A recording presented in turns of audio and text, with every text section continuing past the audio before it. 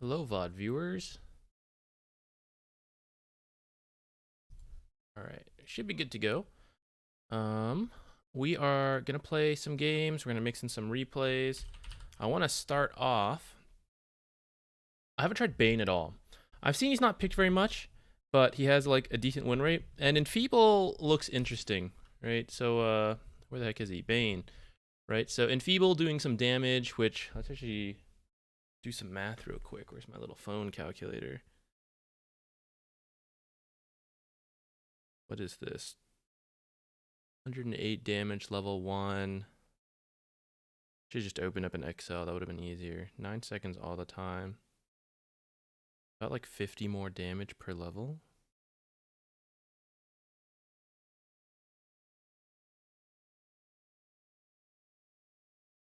Then maxing out at 270 damage every 7 seconds.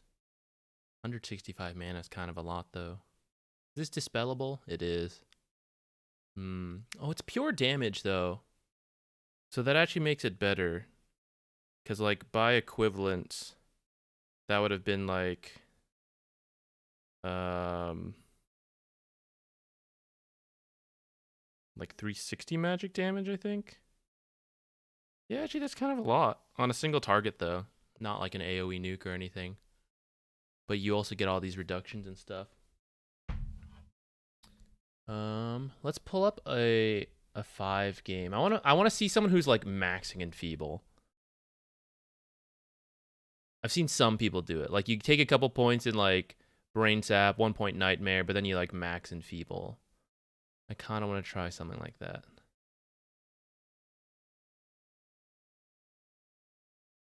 Oh, here's some people just going straight in on it. I mean, I'm down for that too.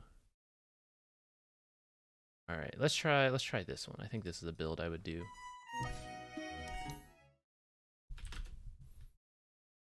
Dreamcatcher, hello.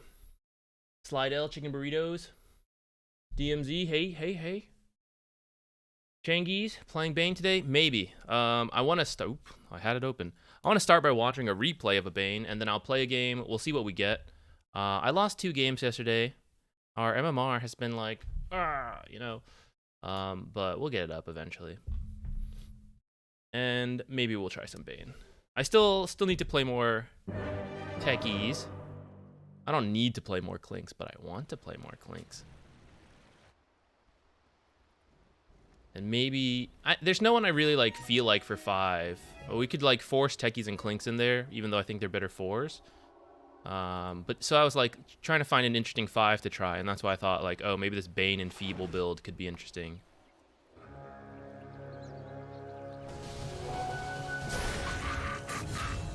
First blood off the bat, good start. Blocks the camp versus what? Night Stalker Veno? That does sound like a little bit of an annoying lane when you're laning with a Morphling.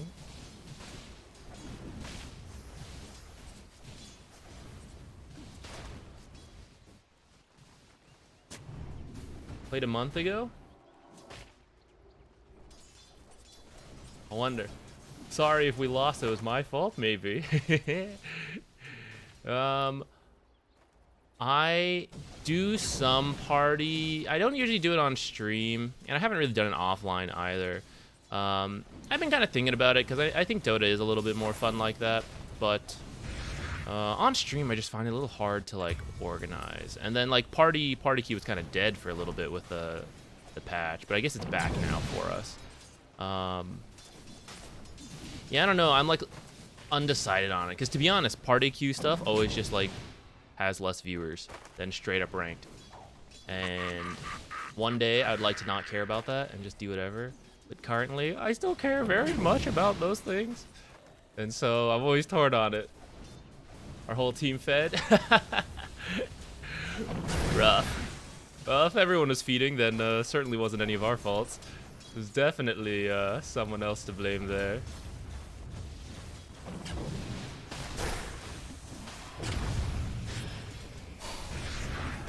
Get him! Okay, let's see when this Enfeeble kicks in. It should be here. He should go like full Enfeeble into ult now.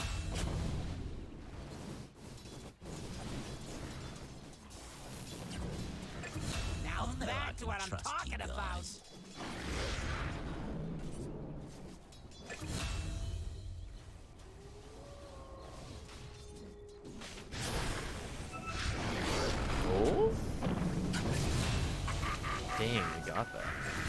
Oh, the Ember came in. I see. I was like, how did Morphling reach that?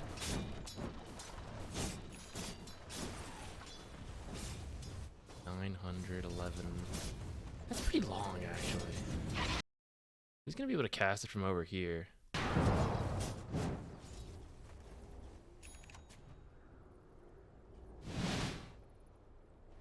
Aether Lens for a lot of these builds.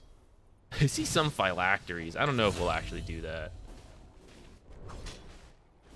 I'm not sure if I believe in the phylactery. Maybe.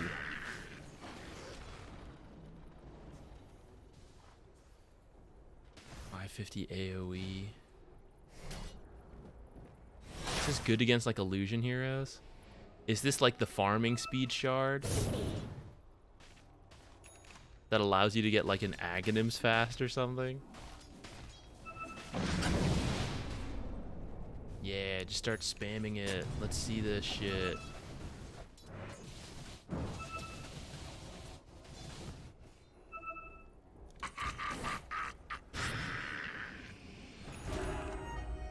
Did you deny that in time? Oh, he did. Oh, you know, in hindsight, Bane's pretty good for these wisdom runes, isn't he? Because he just nightmares people. Hey, Meepo player.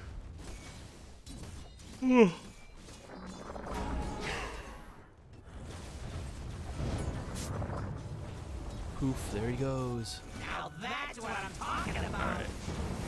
Doesn't really seem like when you play Bane this way, even with the Enfeeble, the laning stage didn't really change that much. If you start Brain Sap, Fiend's Gate, or Fiend's Grip, Night, or Brain Sap, like the 2-3-2. But I'm curious about the first point in Enfeeble, right? If we just use that on people. Here, I see Fly playing a game here, doing this. Let's go check it out. 10 to 30 in 22 minutes. This build must be broken.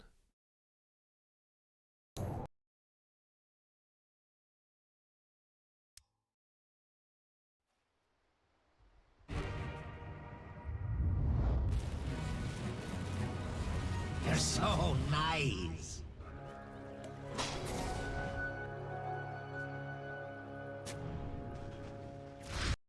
They need to reduce this cast range, I think. I think that would be a good nerf to Alchemist. I think he shouldn't be able to throw that concoction so far at level 1.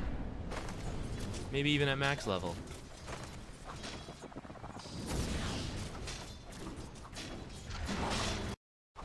I wasn't even paying attention. Did you just throw this on someone he was trading with? Yes. How much is the damage down? Damn.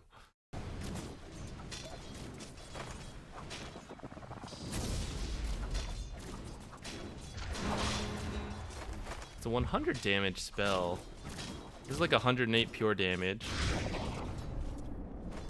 which translates to like having 144 magic damage at level 1.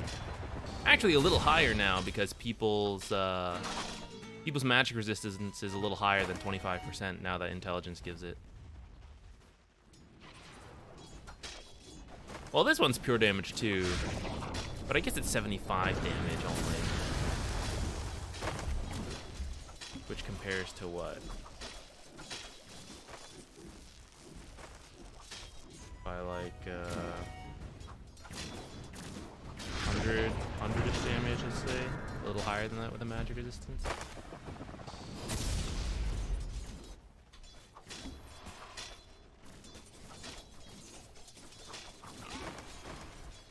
Trying to spam Bane. If we get position 5, I might try it. I still want to do like Techies and Clinks position 4 if we can, Spirit Breaker, stuff like that. And maybe I should just be queuing position 4 actually, but I don't mind playing those heroes 5 to see how they work. Mainly Techies, and then like if that's banned, then I don't have other 5s. Like, I don't know, I said I'd learn Oracle and stuff, which I kind of did, but it's like I don't know, you know. And maybe we'll try Bane. Maybe Bane's a little more interesting for me.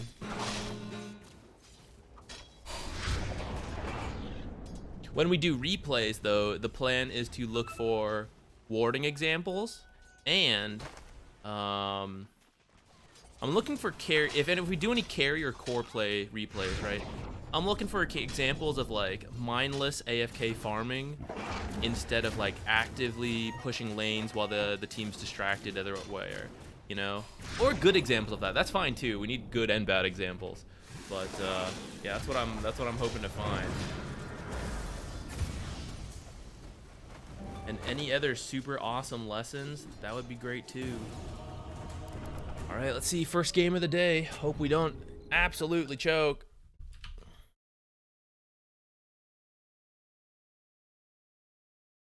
Hard support. It's Baning time.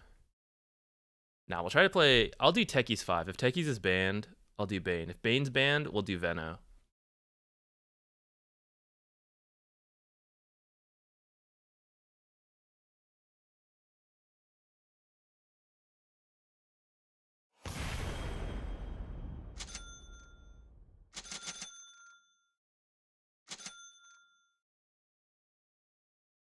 It's Techies in time.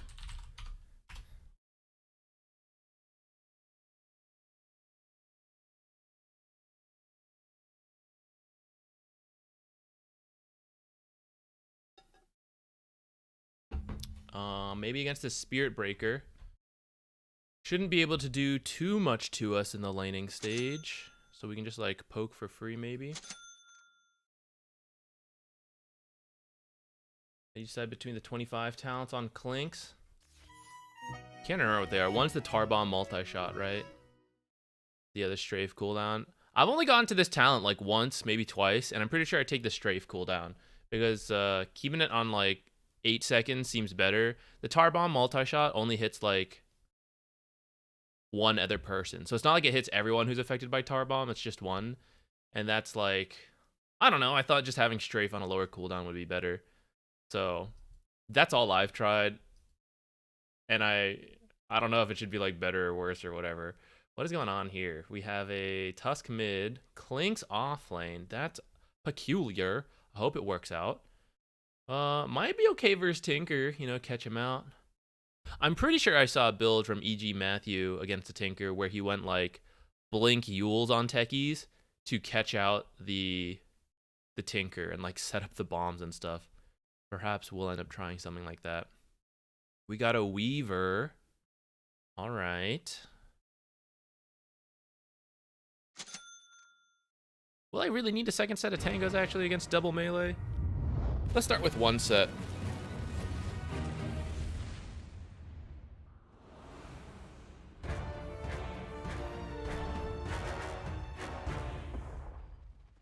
Yeah, value against the SB2. Admiral Yama, thank you for the good luck. Let's see if I can put it to any use here. Wait, what am I doing? I don't need this many iron branches. You know what? Maybe I will just get another set of tangos.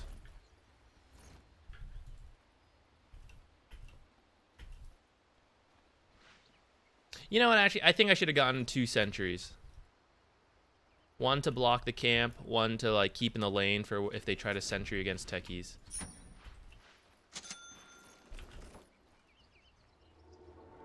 Oh well, we can always get it with our starting gold.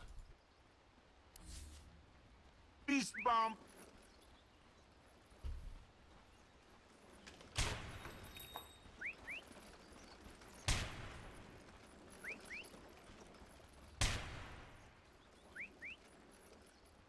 Beast bomb. Pudge? I need Pudge for the first blood.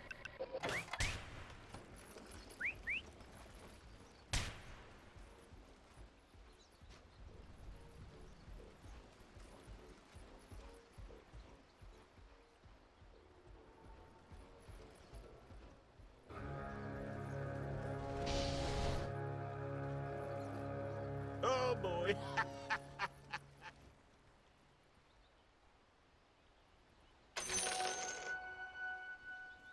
I think I'll TP down there.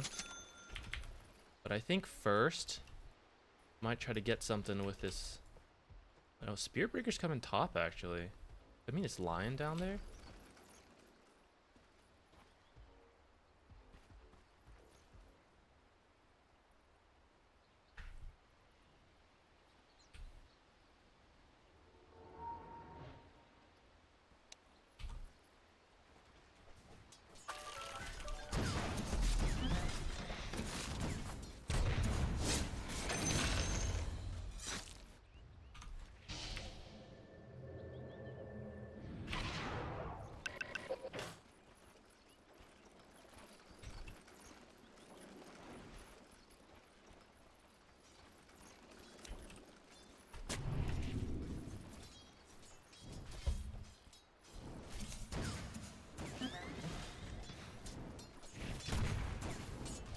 Didn't have too much regen.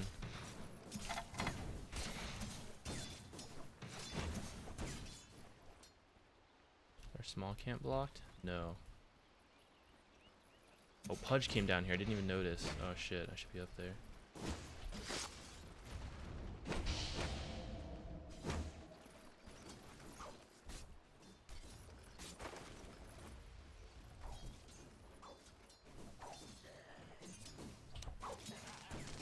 Please just run those in circles.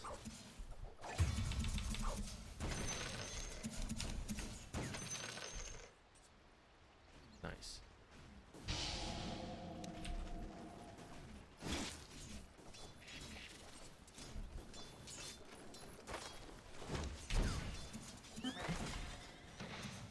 I missed the lion, thank God. Should let me stun first. I hope Clinks is okay, because our Pudge is down here. We have a lot of money we need to spend. Should I just get boots? Doesn't seem like it'll be that useful for the laning stage, though. We're kind of fine so far. Half pull, half pull. Nope, mess it up.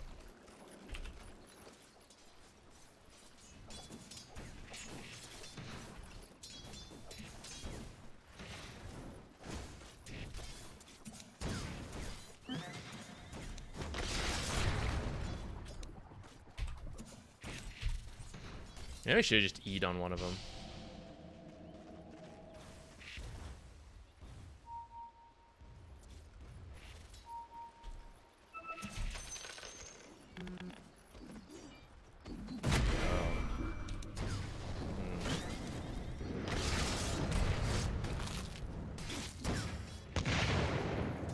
I didn't even go max distance, actually. I might die for that now.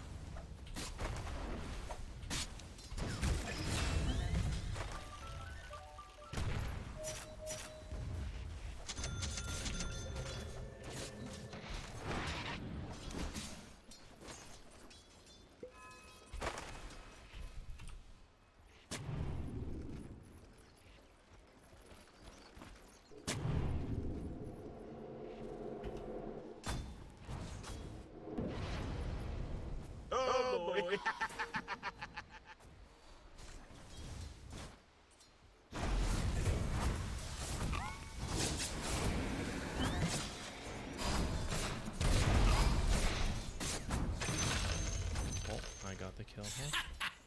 Yeah, I saw him needing help, but I figured by the time we went, he'd probably die, so I didn't go. Is that the right call? Maybe not.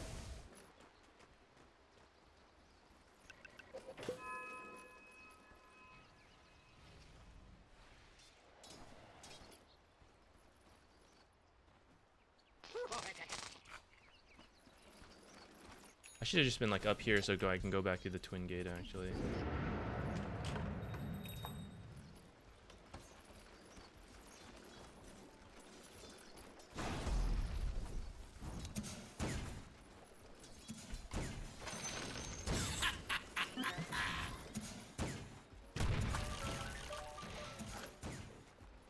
Did you know?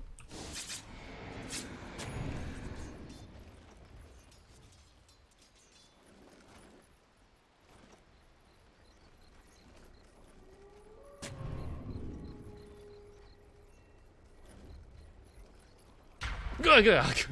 Scared the shit out of me.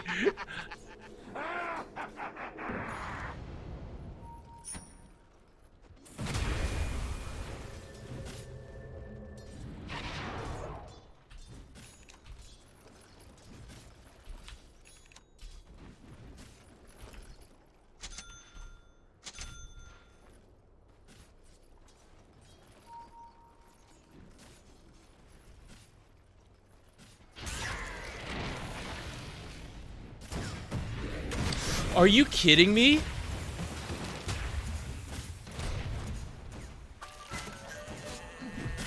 Guys, what is that? Holy shit, that timing though.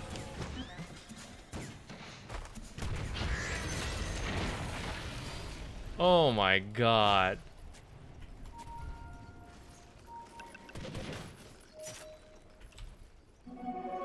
I'm about to feed, guys. Tinker, hello? I cannot believe that.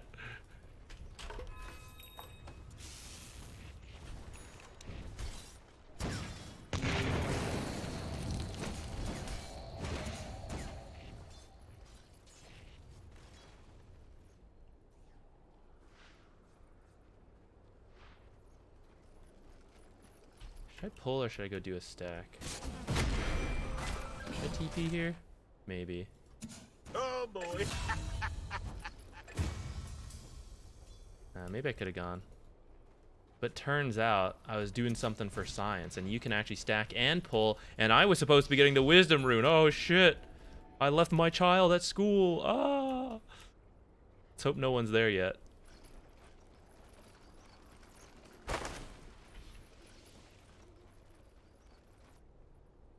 Yeah. Let's hope they're all as bad as we are. I don't see the other support though, so I kind of feel like it's probably gone. I also don't see Doom, so Doom could have grabbed it. It's here! Everyone's garbage. Excellent.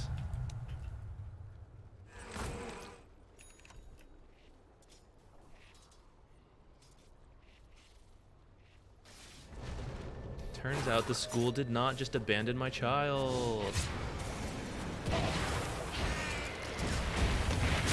Ah, damn. I thought the snowball would get there faster. I'm on a killing spree? Damn. I don't mean to get these kills, actually.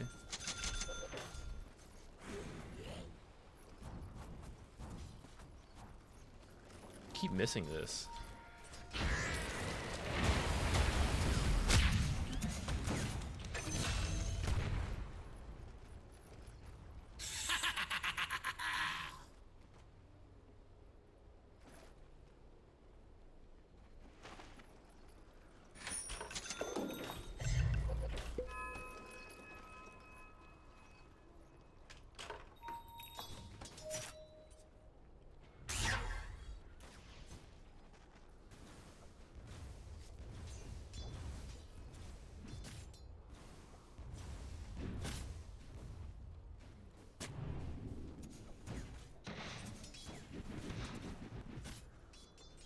Tinker went and bought.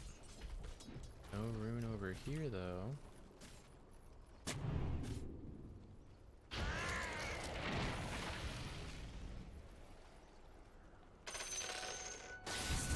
I might TP down there. Tinker's up here now. Tinker's on a journey. Tinker is going all over the place.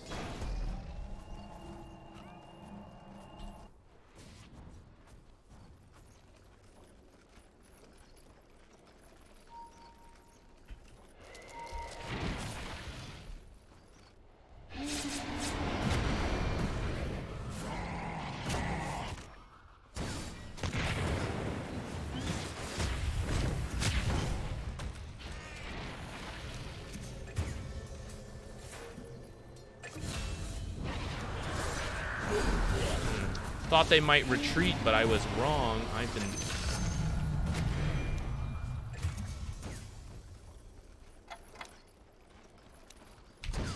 Oh. You know what? I'm gonna go home. I have no health. Same, bro. I'm sure there's no sarcasm there. I kind of want to pay this because I think it's just such a good item, but I don't think a Pavis makes much sense this game. So, Glimmer's probably pretty good.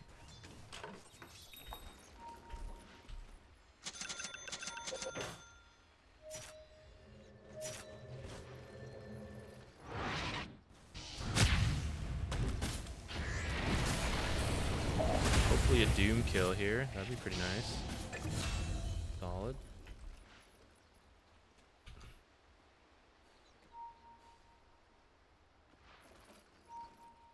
I hope they're fine.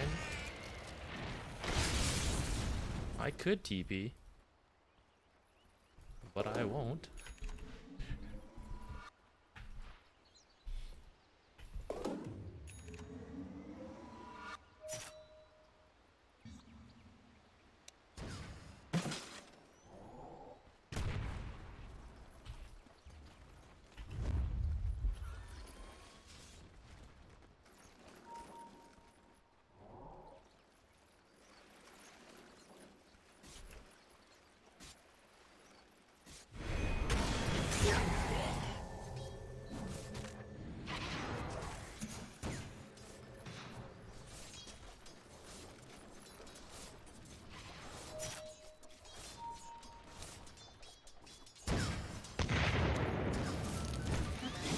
He didn't hook! No!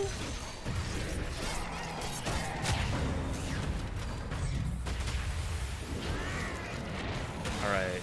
That's unfortunate. No flame. We all make mistakes. But landing the hook was definitely part of my plan of the getting that Spectre kill.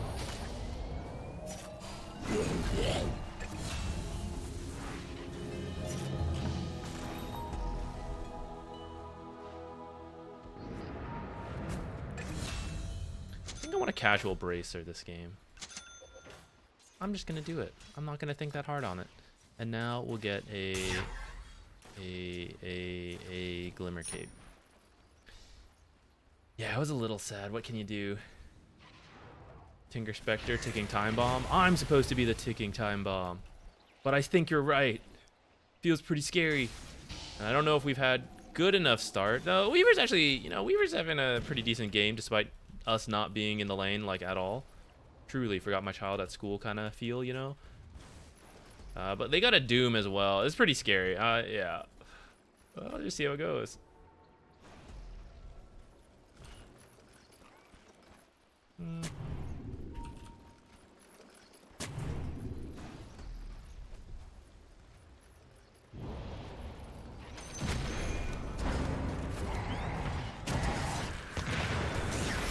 I think I should not have come in. Confirmed. Oh boy.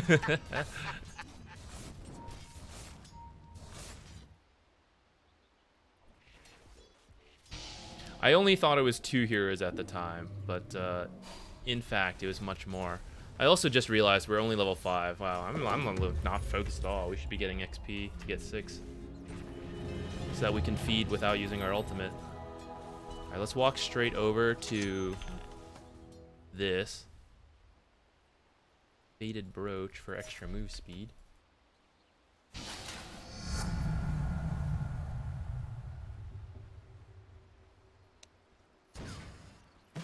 Woo.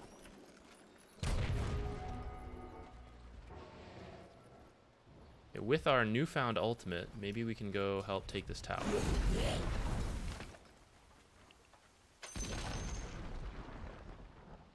Hopefully after that Phylactery, Clinks gets like an Orchid, and then I think that could actually be pretty good for finding this Tinker, and that might be our recovery plan.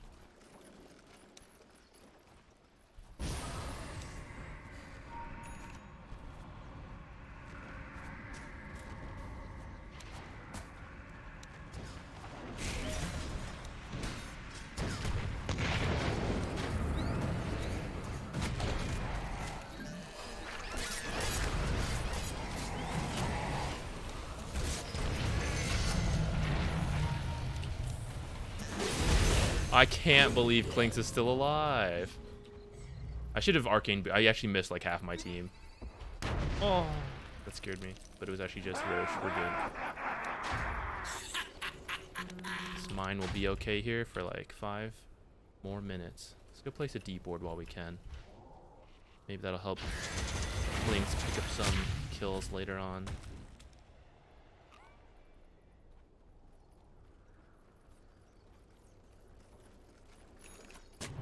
Pretty confident there's no way there's an observer here when we just took that tower, so.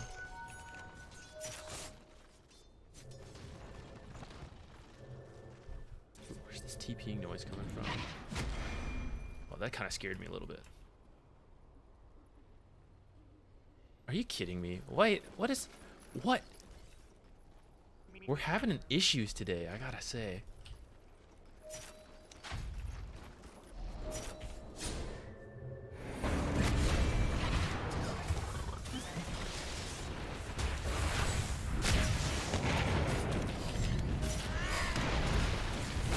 Ah, she went through the thing. I didn't think about that.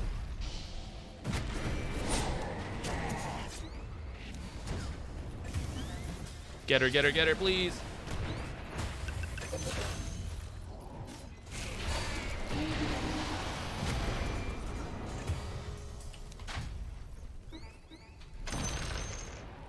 He got that right away. I think there's a ward up here. He went straight for the... That was unfortunate.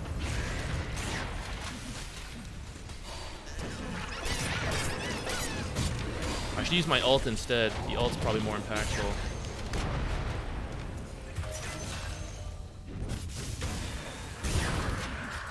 He doomed at the end. Okay.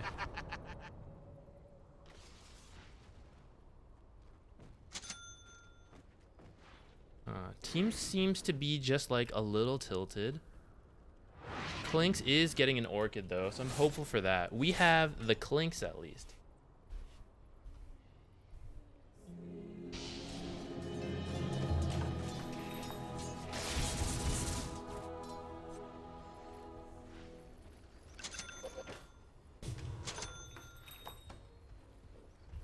It is sad. If I hadn't blocked that first hook, which, in my defense, was a little bit of unfortunate pathing. It's not like I meant to stand there and block his hook, but if we had, like, initially hooked that Doom, then that fight might go a little different. Several of them were, like, pretty low.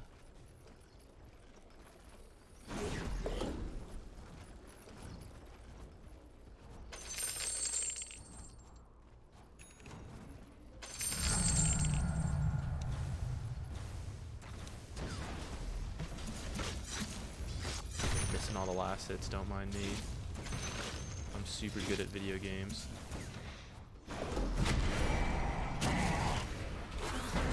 Get out of Pudge's way.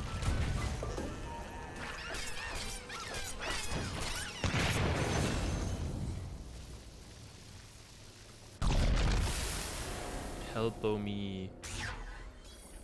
Why didn't I blast off? I think I was trying to get out of Pudge's way.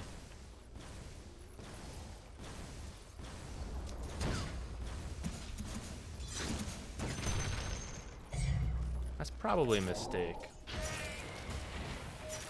True. But it's a bad time to go. Because 3 heroes are missing that recently just killed him in that area. So I'm not going to walk in right now. Alright, Doom showing bottom. Now it's probably okay to walk in here. Find anything.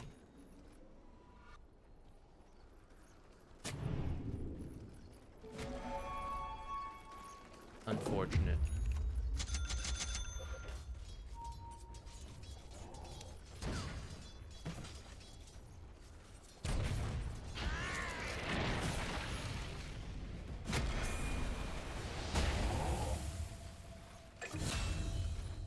Shadow Blade Spirit Breaker. I'm sure that won't cause any problems.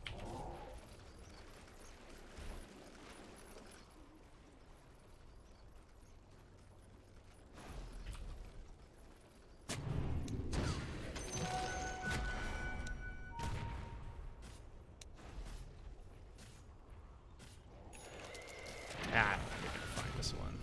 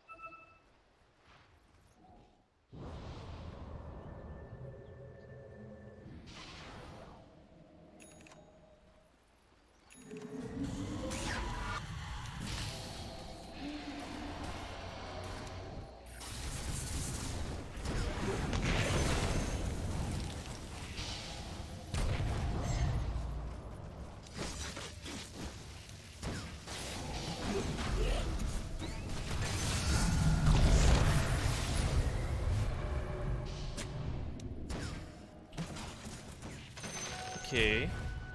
That part's pretty good. I think I need to shift my... Oops. My mentality a little bit for this game, which is that this is a pub game. I can feel it, you know, true pub down to the core.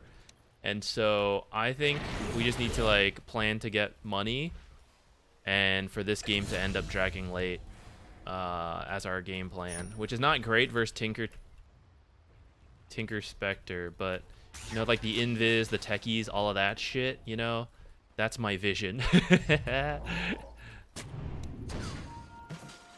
That's what I foresee this game being.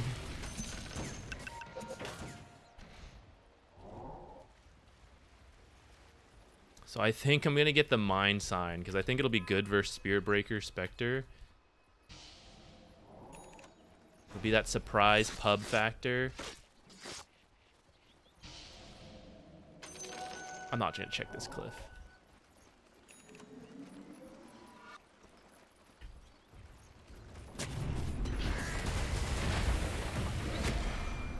I knew this guy would come charging in invis.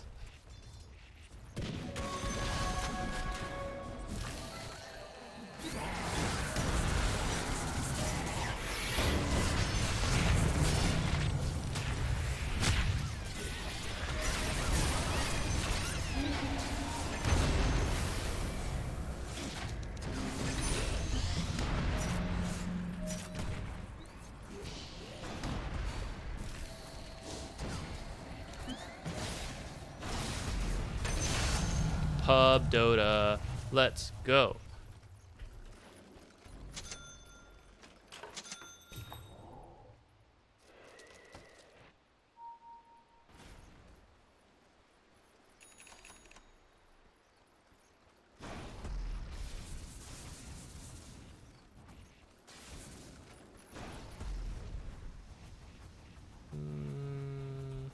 I am gonna put it.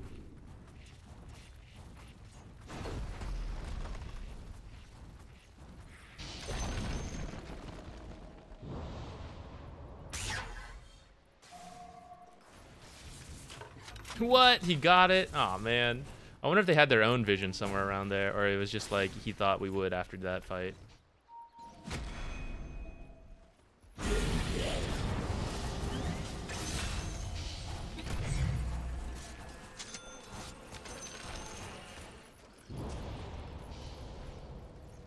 Pabu Dota.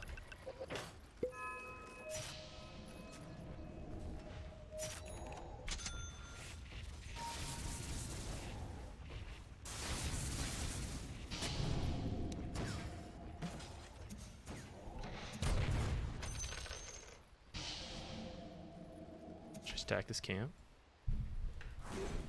Guess not.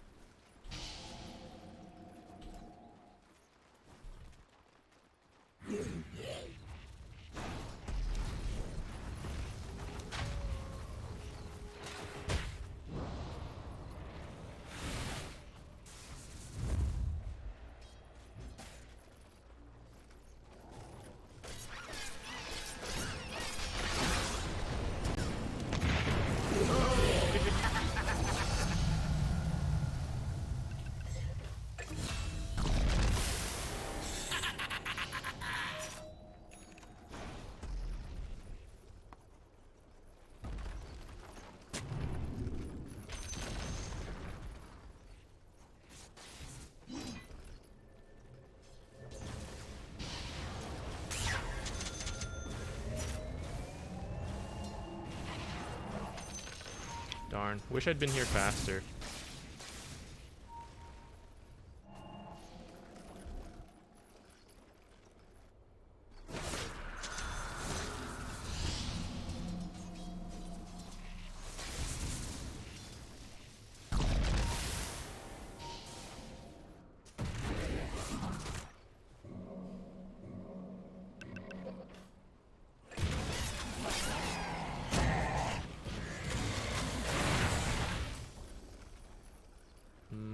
I don't think I'll bother going at this point.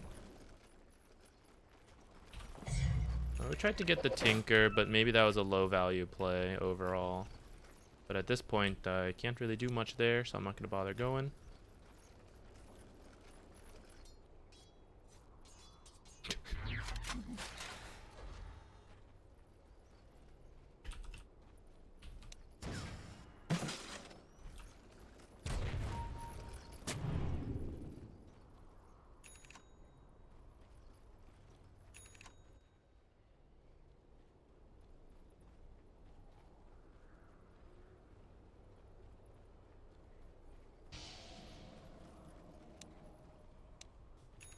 Are these the same camp that got me stuck in here before? Wait, when's Roche coming over? Probably gonna break all these mines. Or at least the ones on the left side.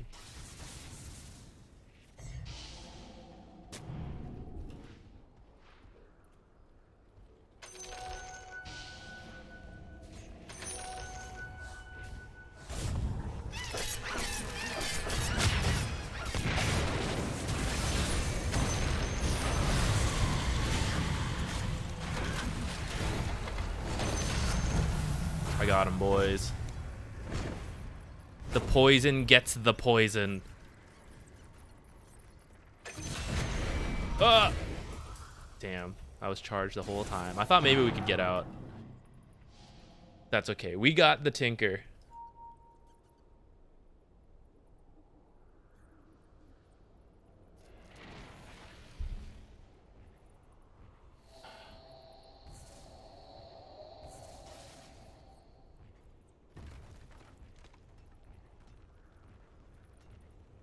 Coach telling you shame on you. Scored into your own hoop. Oh, it happens. We all make those plays. Something goes wrong, you know. Happens to the best of us.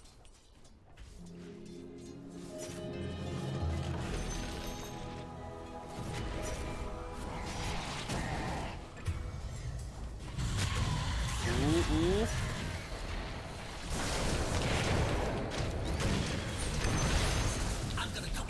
I'm on it, boys. Leave Tinker to me. Let's get a blink after this Ags as well, so we can maybe even... What's it called?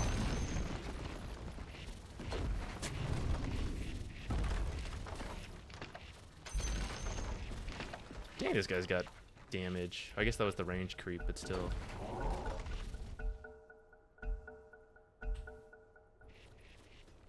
It's crazy, right? 5 deaths.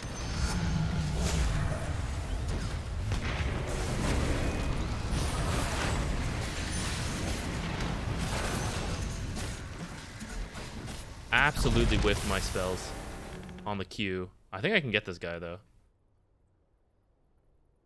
P. Lol.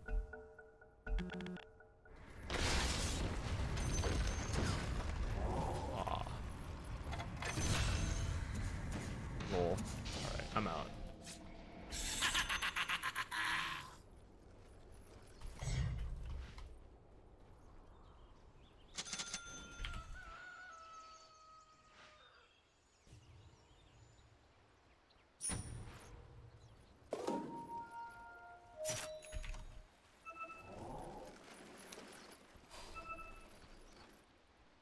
Why did I leave so far, actually? They're dead. I probably should have just been, like, with this guy. We'll say we're picking up our Ags or something, I guess.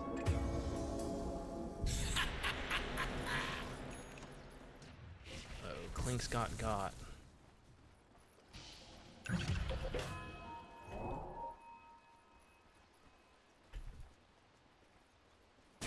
I meant to place that further. I was gonna cancel that one. Okay, cool.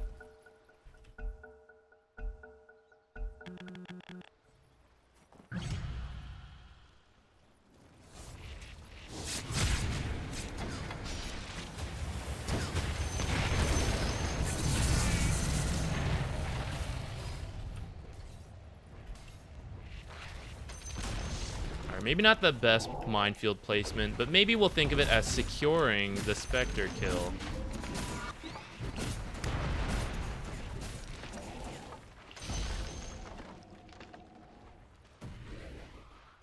If I buy a refresher, can I double minefield?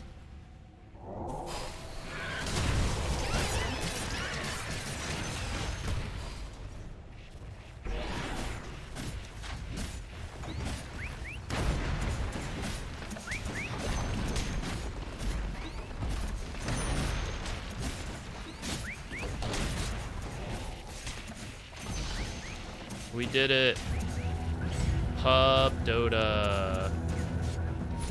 It's 1 max? Okay.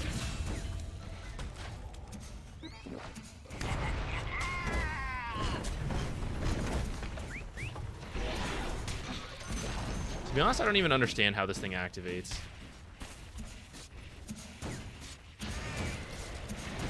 When an enemy hero walks within 200 units of a minefield sign, the 1000 area. Oh, I see. Okay, so they got to get close to this, and then it activates.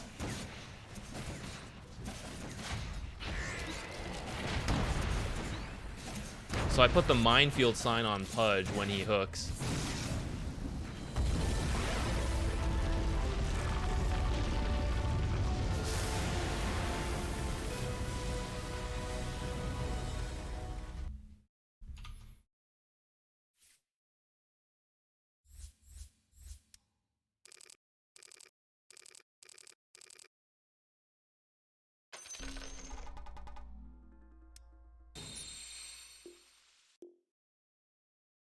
Why did they hate the Tinker? Was Tinker shit talking and I missed it or something? How come my team's all like talking mad shit to this guy?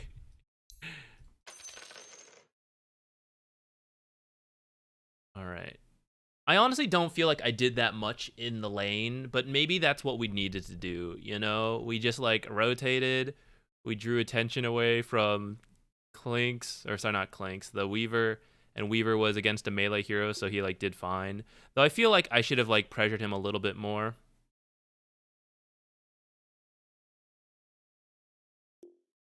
Or, like helped the Weaver a little bit more. Things were a little dicey actually here.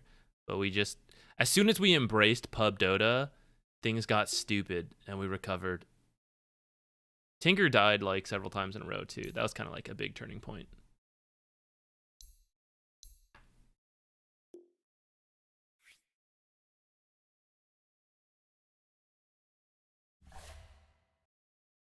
I forgot a cute offlane. I didn't mean to do that there. Okay, before more people start talking shit. Hide it.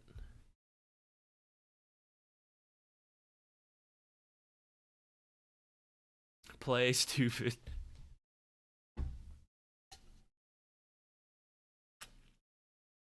It's just that easy. I don't really remember what my MMR was.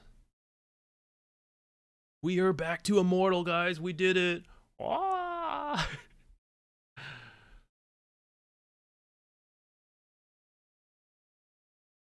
see. I forgot to pick assists. Or, I mean, challenges. 9 heroes from Invis. 1 Clinks game. We're good. D wards. I think we actually had a good amount of D wards that game. Probably would have been okay. Do not ward the opponents. Was it active? Did I miss that? I swear it was our Tormentor. Is that what happened?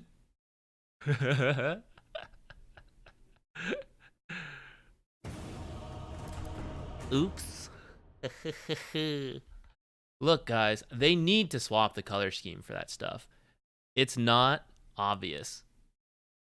They need to make it easier to see.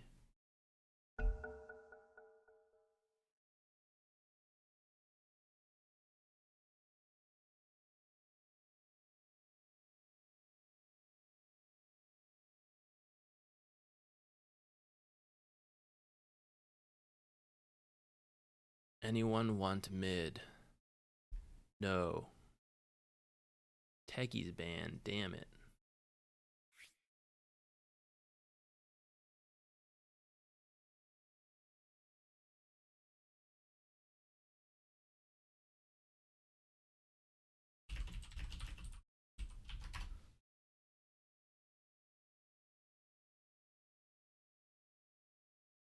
Veno 5 was requested. Done. Was it? I didn't even see it. I don't even have a request system, but I just did it because I wanted to. You're right. Why play Bane when we could play Veno? So right, bestie.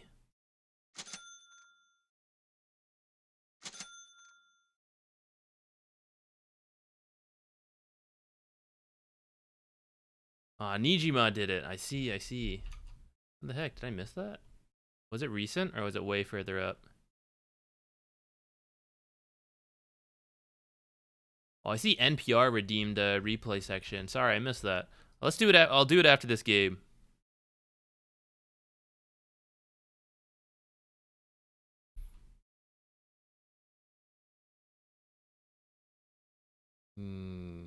Off lane Dusa though. That would be pretty funny, actually. Nyx refresher double ult on Medusa. All right, we have some whack ass lineup once again. I'm telling you guys. I know I have a lot of work to do on my own gameplay. I'm pretty inconsistent. Am I part of the problem with drafts being weird because we've been playing Clinks? I feel like I have been getting some questionable shit in my games lately. I think the system's rigged. Anybody with me?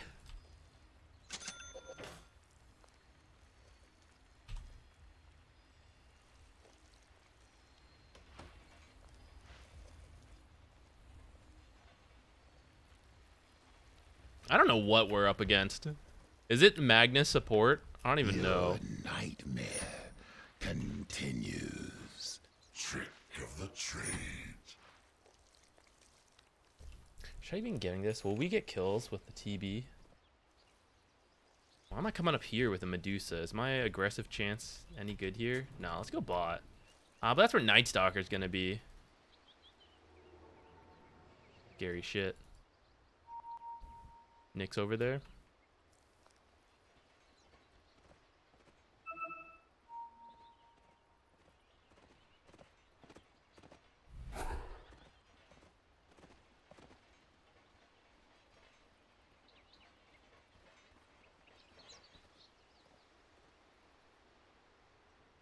They're all bait. Oh, well, I'll walk out. Okay, they'll see all of us at once. That's cool.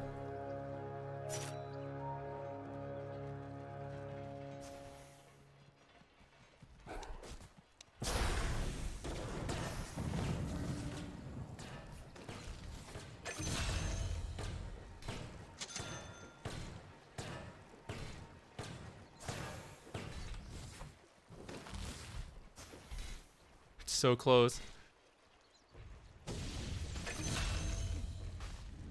Alright, that guy's probably dead. Is that worth it? I don't know. But is it funny? Very.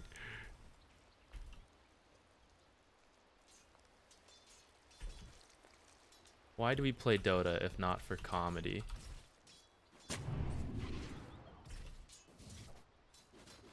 What's Nyx up to? Trying to get to the gate?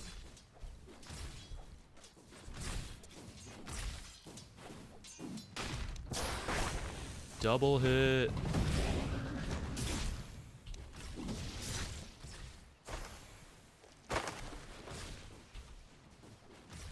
We'll place that later. Lately, I've been having a bad habit of picking up observers and then not placing them. But like, so like the first blood stuff just like happens, and I.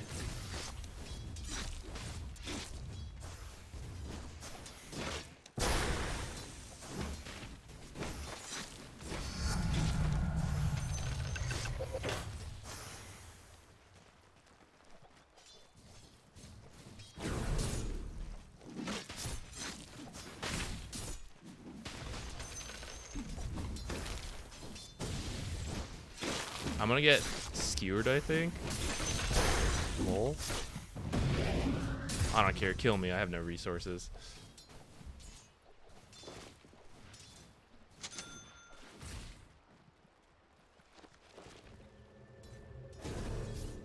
Did I get this or should I go straight move speed? I feel like I'll make him miserable if I have boots real quick. I want to save for it. We have to rejoin since, you know what? Let's try it. I never do that usually. Probably pull, actually. Or should I? We should go for a half pull, which I find a little difficult nowadays, but... Alright, we just got the range creep. I guess that's kind of okay.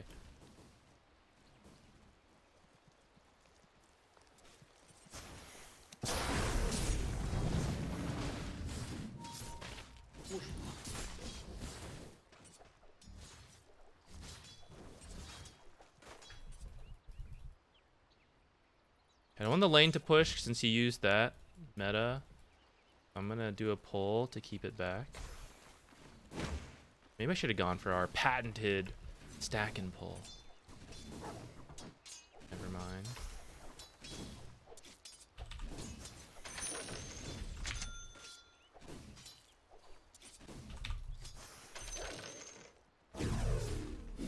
Oh yeah, get him, boys. Fight, fight, fight. Ho ho ho ho. Goodbye, Night Stalker.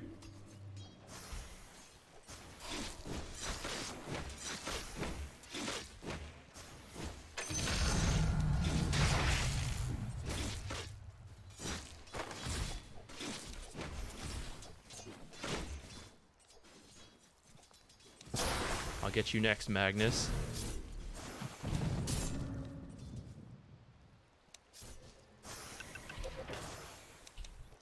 Okay, let's look to rotate top soon. I'm gonna harass this guy first. Ah, damn. I should have been healing more. I was not. If I had been a little healthier, like if I had tangoed sooner, I would have been walking.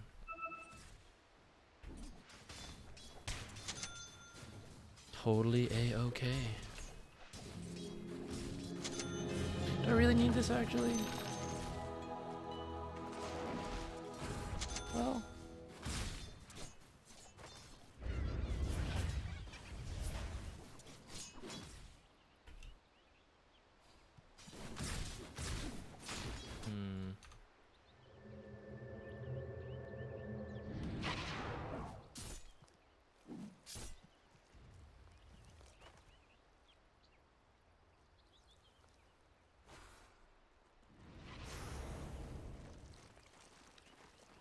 Nice, let's do it, Clockwork.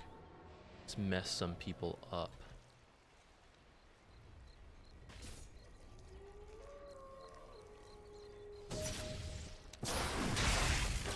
I think I missed Night Stalker. Alright, that's fine, we'll get Magnus.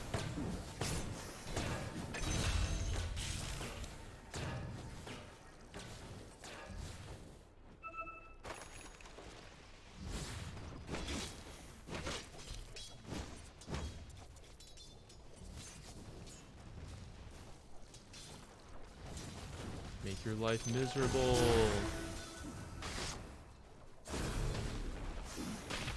Man, when we have the Night Stalker reflection, we actually see so far, too. It's awesome.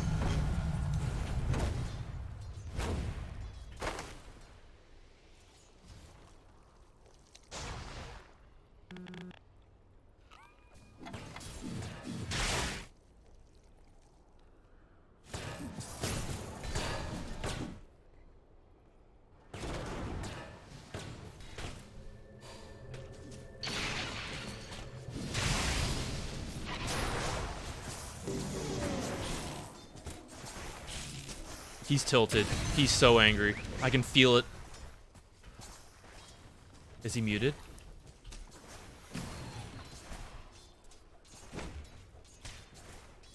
Am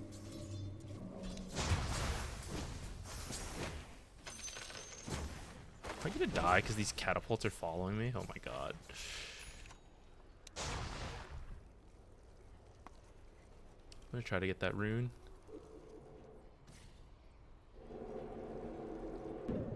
Clockwork wants to go too.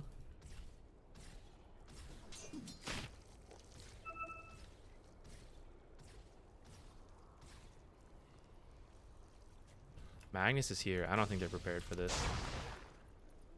Careful, bottom. I'm getting the rune. Or I'm gonna try to. I hope Nyx isn't down here. That sure would be a shocker. Excellent. Okay. The question is he gonna... Oh, I feel like they're coming. Oh, shit. I don't have a TP. Quick, hide.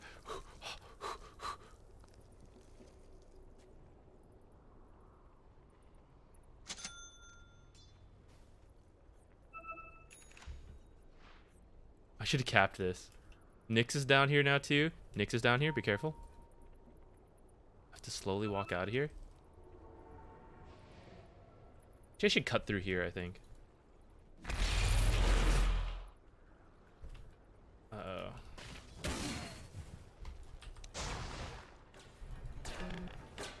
I thought he was in trouble. Foolish me. Damn! Missed.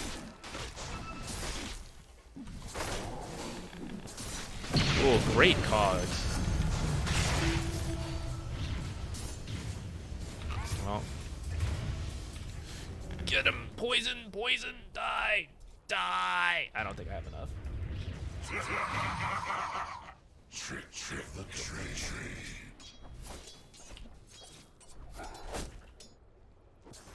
Aw, if I'd hit Night Stalker faster, it would have been a cleaner kill. Alright, time to build a...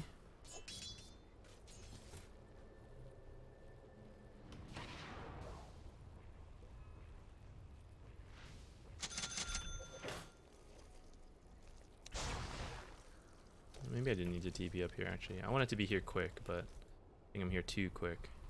I don't have a TP. Be careful, bottom. My bad.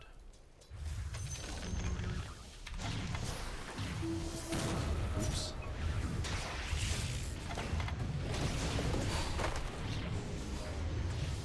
Get away from me! Get away from me! Don't touch me! Raindrops! Yeah! Woo!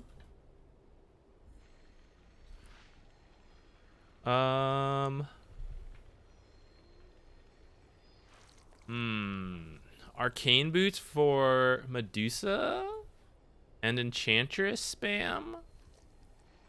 I want to tank up.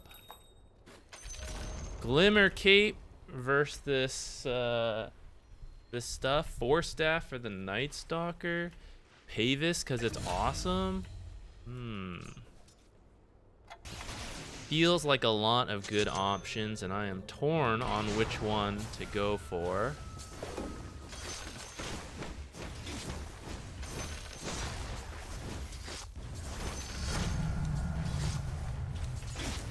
Man, I keep using my TP. Uh-oh. And now it might bite me in the ass. I can't help this guy.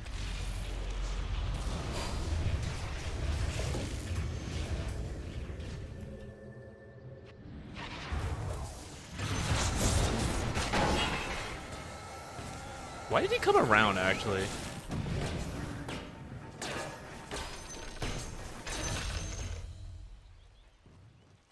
Why did he come back? Kind of peculiar.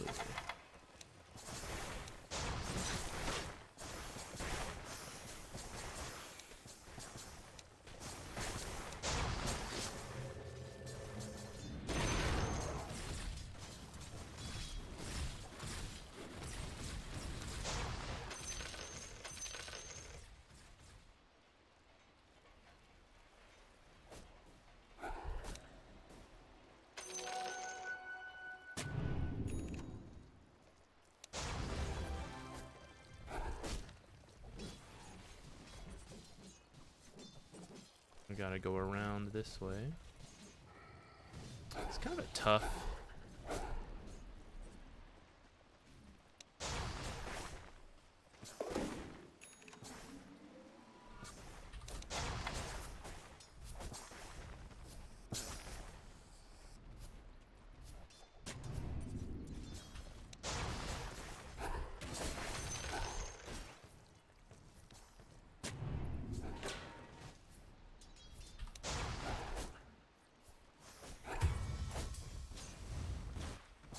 Oops.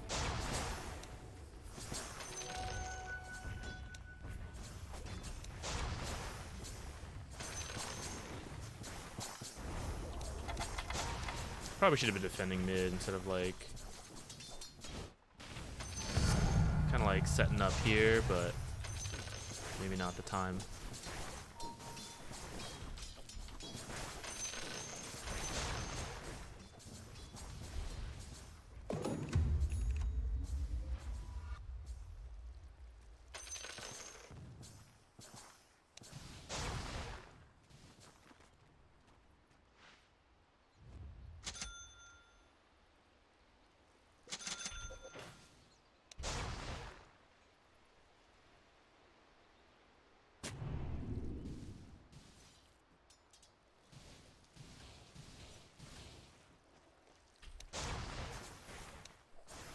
We're floating so much money.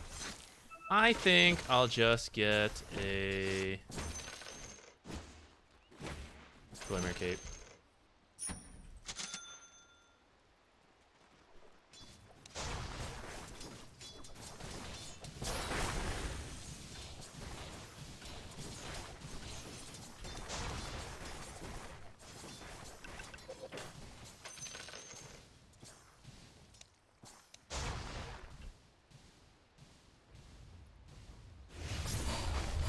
What am I doing?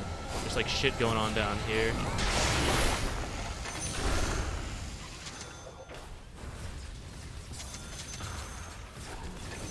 Whole team's battling it out to the death, and I'm like, haha, Plague Wards.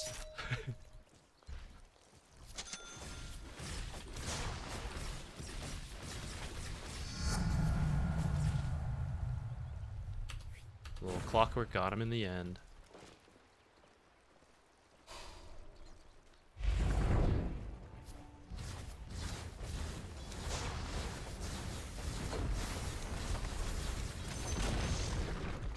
Oh, Wisdom Rune. I should have been going there. Someone walked here, but it's still there. No, no, no, no, no. Stay away, stay away.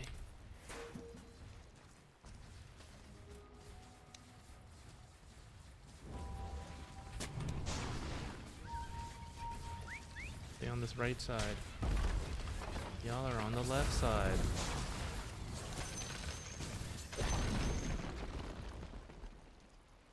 Well, Medusa's gonna get Nyx hit and die.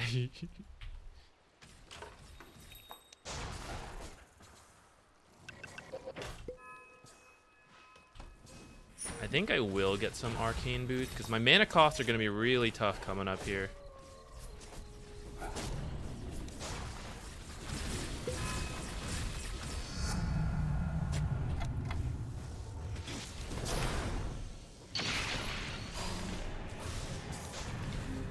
I don't have enough for my Glimmer.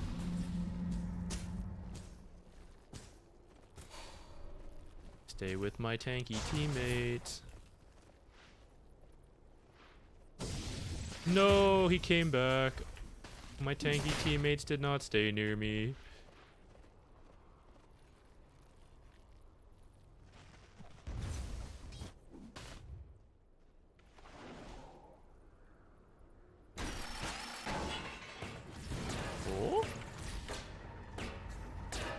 Stalker's too fast. Otherwise, that would be a kill, I think.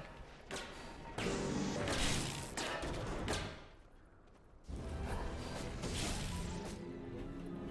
think I put detection down for my team earlier. Yo, she should get a Mage Slayer, I feel like. Wouldn't that be good?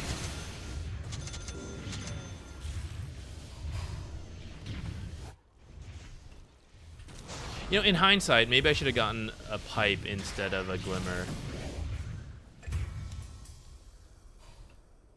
Since I don't think Medusa buys a pipe.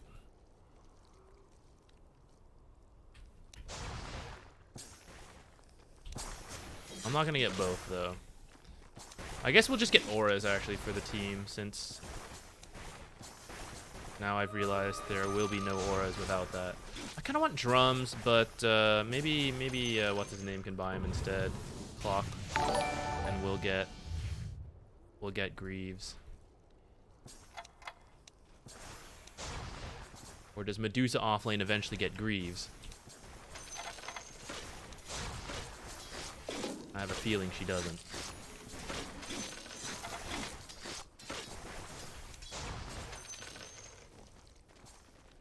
I really want Solar Crest for this guy too, but...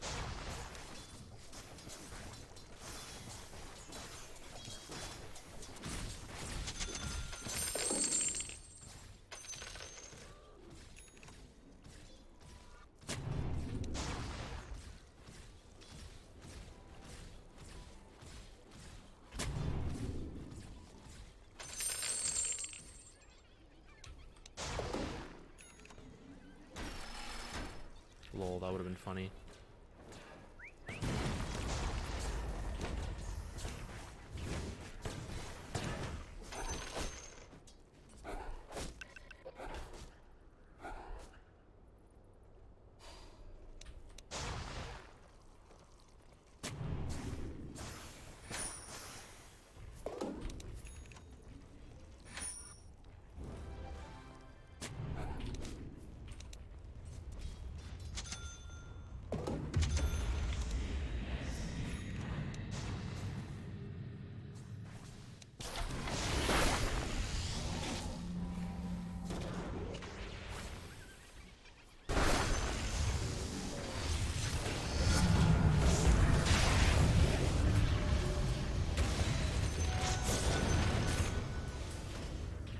Too bad.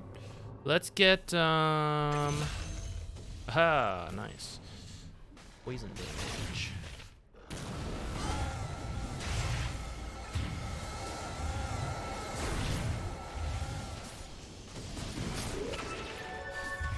I think we just tank up. Although, Bullwhip would be good for the regen, and Eye of the Vizier would be kind of nice to use Glimmer from further away, because actually it's really hard to use Glimmer.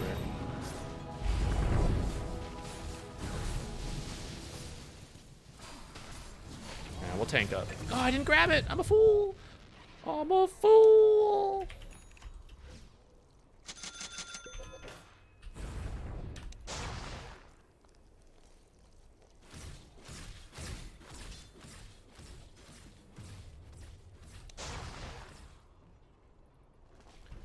Fool that I am. Current MMR, like 5.6.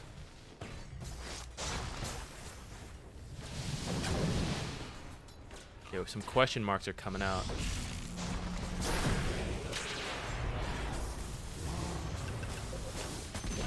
Just very much saved that guy.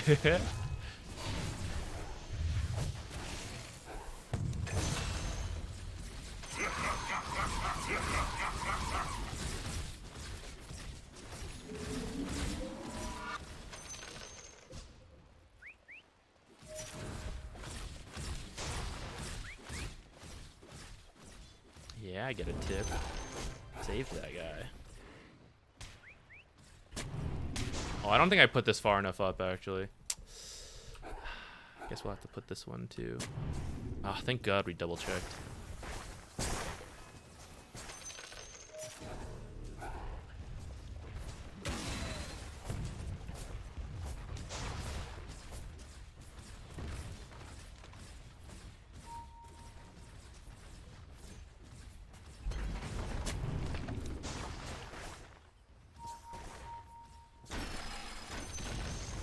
My Plague Ward kind of revealed we had vision.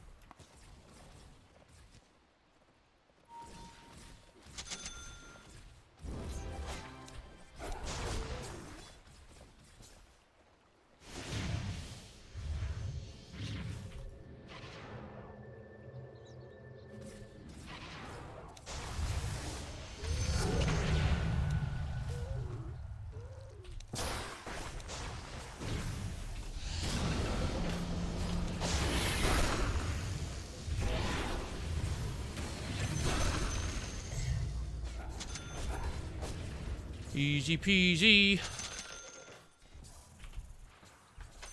What about Vessel? I don't think we really need it. Kind of useful versus Morph. I think Vessel has really dropped off. I don't think it's as good as it maybe was in the past. I think it's just too hard to get. It's too expensive.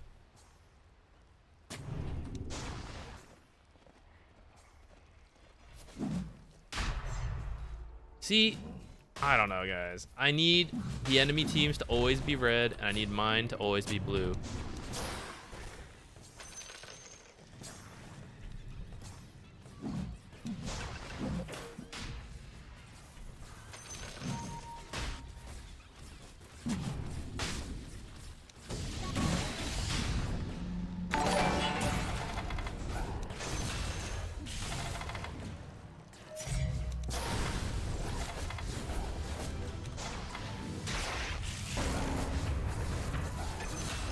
Yo, got him. Easy vision game.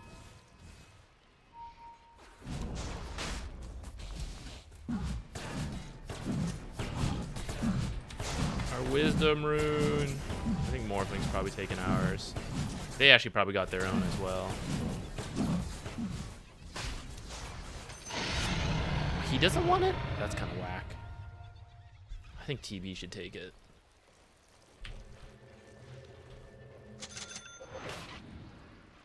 Personally.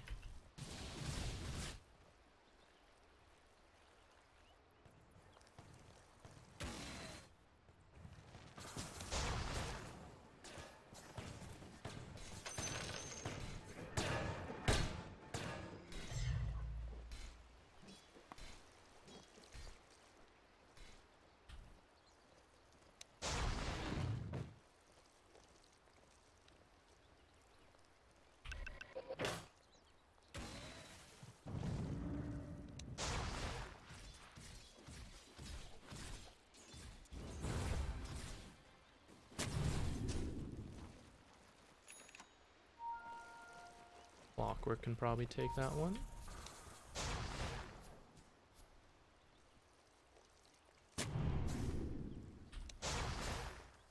Double.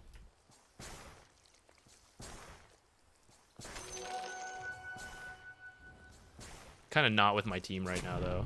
I should be over here sooner. Aw, they're doing fine.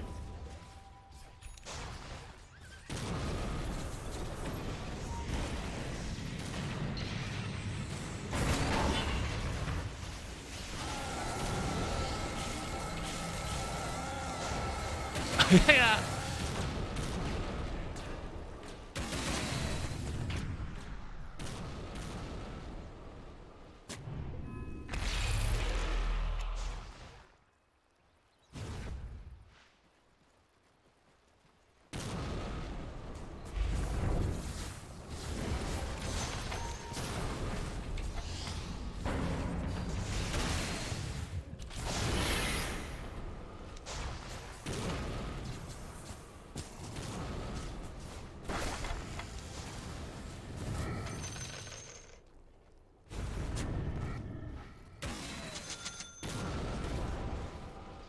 Let me get a gem.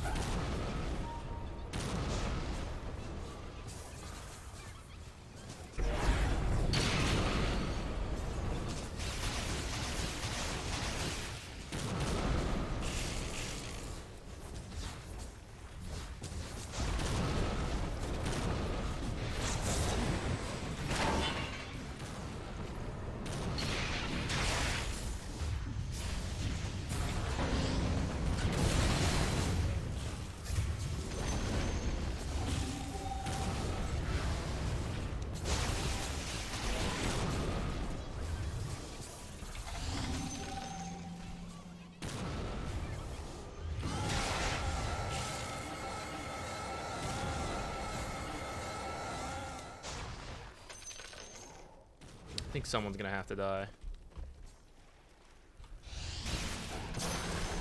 Feeling it's me. But maybe not. Maybe it's Enchantress.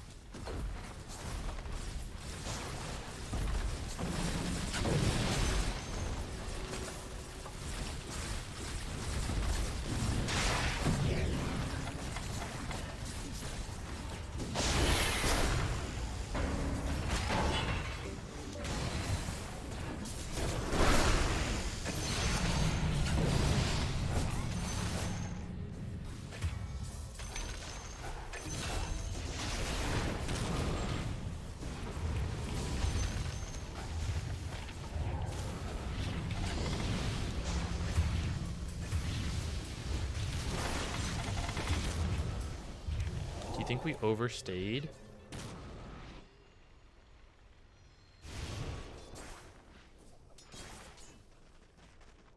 Yeah, once Medusa got pulled back, probably just let her go. I shouldn't have tried to help. Actually, I think mine was okay. I think when Clockwork went in and then we all went in after that. That was probably the bad part. Okay, now we have all the money that we've not been spending. How about...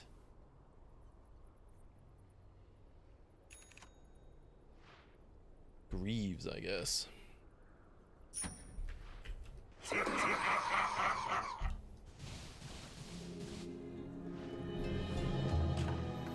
I do wish I'd gotten a pipe, though. I say that. The glimmer's been pretty good.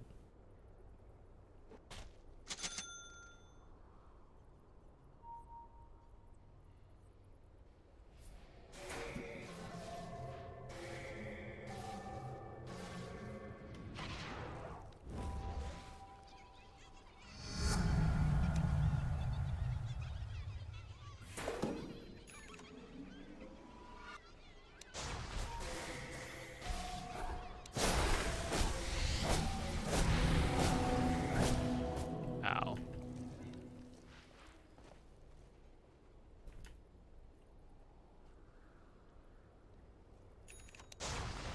I think I'll get Greaves and then I'll get a gem.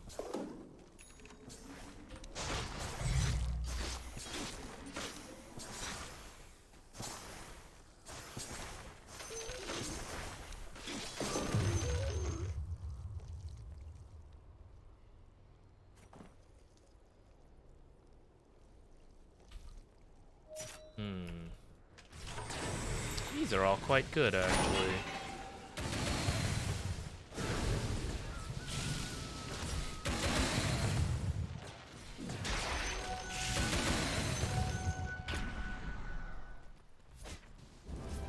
I'm gonna go greedy.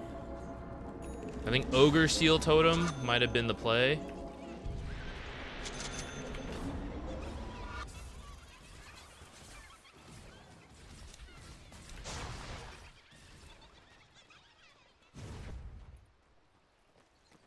But if we stay far in the back, I think this will be really annoying for them in terms of like the amount of damage we add in.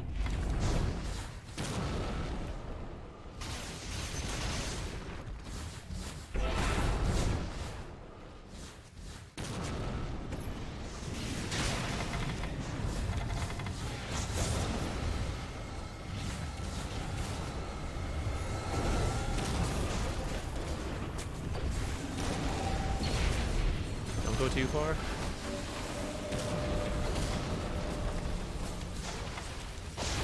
It's gonna be annoying to this guy. Haha, stunned him. Fool. Latent toxicity, got him.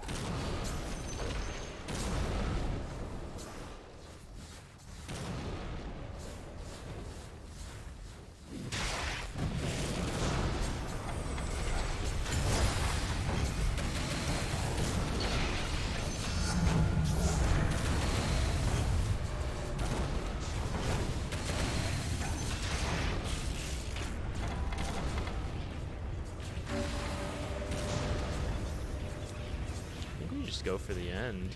Alright, my team's going for the mix. That's fine.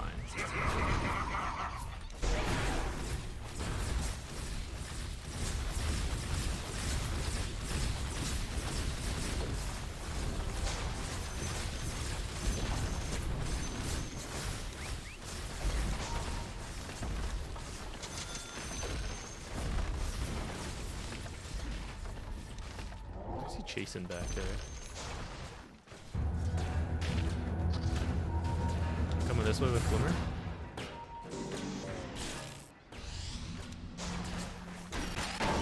Oh shit! Goes too brave.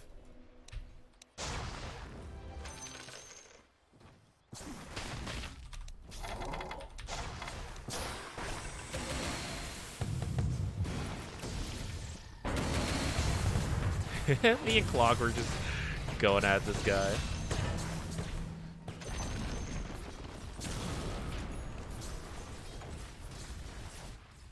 So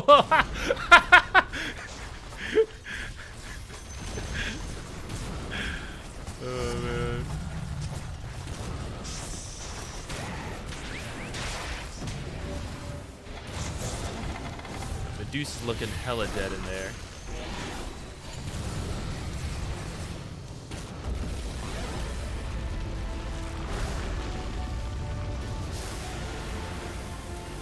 And then also fun.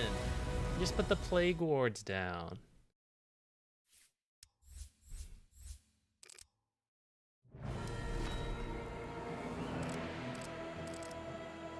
What level's platinum? 20? Or is it 18? Yeah, we had a good team.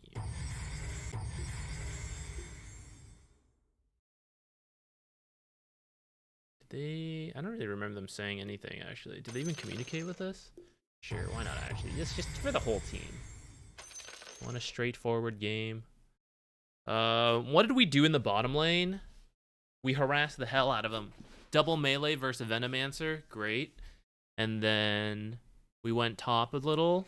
Did we? Did we do that this game? I feel like we did. Maybe that was last game. We got to leave bottom really early because bottom was going really well, though, actually.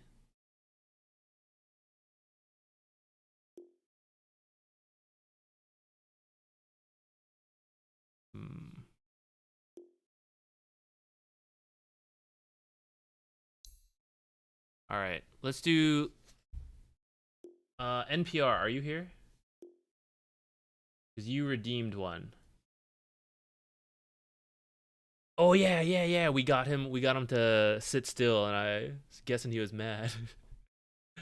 Okay, NPR. Let's do your replay since you redeemed it. Just send it in whenever you get a chance.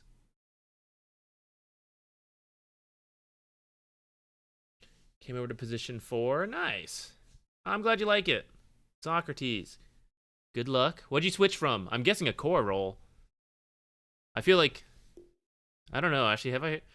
I feel like if you play hard support, you don't... I never hear people say, like, oh, I switched to 4 support. You know, it's like, oh, I was always playing both.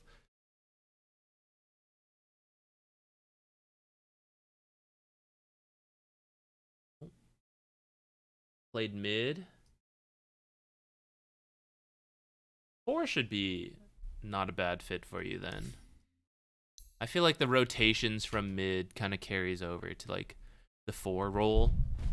And the good thing is like you know what your mid wants as the 4, so you have a better feeling of like when you should go help or not.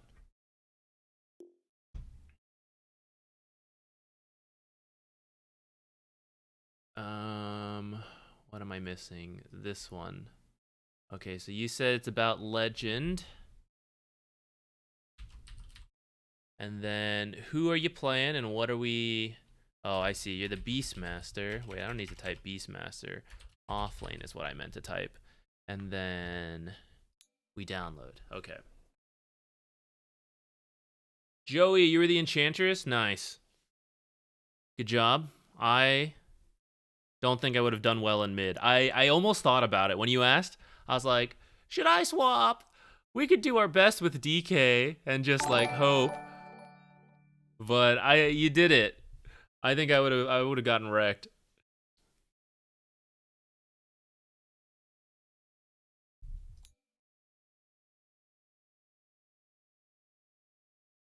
This game made you realize how made it. Yeah. Oh, excuse me.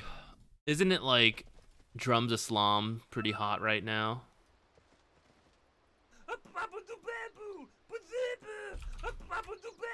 Oh, I guess it depends though a bit, right? I know some people still. I've seen it a little.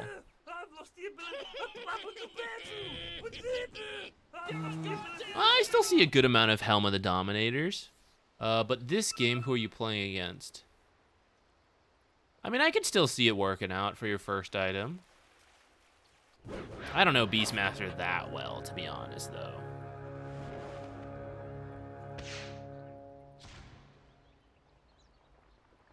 Laning phase was pretty bad, but recovered with stacks. All right.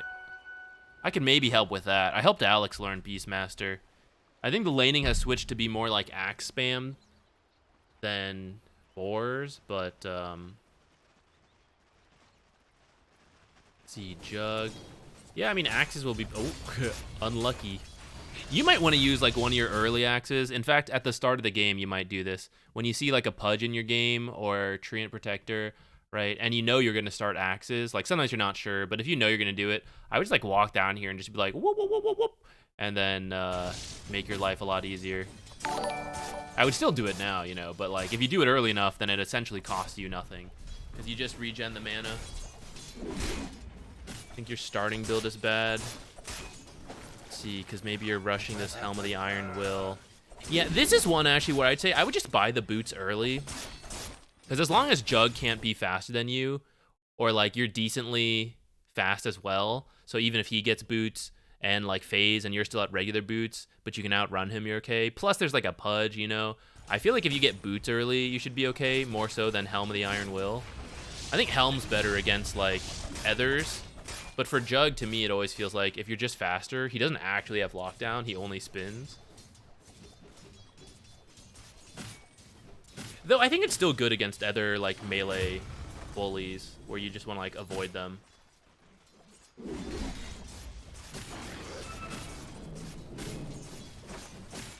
Whew.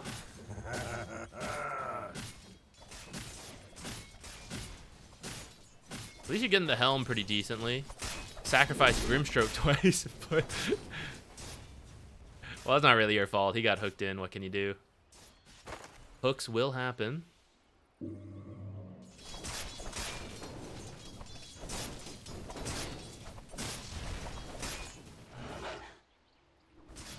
Oh, doing the board stacking. Let's go.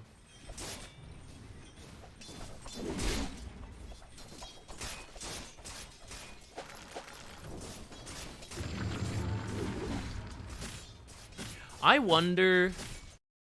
So this is where I'm not the best with Beastmaster, right? But I know that Axe's build has become more popular, and I currently have this thought of like, what if you just get Arcane Boots really quickly? Like you and Grimstroke just spam out spells, and Jug is forced to like keep using Healing Ward. That'll keep him away from you because Jug's mana pool isn't that good.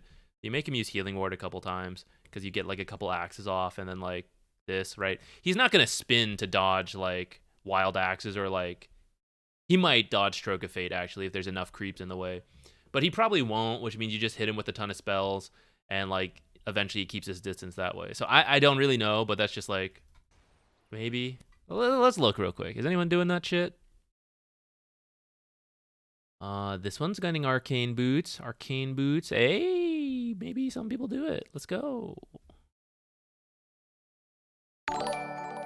Actually, it looks like a good amount of people do it. Oh, yo. I didn't realize. I'm not apparently up to date with the Beastmaster meta. Yeah, so maybe it depends how much you can like run out the enemy hero when you get the Helm.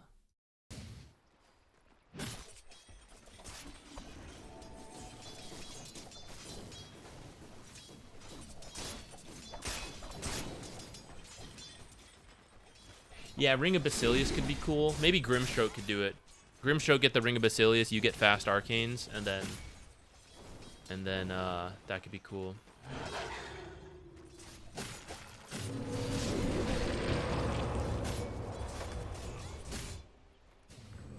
Look at him go.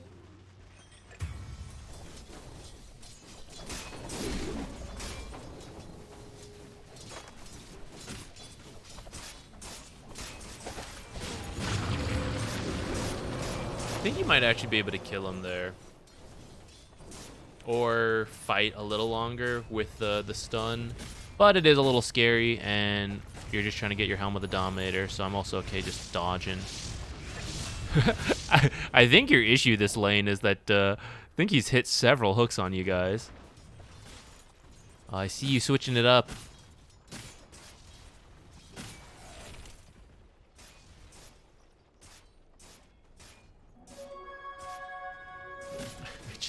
Wait, it just occurred to me. What the hell are your lanes? Abaddon, support? Yes, okay. And then mid Brewmaster. Okay, you guys are running a wild draft here. Not that wild, but I got confused for a bit there. Hey, Posicini. Thank you. I'm glad you liked it. I wasn't sure. Honestly, I was a little unhappy with it. It was getting kind of late in the day when I started working on it. Or like I'd prepped it, but like the recording part. Because I'd wanted it to be faster, but then like when I talked through all the items to give any amount of detail, it ended up being really long. It could have been even longer, you know. But I almost like redid it to be shorter and only talk about a few items, and then maybe like do a separate one that's much longer. But then I was like, ah, whatever, I don't want to redo it again, so I just released it. I got lazy. Or I thought it was like, I don't know, it's kind of okay.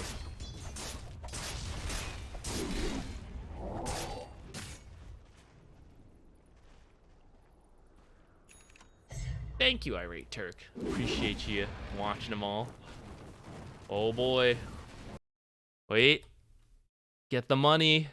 All right, we're at 3K, level 5. Almost level 6, about 100.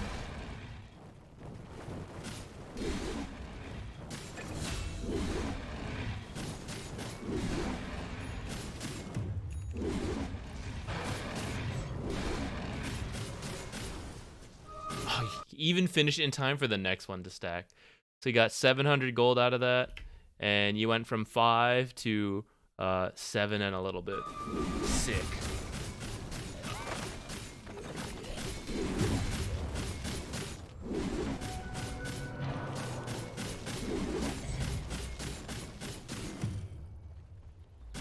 I don't know if you do what you're doing here, by the way, actually. I think you should just go back to the lane and, like, continue stacking with the boars. I feel like you've been in here for a minute now. I think the stack was worth it, but after that stack farm, after that stack, maybe, like, right here, just go back to the lane. Because now you have, like, Roar, right? You just left when you didn't have Roar, and now you're going to come back with Roar and surprise them. I feel like you could get a kill here on someone.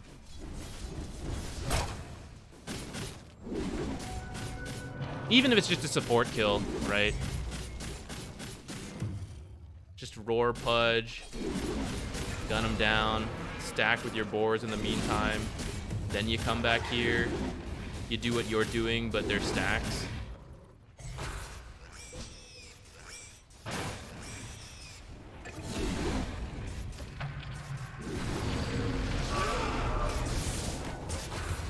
Run away! Don't steal my stacks, bro. Thanks.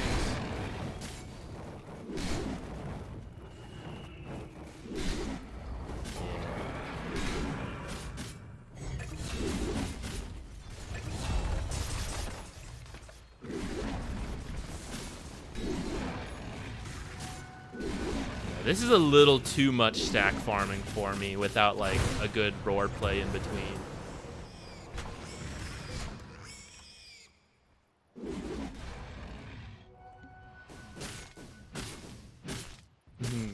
Well, I don't know. Holy Locket just doesn't seem that good to me. I need to be convinced and see it, but I don't. It just doesn't seem that strong right now.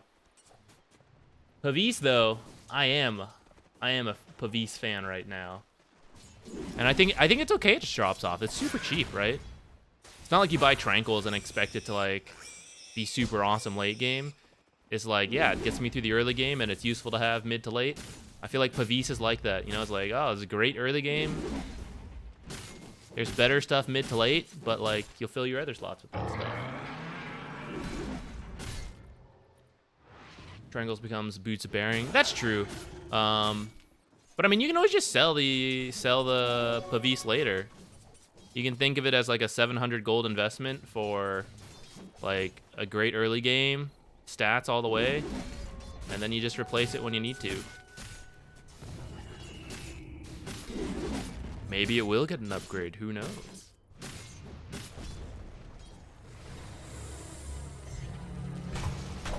I think Phylactery and Aether Lens might become a combo. Right, if they go the trend, and I don't strictly think they should. I think it's okay to have some items that just stop, you know? But if they do combine them, I feel like Phylactery and Aether Lens would be one. But I don't know if I'd be happy about that.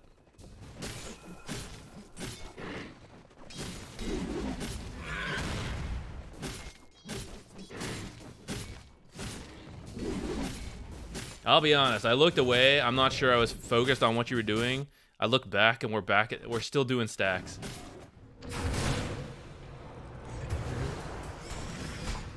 Okay, that's my complaint for you, NPR. Regardless of build, I think this is like too much time here. I think Beastmaster's actually pretty strong in the early game. And I don't feel like you're putting that pressure on, especially with like a Grimstroke, you know? I think there should be like at least a smoke play, double roar, just like run at stuff, and then like pressure a little bit.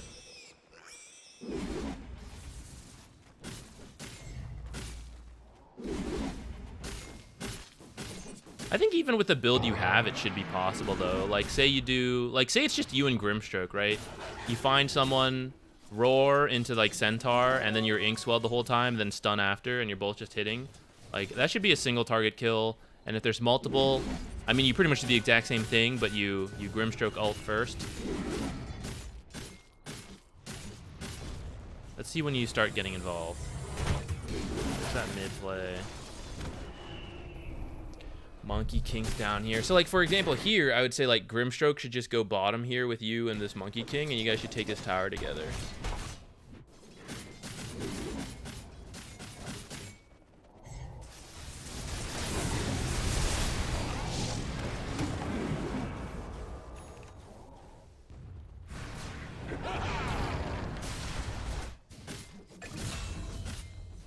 Like forget this. Just come do this. Kill the creep with Monkey King so you can take the tower.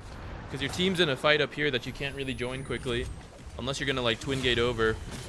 You should already be here like 5 seconds sooner. Because now they can finish the fight, and in theory they could have TP'd over to defend if they want. And then you don't get the tower or anything. You should just shove it faster with the Monkey King there.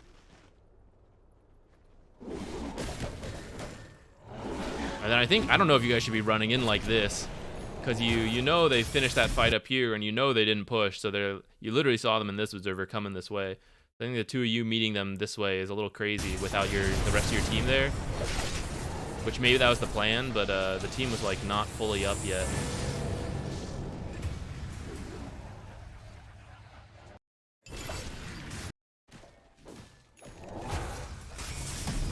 Although the sniper, once the sniper is dead and your team kind of is here, like I think this looks good. You just gotta roar, like roar this invoker and split, or like Jug's fine too.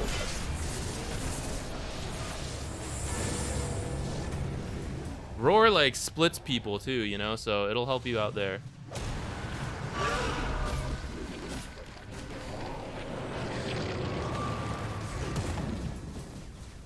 Pew pew pew.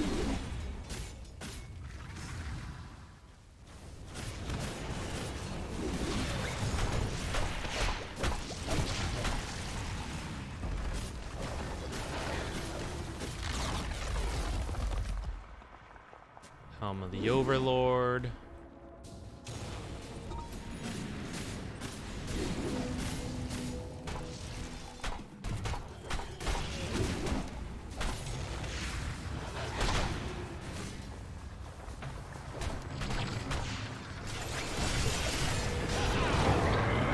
The team's trying to do like too many things at once here, I think. You guys gotta pick a play.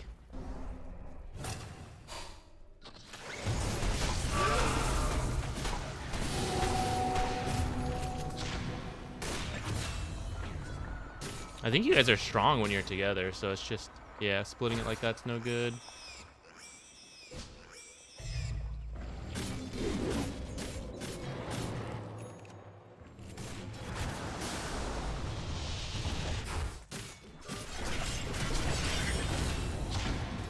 I feel like you guys have such good wards down, and you're not like doing anything with them. You guys see them coming in, but you're not like avoiding it or dodging them coming in.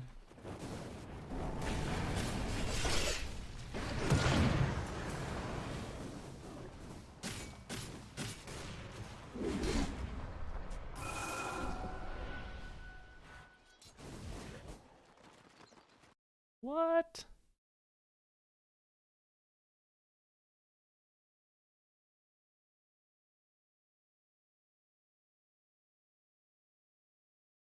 I can't. I can't. He's gonna play off of Assassinate Phylactery. Oh my god. Is there even like an Assassinate cooldown talent? No. Is he gonna get an Octarine? Oh my god. He's gonna get an SNY or an SNK.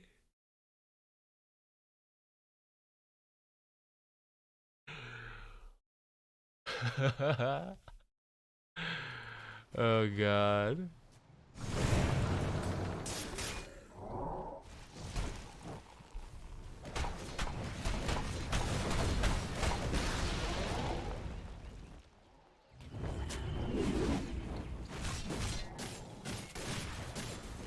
Well, I think you might need a blink. I want you to build auras, but someone's got to deal with sniper. Alright, see, like, what? Okay, I don't think this is like any. Maybe it is an individual. This is a team play issue. What are you guys doing? You guys, you gotta go together. Okay, look, you guys taking over this area. This is good. I don't know, Grimstroke, where you going, buddy? You're like dead. He's dead set on that wisdom rune. Did he just like click it and AFK? Whack. And at the same time, your core carry Monkey King, he's up here farming, which means they know like, oh, they're alone. Let's fight them. You guys aren't even like in a good spot. You guys are like between the towers.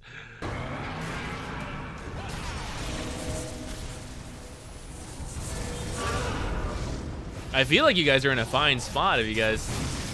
This is like the third time you guys are taking a fight that's like really weird.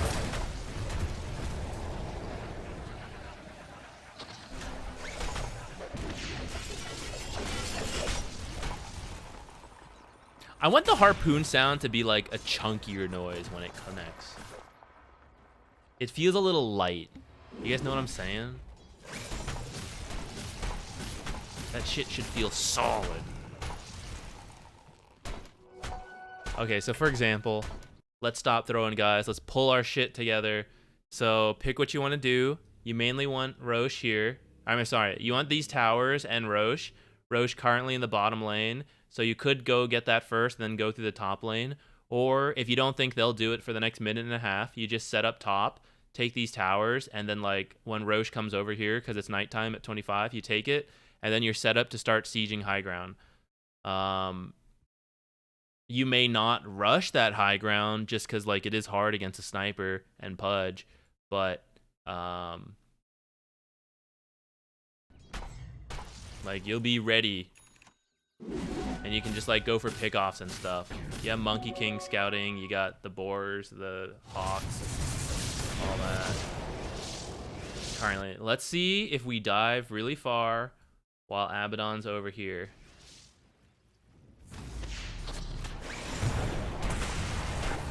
Looking pretty far in here. Grimstroke should build a blink. You should build a blink. You should scout with Monkey King and Hawks, and when you see two people together, it should be like some double blink, soulbind roar, and you win the fight. Alright. We took a bad fight, but they didn't go too crazy on it. I don't know why they're fortifying this tower, but okay. This is where someone with blink has to go find the sniper. Actually, I guess you don't. Once you see his build, you can start ignoring him. But like usually you'd have to go do that. It's kind of good, I guess, you guys don't have it.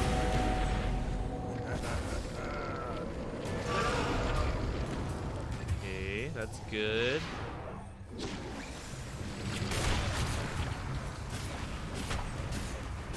Currently, no one has any way to get the sniper consistently. Monkey King's the only one if he like has the right tree jumping. Yeah, I'm okay with this. Though, I mean, you do have him killed. It's like 5-3. I actually think it's okay if you guys like kind of rush this a little, do some damage. Like this guy ults, you got like the extra tower damage stuff, right? Get it down to half, back off to do Roche or something. But I'm also okay Tormentor into Roche. So go Roche. Go Roche. farm on their half the map. It's cool. Oh no, what happened? Juggle? Juggled. Damn, Roche looking kind of good or something right now.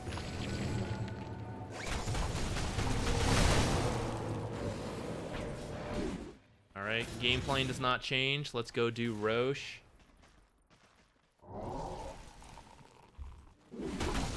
I don't think you need the Ags. Even though the Ags is good, you need to like get on top of people. You need to be worried about like Centaur just dodging them, and then Sniper. At any point, he'll eventually get like a legitimate build. Maybe not. This is like, you know, ridiculous. But if he had a better build, you would have had a much harder time because none of you are optimized to like go towards him. I think you really need the blink here. And maybe like a BKB. But maybe not. Maybe you don't need the BKB. You need at least the blink. Okay, so then we're pushing bottom. Again, your mid laner's showing mid. This guy's in the jungle. Maybe they have wards.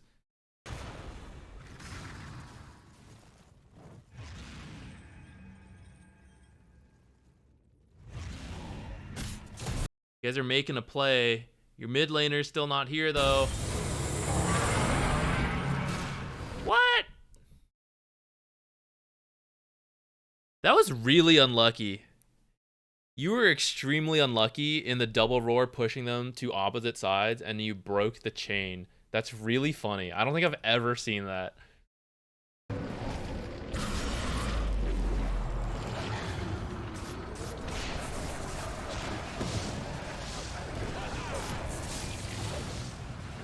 Just gonna run in and hit the tower. All right. You shouldn't do this now, though, because you've used all your abilities. Now you should leave. If you wanted to force it like that, Brewmaster should just do it, like ult and hit it, Monkey King in the trees, waiting to ult, and when they initiate, then you guys do the roar and all that. Now that roar is down, like you can hit for a few seconds, but then you all should leave as the Monkey King ult is about to end. And you guys should go do Roshan!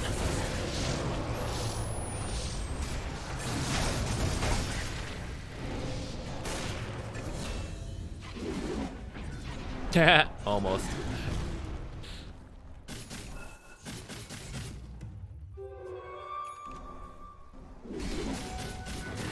Haha, I didn't buy a blink because I knew I would get Ogre Seal Totem.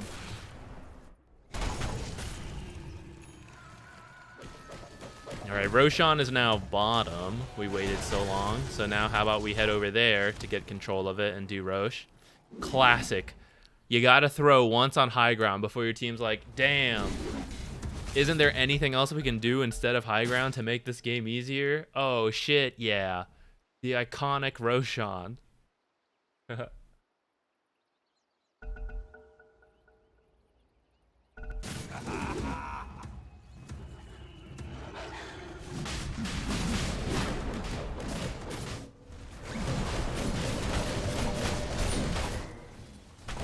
Alright, so we're gonna get Roche. Here's the game plan, okay? Hear me out. First, Monkey King Aegis, that's fine. So this guy, he's gonna ult. You have two choices now, actually. Before, I was just gonna say, have him ult and hit this, and Monkey King be ready to ult when they come in and you guys initiate on them. But now, excuse me, now that Monkey King's got his ult, oh, sorry, his Aegis, I think Monkey King could hit this and you all stand behind, and you just have to avoid Pudge Hook. As long as Pudge Hook does not bring him in further in, that's your biggest issue. So if you want to force the high ground, you just need to like make sure he's positioned behind creeps and he stays like, you know, not hooked. And at that point, you just like keep walking up, hitting, stepping back. He'll be shielded, all of that. This is where you two having blinks would help a ton, so that when they initiate, you guys are ready to like respond. Now you guys are gonna have to stand like fairly close, which is not the best because it means you might get hooked instead. If you really, really, really want to force it, you can just Monkey King ult, Brewmaster ult, hit it for 5 seconds, and then walk away. And then wait to repeat that. because you have the Aegis for so long now, right? 4 minutes. This cooldown is 100 seconds. This cooldown is 130. So you could do it right now, force this, and then back off, and then wait for them, and then do it again. And in that time, if you find a pick off, then that's good. So that's what I'd go for right now. Okay, unfortunate the hook, but actually on a good target. So here, we don't need to fight. We literally just hit the buildings. Good, we're doing it, and now we leave. We all leave.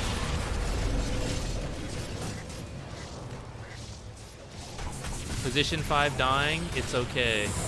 Let him go next time. At any point, we can get out. Not stay too long. All our abilities on cooldown. Ogre Seal Totem. Oh no, hooked.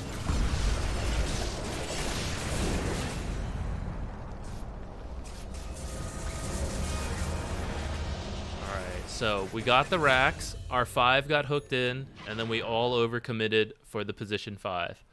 That's where you let him go, and you sacrifice him. You say, goodbye, Abaddon. You're a position 5, so it was in your job description.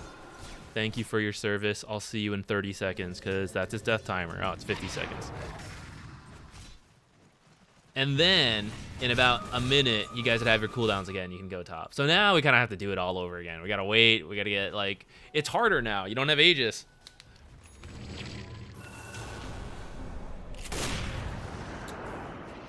Though still, at any point, if you guys buy the blinks, right, then you can get to sniper, and this all becomes easier. Let's see, we're forcing another fight. Another core's back here. Someone pick up a gem, maybe. How many sentries are in here? Okay, you guys are buying them out. You guys are just losing them. Stealing the Tormentor, you know what? That's pretty cool. Uh-oh.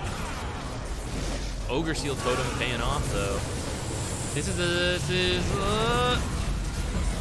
Oh my god. It was looking kind of good. You guys clumped up.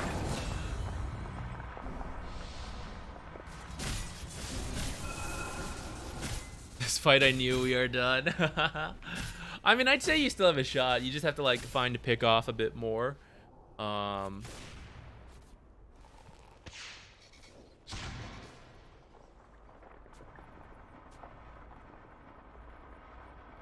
You've thrown away your lead. Not that you had a huge lead, but I'd say you guys had the tempo. You had the Aegis, stuff like that. The Aegis fight was pretty bad. I think it was executed kind of poorly.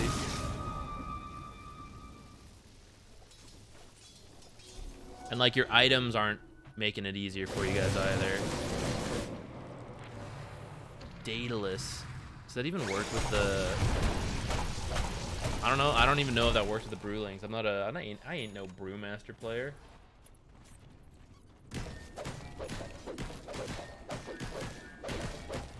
Max single target. I mean, I think you're okay on that front because you have the Monkey King. Monkey King's like a solid carry. He just has trouble getting to like all these different targets, like mainly sniper and jug, which is why you just have to be careful about how you guys pick fights. You guys keep getting like this guy's build. He's just a magic sniper, so actually like you can kind of ignore him, right? It's really just about like roaring jug and getting him killed, like you know, roar into the Monkey King ult, and then I think that's like the main threat removed.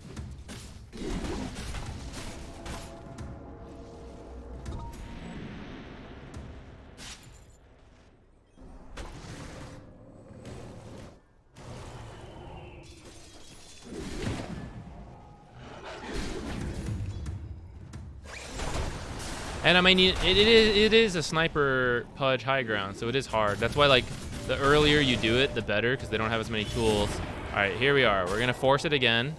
Roshan could start to spawn soon, but if you guys are going to force it, let's see it. See, like, the Monkey King ult into Brewmaster, hit it for a little bit, and back off.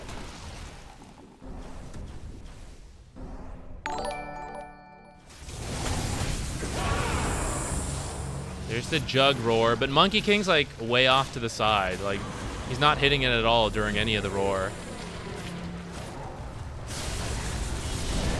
EMP vacuum.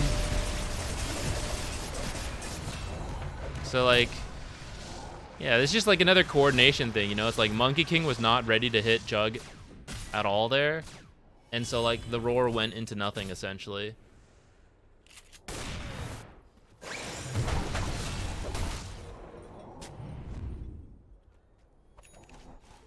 Okay, I think this should end soon, huh? Okay, then they get the pick off. But then Jug's here just whacking, whacking, whacking. How fast that is.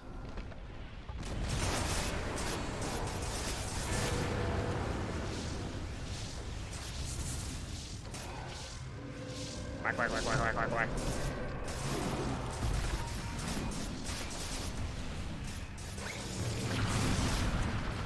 You know, the Aghanim's on Grimstroke wouldn't be too bad either. That's another thing. Like, instead of forcing this high ground, you guys could have continued to hold the map, continue to farm, wait for the next Roshan, let this guy finish his Ags, and then you can try to, like, use that to win a fight. I hear you're roaring, but you don't have Monkey King. Monkey King's your damage. Just like they shouldn't start fights if like Jug's not there, you know? What was that? Why did he like leap in like that? Was he forced? All right, now it's not gonna look as good though, because now you guys are pretty behind. All right, I hope that made sense. I think you guys could have won this. I think you just had some execution issues.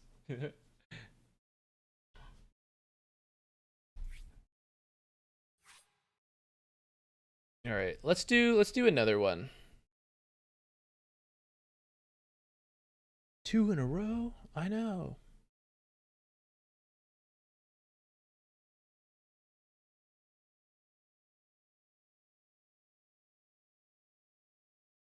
Okay. If you want to join, type !replay. I'm gonna be right back. I'm gonna heat up a little bit of food, and then we'll pick our winner and we'll get going into it.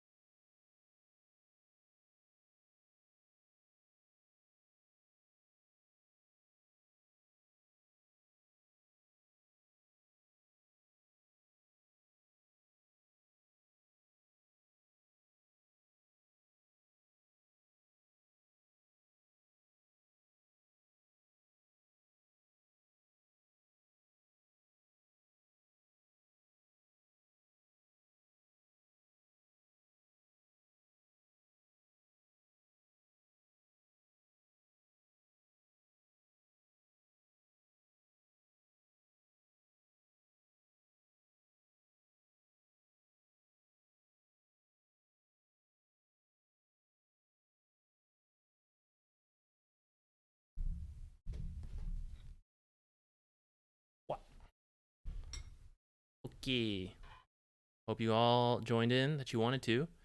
If not, this was the last one ever. You'll never get another chance. Balormung got it. Congratulations. Nah, just kidding. We'll do another one.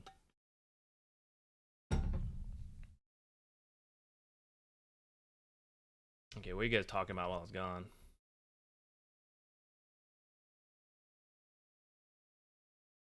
Okay, let me start eating my food. You guys want to see it? We got some snow peas. We got some this like sausage we bought from Costco and rice.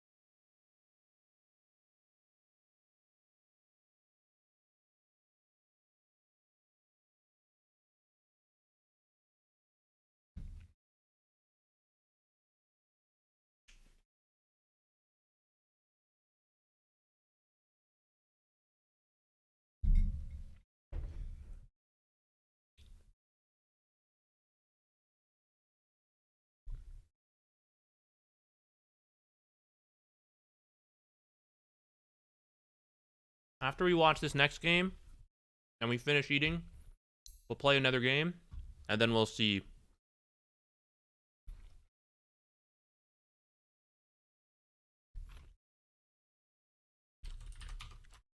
Maybe we'll try Bane if we're 5. This is the issue. Every time I'm like, oh man, we really need to gain MMR. But then I always bring in some new hero. I'm like, haha, guys, wouldn't it be cool if we played this hero I haven't tried in 3 years?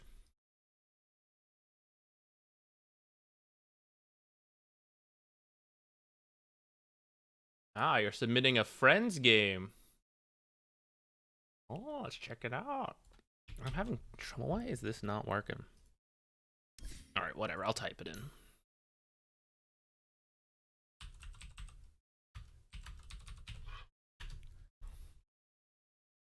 My friend. Bring any food for the rest of the class? How many people we got here? We got like 80 people. Everyone can have like 1 snow pea and like half a spoonful of rice. And we can cut up these like sausages into like little square bits. Like the kind you can use for like fishing, that tiny size. Everyone can have a singular piece.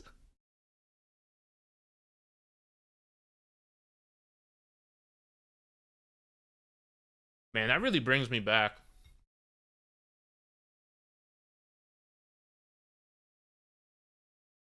Why does that go away? You know, when you're in elementary and middle school, well, actually, I guess it maybe depends on the school. But back then, there was like a mandatory snack time, you know? And there was even like times when it's like, hey, at least my school, right? You're this like group of people, they have to bring in like snacks to share with the class. So they go buy some bulk like goldfish or crackers or whatever. And then that's like the snack of the week or the day or something. You just keep growing through like high school and stuff and college where we should continue that. Let's bring in snacks for everyone. That should be part of it. School, so hard. I brought in my own snacks actually. I would eat in school all the time.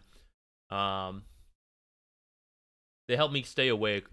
World history, god. So boring. I would eat so many different like pretzels to snack and stay awake in those times.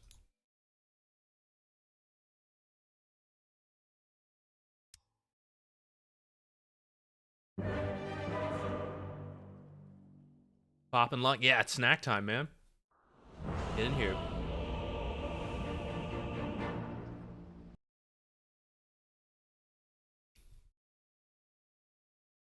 $20-minute break once each day, like outside of lunch. That sounds good. I wish we had that. I think mine would have been spent just napping a lot of the time, though. All right, real quick. Okay, so you said that your friend was doing the best, the other lane's lost. Were you guys in this game with him? Just out of curiosity. It does look like there's a party, but maybe this was just a game. Oh yeah, you're here. You're the Underlord. I didn't even pay attention to that. Okay, Queen of Pain builds. Honestly, I'm not super on top of it. I have seen the Ags. I don't know if it's like the super meta build. Looks like a lot of people are doing it. Ags and like S and K. Or sorry, what is this? K and S? Yeah. There you go. Kaya and Sanj. Sanj and Kaya. What do you guys say? Go Boxel. Thank you. Good old Reddit. Thanks, Reddit. I'm glad you thanks for taking the time to check it out. I know they probably suggested a lot of different people, so thank you. I'm glad you liked the stuff you saw on YouTube, and welcome to the stream. You're in luck, actually. We're currently doing one right now, so you may have to wait. But Wednesdays we do replay analysis giveaways, more education for the people. Okay, so you said your friend was Quap. Other side lanes lost. Though it looks like CK is doing okay. It looks like you're the one struggling. It happens. Let's see what happened. Maybe you were into Drow. That could be a bit of a annoying matchup because it's ranged. Or maybe she was mid Drow, actually. Who knows? I guess we're about to find out. Item-wise, looks like your friend had like some of the meta items for Quap. And I think it looks fine. BKB into some of these silences and stuff. X. I'm okay with that. You got Greaves, Crimson. I don't think you need this Atos. I think this Atos can be something else. All right, forget all that. Let's go look. Go look in the game. Okay. I mean, I'll cover whatever, but so you do want to cover like Queen of Pain versus your own game here? You had a really bad game? I mean, if you know what you did wrong, I mean, that's fine.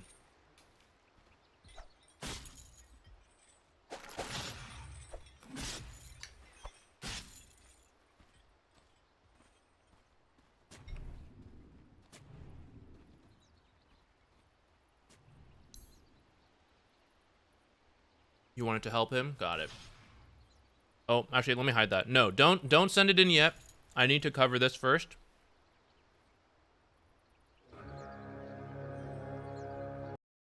And then actually, it seems like we have a lot of you here for this. So in that case, we will maybe not play a game. Maybe we'll just keep doing these. Crusader, mid lane. All right, let's go see.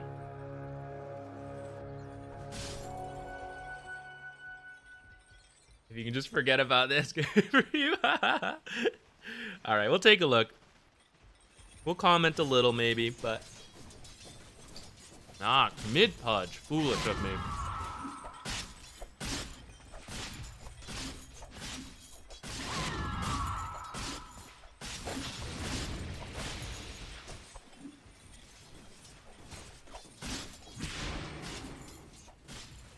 I was gonna say mid pudge might be one matchup where you can actually start with Shadow Strike to get that harassment early, but make fun of my carry skills, Zaddy. Kale Theris, what is up? Thank you.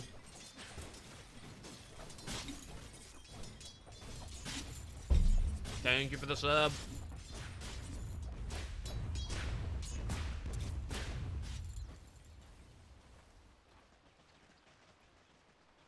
Unrelated. I don't know if you watched that warning video. Maybe your friend was trying to do it when he got hooked at the start. If you guys make an aggressive move into here together, and then you can put your observer back here, pretty sneaky spot for the mid lane Dire.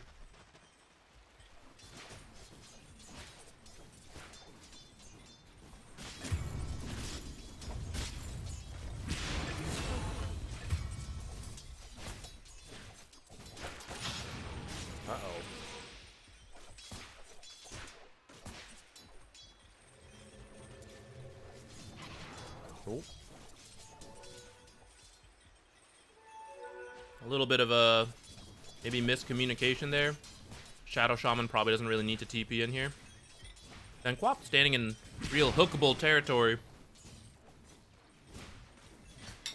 Alright, let's speed through the laning stage, because Quap seems to do fine here. Came out ahead. Let's see what she can do early mid game.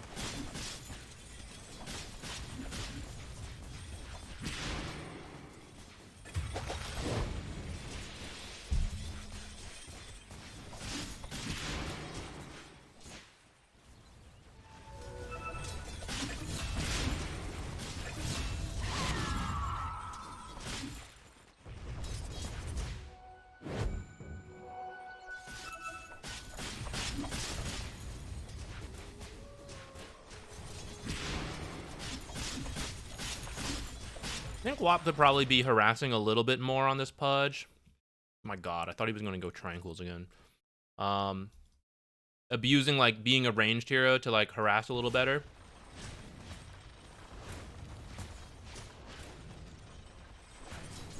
I don't know if you really want 3 points in Shadow Strike just because it's against Pudge.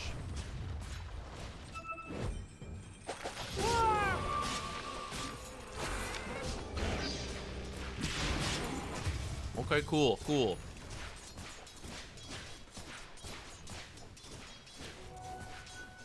Got the ult. Looking for an ult play. Didn't need it here, but maybe can go for round 2 somewhere.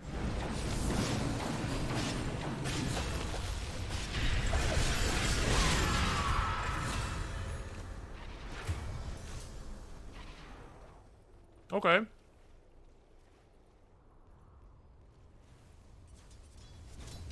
Casual clarity. Help with the mana regen.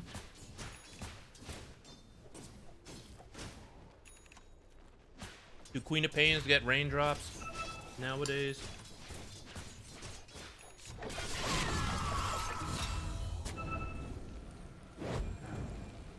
Alright, we have to use it. We have to go ult someone.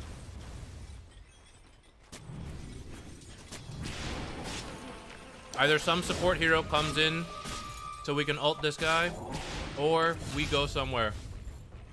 No, it's popped. We're on a time limit.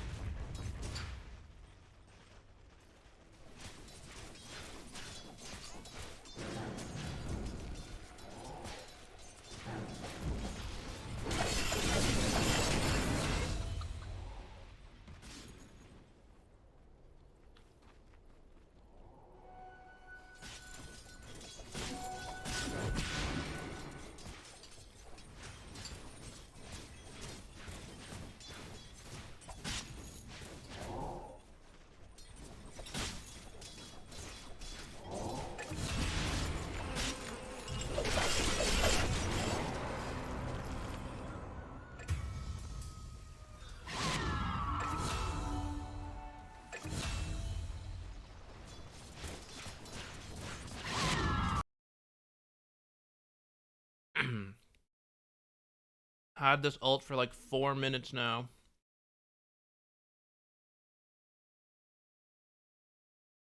Yeah. I mean, you're still getting kills with it, but like, we could get more kills maybe. That clarity. Have your friends Bottle Crow, which I think you tried once, but it didn't quite pan out. With a 4-minute rune.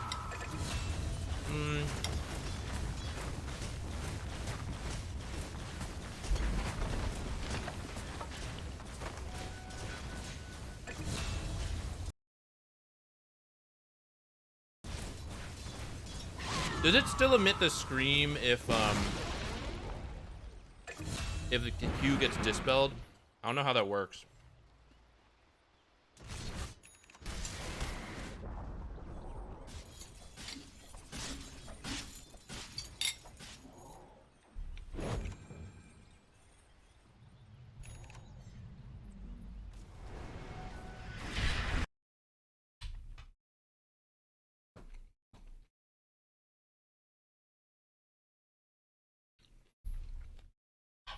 You guys are having a really rough time.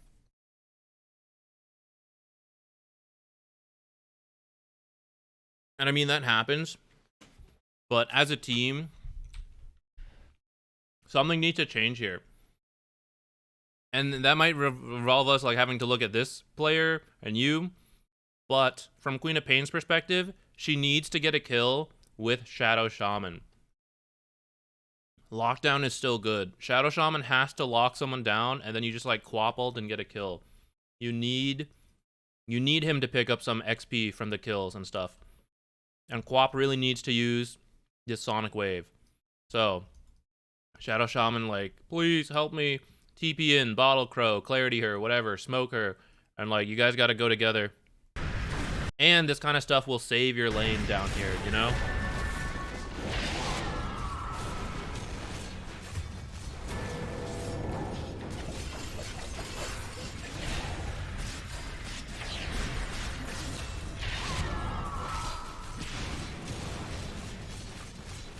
Like, I know Quap is getting these kills. But if she has enough mana to use her ult, then her teammates are going to survive.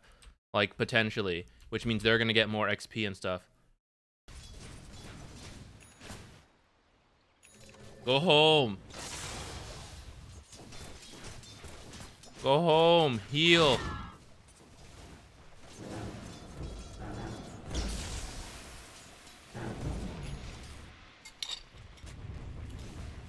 Shadow Shaman, someone go get him an XP rune.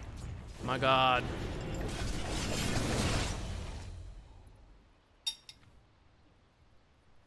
Get a smoke, get a clarity. Go find someone to ult. I haven't seen an ult. It's almost been 10 minutes.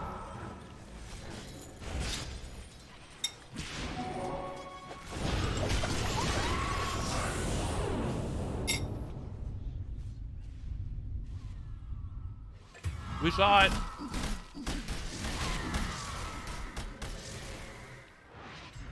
It wasn't the best, but we saw it.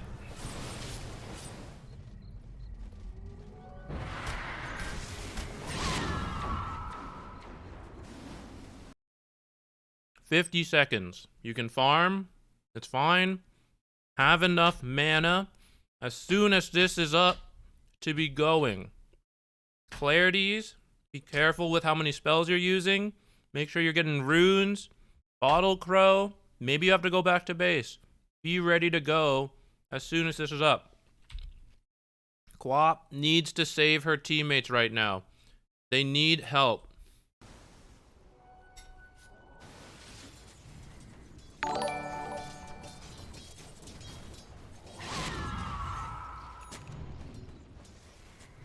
Who's in the party? Was Silencer in the party? No, okay.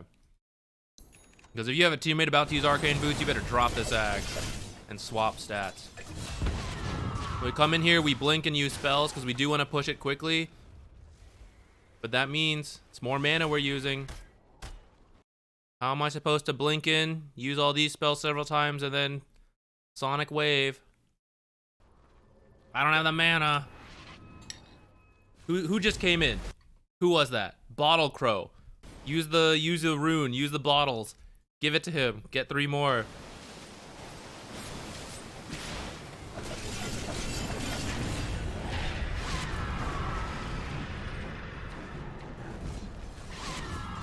Lost a game 10-71. My god, that's brutal.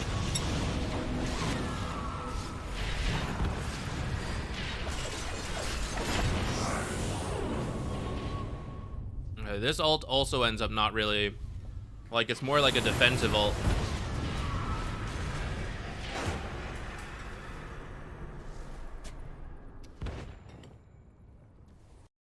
Wait. Is a shard this early common?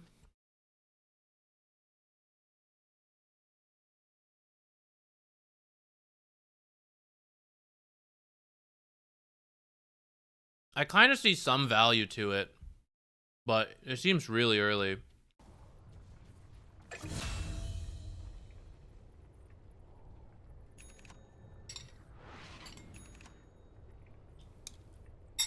$50 seconds. Make sure you can make a play as soon as this is up.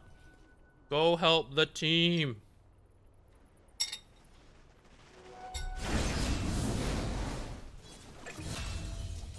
Teammates, you have to help.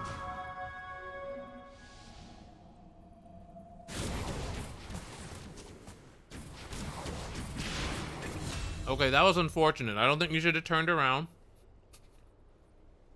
We'll allow you a mistake, though, when this kind of stuff happens. But that was not great, because you're the best hero in the game. And, or one of them, anyways. Highest level. It's going to give a lot over to Drow. What you get? Almost 1,000 gold. Painful. Right now, your team's just taking scattered fights. You guys need to focus around the strongest hero, which is the Quap. You need to make her strong, and you need to, like, recover through that way. The supports need to go do that. Atos, you don't need this. Replace this. Get Vanguard first, then go Greaves, then get a Crimson. You don't need Atos. Then, like, once this game starts happening, like, and it looks bad, like, Shadow Shaman should just be, like, constant smokes. Get a couple deep wards down. Like, go make a play in a lane, get a kill. Quap goes back to farming. The support walks into place a deep ward. When the ult is ready, you're, like, bottle crowing for Quap. You're giving her clarities. You're arcaning boots near her, stuff like that. You smoke again, you go find another kill. And that's how you're going to, like, slow the enemy down. You're going to keep Quap doing well, and you're going to, like, recover as supports. Underlord has his ult. Underlord joins these two. Everyone gets involved. 7.33C.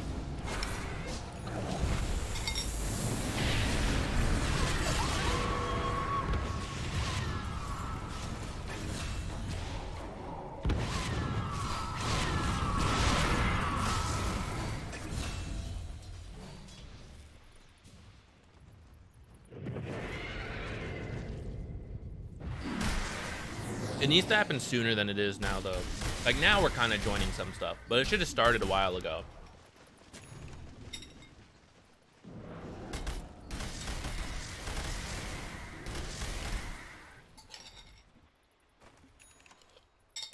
Honestly, it needed to start, like, here.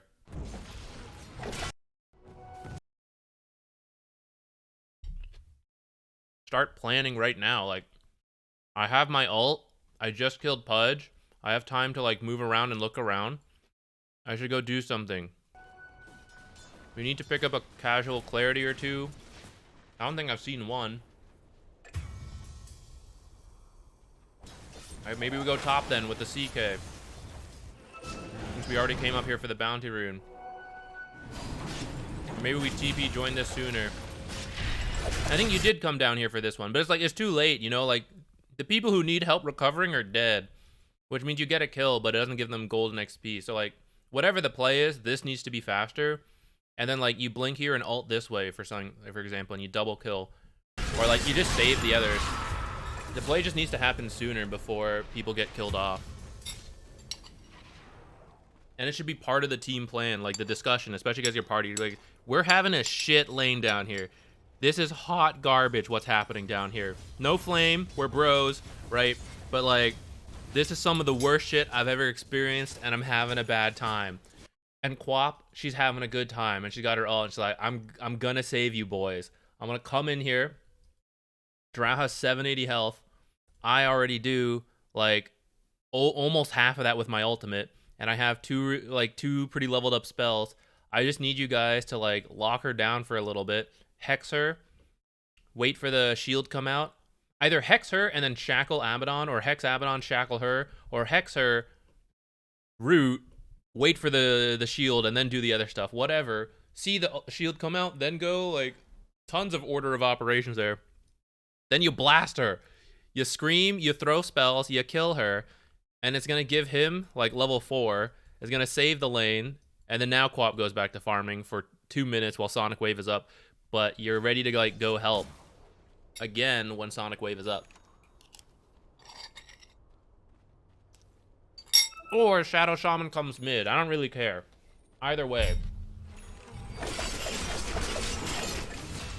Not like this, though, when there's no information on the map.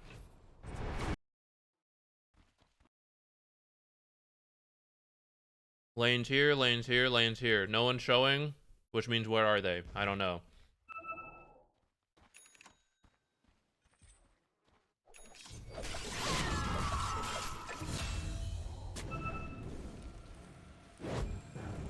And then like this arcane rune really should have been like an ultimate.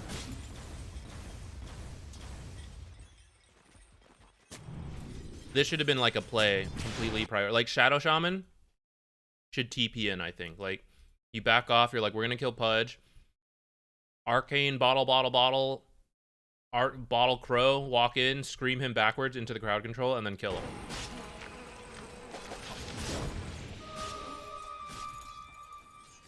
You know, instead we end up using it and then we like don't have enough mana to like really use our spells. Check Radiant Vision for a moment. Looks like this.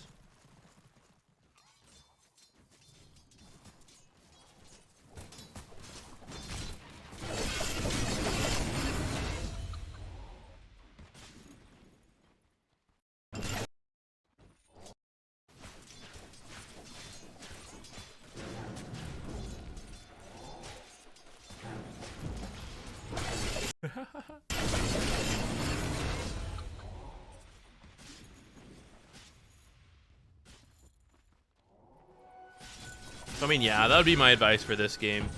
When the side lanes go like that poorly, it is kind of hard. But Chaos Knight was actually fine. I'd say you guys won like 2 out of 3 lanes, but the coordination to do stuff just like was not there this game. Like they start everything and you guys respond. And when you're behind, that's like worse for you because like they start something and you die before the team can respond because they're ahead. The people behind need to like choose a good fight. And again, like your team wasn't even like fully behind. I'd say like 2 winning lanes or like 1 winning lane, 1 even, 1 lost. You just need to like choose the fights. But I feel like they chose better fights and started them first.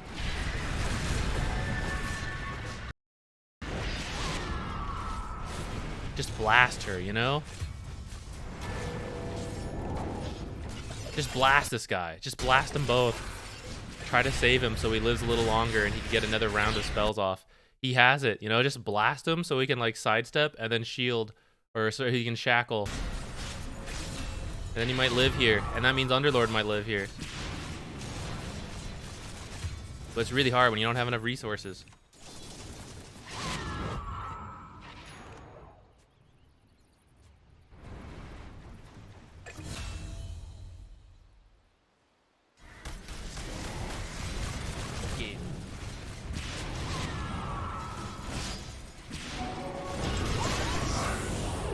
Like here's them starting it again.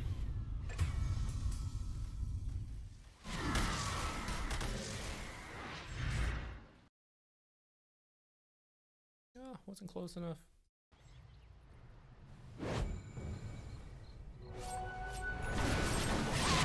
You want to like not show at this time so they don't know where you are.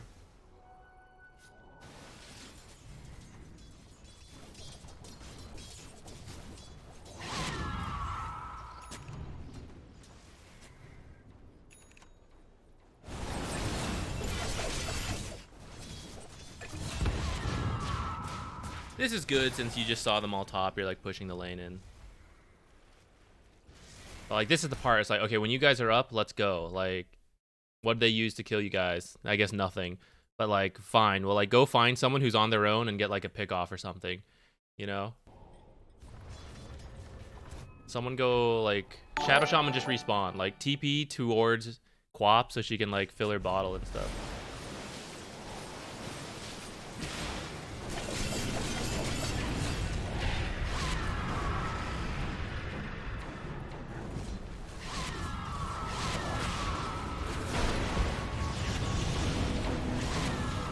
I'll give you have it. You probably just delete this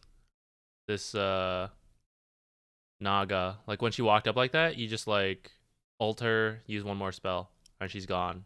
And then it's just a quick pick off, and you go back.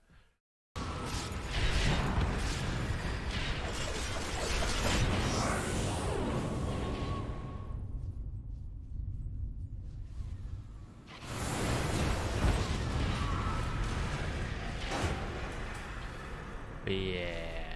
Okay. I think we'll end this one.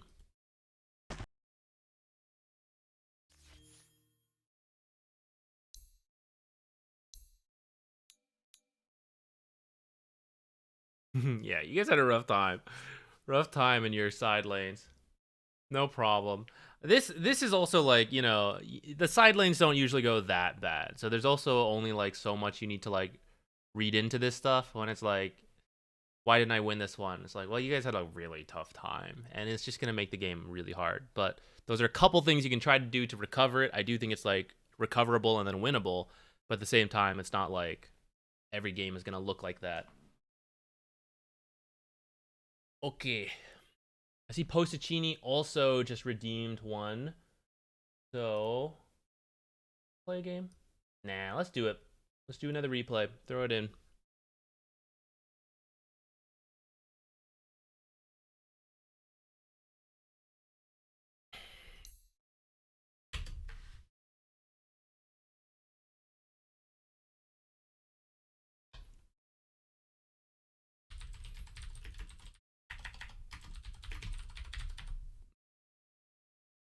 Okay, we'll do a raffle after this one.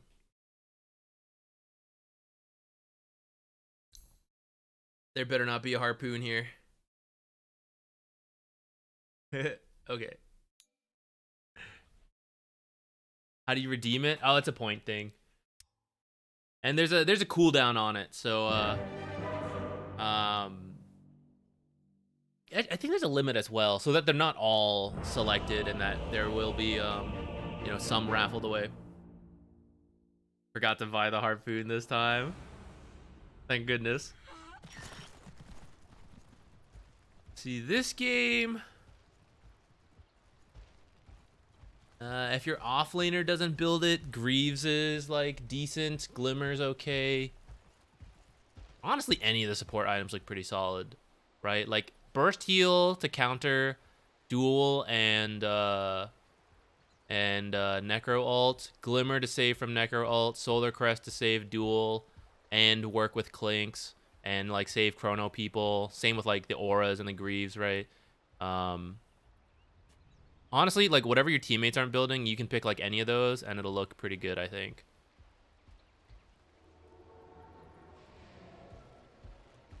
I think I remember seeing you build drums. I think that one's only okay though, actually, this game. I would opt for the more defensive ones. Because the issue with drums is like Chronosphere like fully counters it. No one moves or attacks. And then your mid is he actually doesn't really need, like he's rolling, so he doesn't actually need the attack speed that much. It's like not bad, but since there's other things that I think will be better, I think those might be the way. You have an Abaddon. I don't know if Abaddons are really building the most auras nowadays.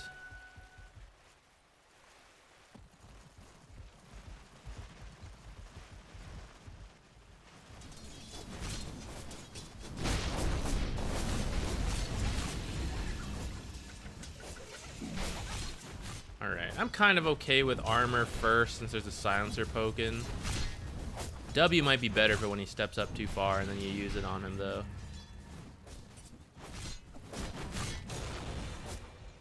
I think you're a little passive here.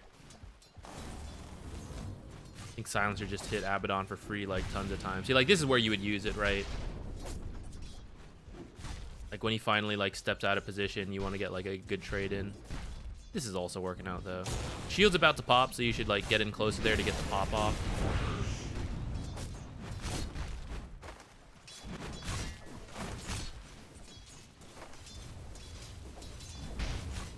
I don't know if you've seen if your hard camp spawned or not. I missed that. But you should see that pretty quickly and then like buy sentries or not. Okay, you do have it. Oh, nice. You should commit. Go, go, go, go. He used jump aggressively. Dive, dive, dive. Dive, dive, dive. Shield, shield, shield. You should go with him there. But he got it, so it kind of worked out. I think you can like help save his life there. I don't love this. I know we've kind of talked about it in the past. I'm okay with like Sage's mask, I think. I don't think Ring of Regen's very good in the lane as a first starting item. Unless you're getting like a headdress really quickly. That's okay, I guess. I just think it's like too slow for the cost.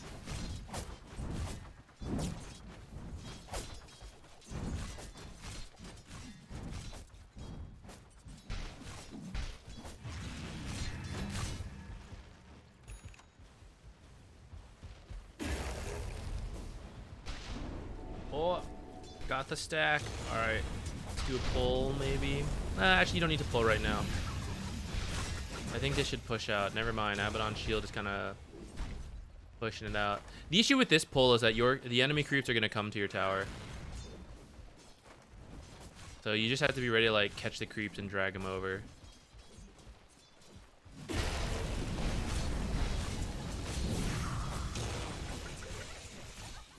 You should stay with Abaddon here. You don't need to get these. Like if you're up with Abaddon, so you're fighting together, then they're back here as well, and then they're missing this XP. You don't even need to get the denies. So I would stay with Abaddon, otherwise they might like get a really good 2v1 trade.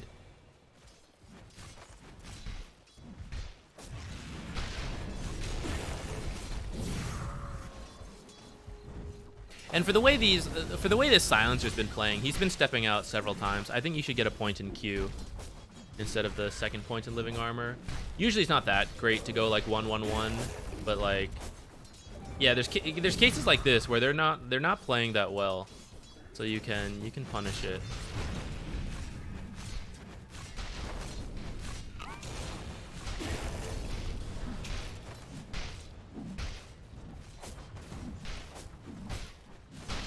Oh, yeah, can't break Tranquils. I would say Arcanes look fine here, because if you do get drums, you can always disassemble it.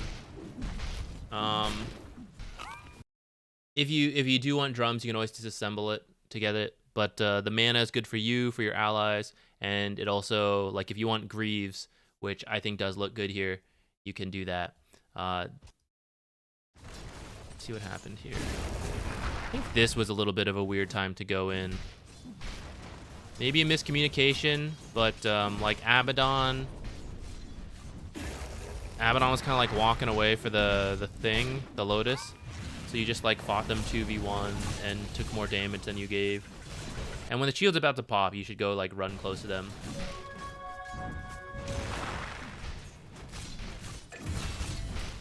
Gotta swap this back in. This one you can just hit. You could save your mana here. Just hit this and walk over down here. Since you have a lot of pull opportunities for this hard camp, actually. You can like pull anywhere along this lane. And they have a really long leash range, so not too hard.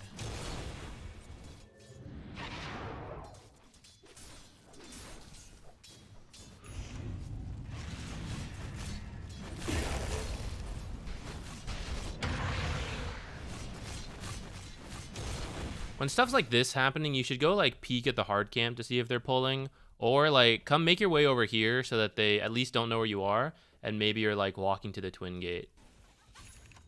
Kind of like standing like over here is like doing neither, and kind of lets them know where you are as well.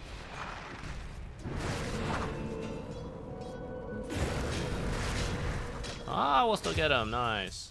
Okay. Good rotation. Probably buy Clarity, all the wards. I'd probably buy like whatever. Actually, I'll just see what you have. I'd buy one of these, 2 sentries, Clarity, maybe a smoke. How much money do you have? 100, 150, 200, stick.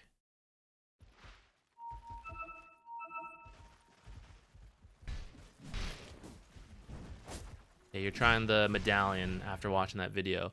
I do think it will be a good medallion game, but I don't think you need it like right away. I think getting the stick up first is good, and then also getting the different consumables I mentioned is important. Because, like, for example, the Queen of Pain from the last video, right? Never had enough mana to use all the spells. You are in a similar situation right now. You have your ultimate, and it's really important to like be able to use it. And I want to be able to like go to the other lane and help out there. Here's, for example, where if you could have ulted him there, you probably live and get a kill, I think. I can't actually see because I'm cleaning my glasses right now because I accidentally touched the lens, and I'm blind as a bat. I could only kind of see what was going on there, but I'm pretty sure that was the case.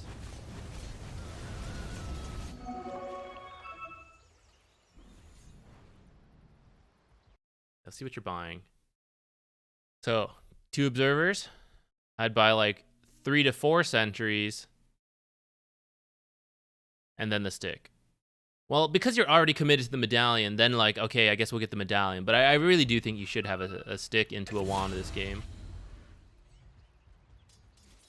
So I'd prefer to do those first, or at least get the stick first. You can get the wand after the medallion.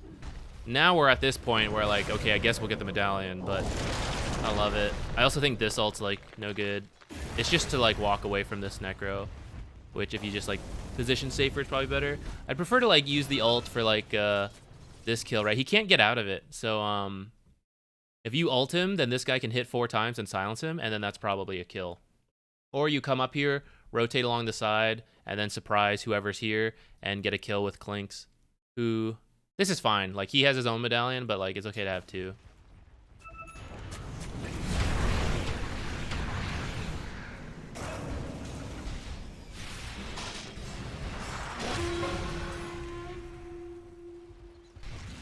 See, this is where, like, we don't have enough regen. You have enough money. Buy a stick, buy a clarity.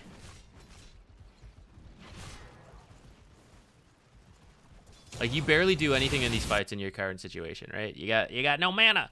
So, you get, like, 1 spell, and that's kind of it. And then you, like, poke people. If you had enough mana, though, this is a much easier tower dive. Because you'll have, like, the heals going the whole time. Medallion him! Woohoo!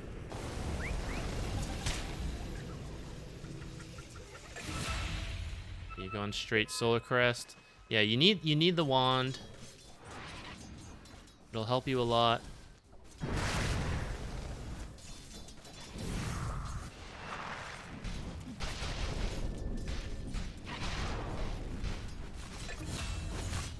You guys have to be careful here. Wasn't there someone watching from the side? I'm pretty sure I saw it.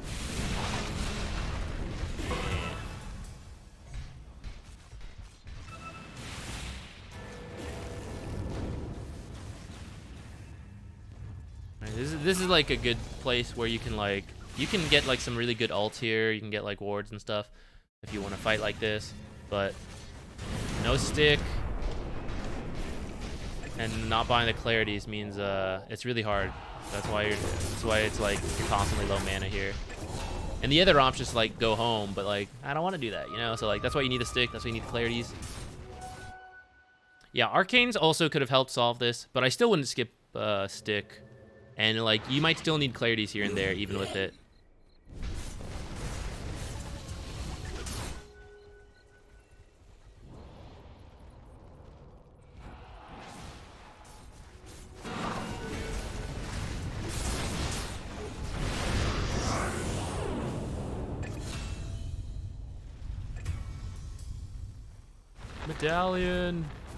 Medallion. She might die if you have medallion. She might already be dead if you had medallion. You do still kill her.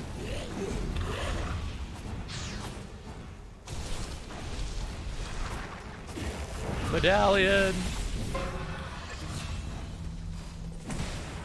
Does this guy have a glimmer already? Nice. The mangoes kind of work too, but for the cost, clarities will be better. But if you think you can like do something like right away, like get the mangoes immediately go into the fight, you can get them, then I'm okay with that too.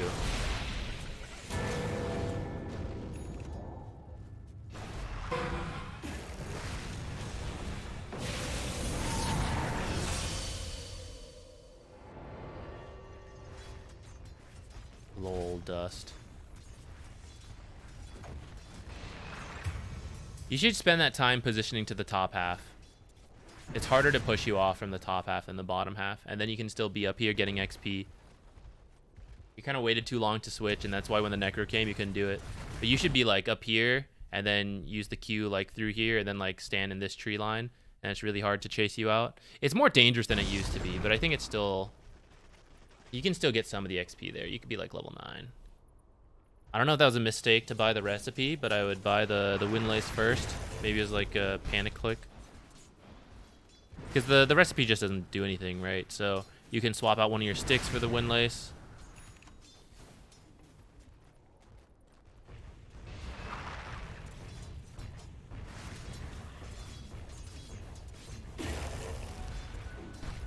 I don't think you need to use that W because we're having the same issue. You're using mana, and we're already at the point you can't contribute fully to a team fight, especially if you have to rotate first with a TP. So like, buy this Windlace, buy a Clarity, buy a stick. You have enough money, just enough money actually, like literally exact. A few gold to go.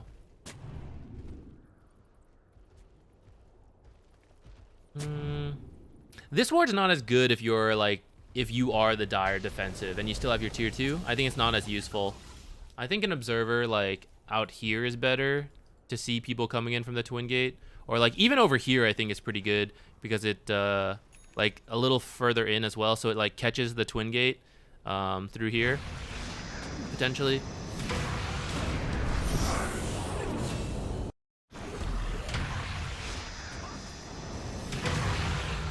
This is like to finish this thought, right? Like, let's say your core is farming here, then it's like it's too late by the time you see anyone. Like, if LC gets here and they already have vision in the area or something, or they're smoked, like it's too late to react. The observer needs to be further out if you're defending your own side, unless you think they're gonna occupy that area. That's kind of why like sometimes you put an observer here because you've lost control of this area and you know they're playing here.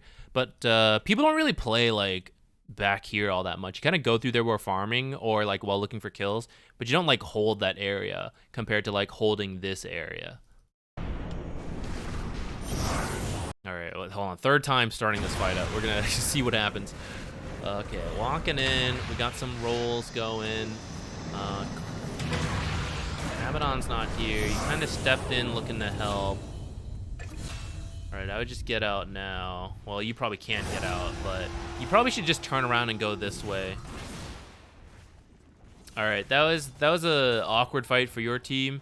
Abaddon, I think, is now trapped back here. Oh, he's got another TP at least, so like when the cooldown's off, he'll have it. That was unfortunate, we'll say.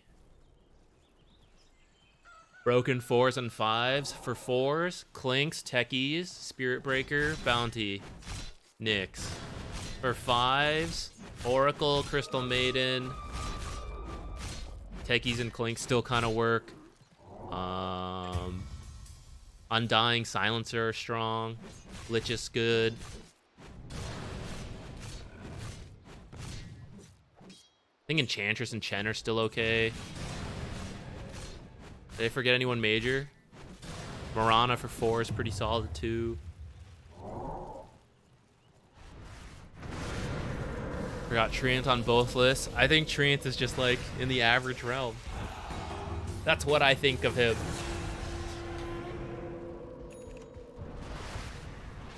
Jakiro. Yeah, Jakiro I think is okay. I think he's a little lower than the 5s we mentioned, but I think he's still like strong. In terms of like a strong laning support though, like I think Undying and Silencer, Lich, Chris, like they're probably a little higher. But I think he's not bad.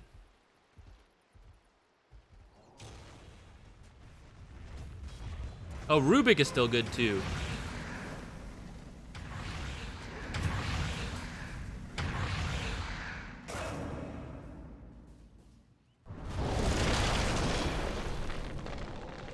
That was really close. Almost missed it. Solar Crest, Solar Crest.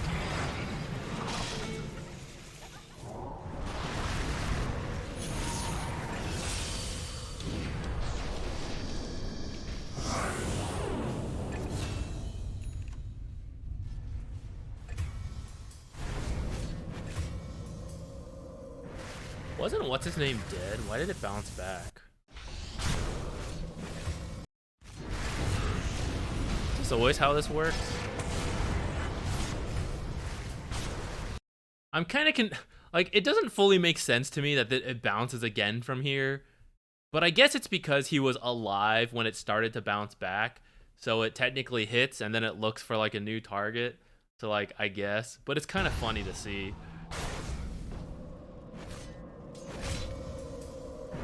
If I use points, you can. I think it should still be on cooldown though. If you do, whoever claims it, if someone does claim it, I will do it after this next one, which will raffle away though. I wanted to, because I think the last couple were, or at least this one, right, is a guaranteed one. So I like to mix it with the raffles.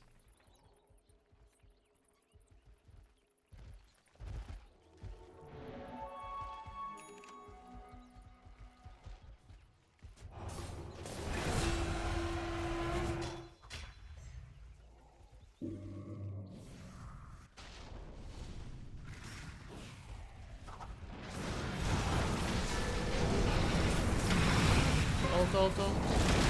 I think you should ult sooner, but you did get the faceless kill.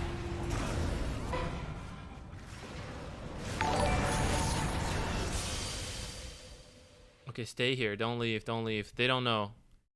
Stay here. They're gonna push up, and then you'll cut the next creep wave.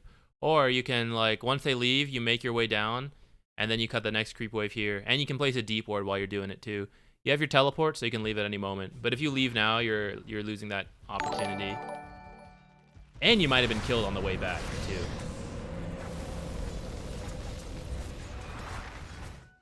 Show you their perspective. So you can be like right here cutting the creep waves, or like right over here cutting it, and then they all have to like turn around to get you. And then it's kind of okay if you die because your team will all be up and you guys can protect this tower. And you get farm. But now you just have to defend it like this, which means they can still like out DPS your heal.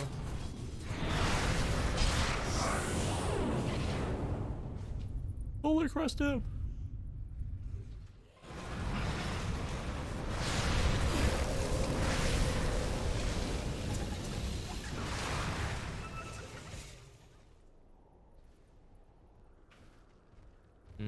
They're kind of starting like all the fights on you guys. Your team's a bit uncoordinated, but it's a pub game, so I mean that happens. You're getting an Ags now. I still think the other items we talked about are better, like Greaves if you had gone for that. Glimmer if this guy hadn't gotten it. You have the Solar Crest, so that's good. Maybe I don't know. I'm still just thinking about like saving people in all these different abilities. So I don't even know if I hate the second Glimmer. I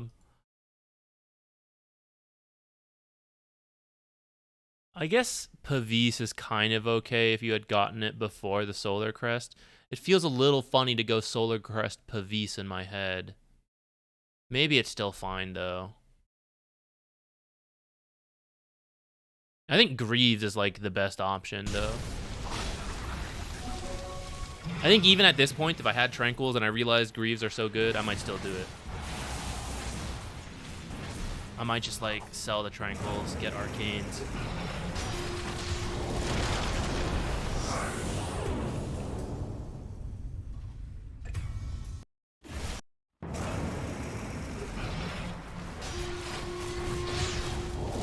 So this is a pretty good ult. And then focus who your team is focusing. You're not going to kill this guy on his own. Help them so that they can then move over faster. At least like throw the Solar Crest. And then you can turn and you can start slowing him so your team can get the follow-up kill. But this is like the most important kill. And if other people had come in, like specifically this guy had come in faster to like heal her and help, then you might have a different experience, you know? So you want to help get her killed off first. But I mean, it does depend a little bit. Like sometimes you know they're going to kill someone and then you can like immediately look for more people. But Treant can't even stop people from running away. Like you slow them, but like someone could just TP in front of you and that would be it. And like there's still fights going on, you know? So you still gotta, like we gotta keep an eye on it.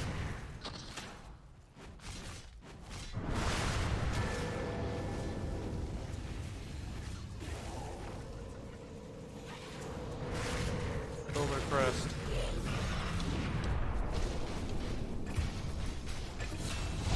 See, and then this stuff is fine because Clinks is doing it. Lol.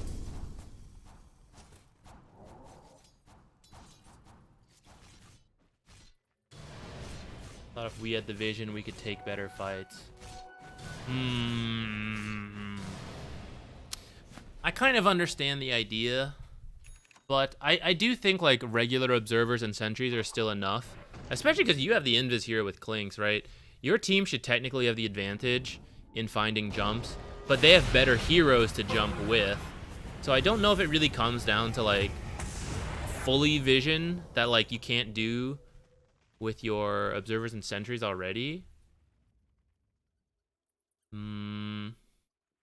And then the thing is, like, the issue, too, with it is, like, if they just force a fight because they're ahead, like, if they just go to towers and you're required to fight, then, like, I think your team is just lacking defensive items against their abilities. and they'll just like chrono get the kills, and then like or duel, you know, or necro ult or silence. You know, there's too many things that just like make the fight go their way, and I think we need to respond to that first. Been gaining MMR, not quite. It's been kind of stagnant a little bit the last couple weeks, 2 to 3 weeks, I'd say. I keep mixing in too many new things for the amount we're playing.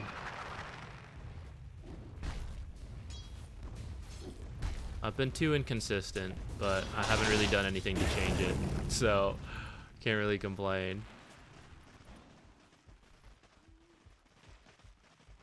Rank confidence working. Oh no. Yeah, I mean, to be fair, like I would put myself here too. Like I know I have like the game knowledge to do more, but like I'm not using it in I'm doing a lot of dumb stuff that I know I shouldn't. So I think I'm just like lately I've just been an inconsistent player.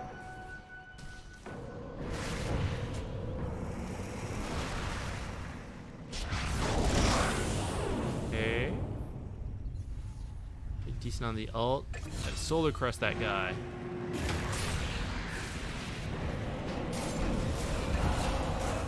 Your homework is to go into a demo lobby and use Solar Crest like 100 times.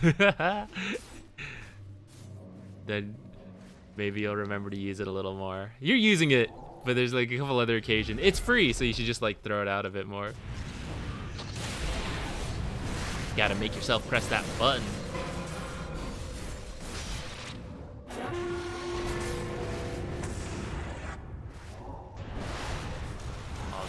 I kind of feel like this game is just gonna like slowly. Oh, you guys kind of pull it back a little bit actually. Maybe we'll jump to that. No, we're at that point. This is you guys pulling it back before you throw it again. Let's see what happens.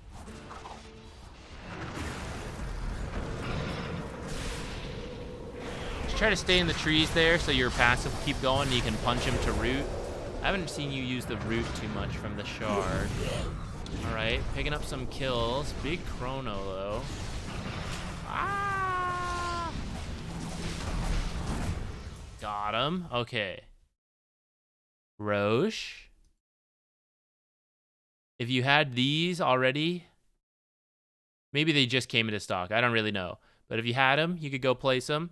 I might buy them, zoom that courier out, and you can still place them. Or like place one of them anyways. We can take this tower too. So like buy the observer sentries, fly them out, go take this tower. That sounds good. Then place a deep ward. What time is it? 32:06. Somewhere down here. Maybe you could just do Roche as well. Kind of depends what your Clinks does. But I would go with him. You're currently walking backwards.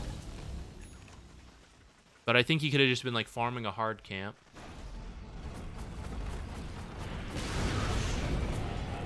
And like if you were up here, I think you'd just kill Silencer right there. You might still get him, but like I think you should have died closer to your like back there. And then maybe LC's not here to pick up the return kill.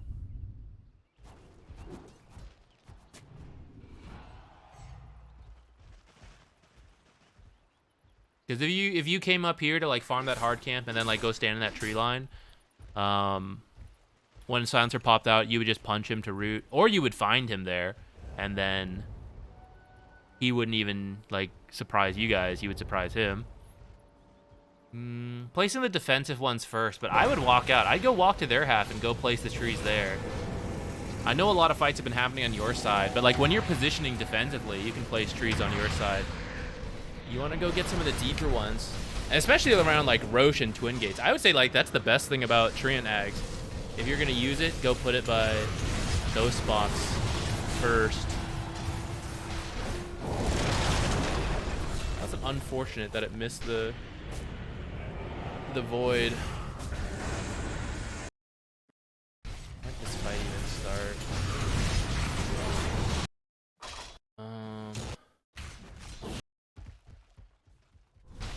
You guys pretty far in, and then you guys went to hell.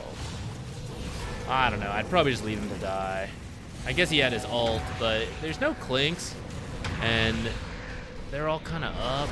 I guess Elsie stayed mid a little while. Can we get out now? Probably. If your team had just ran away a little sooner, this maybe is okay. But I think this is overall a bad fight to take without clinks.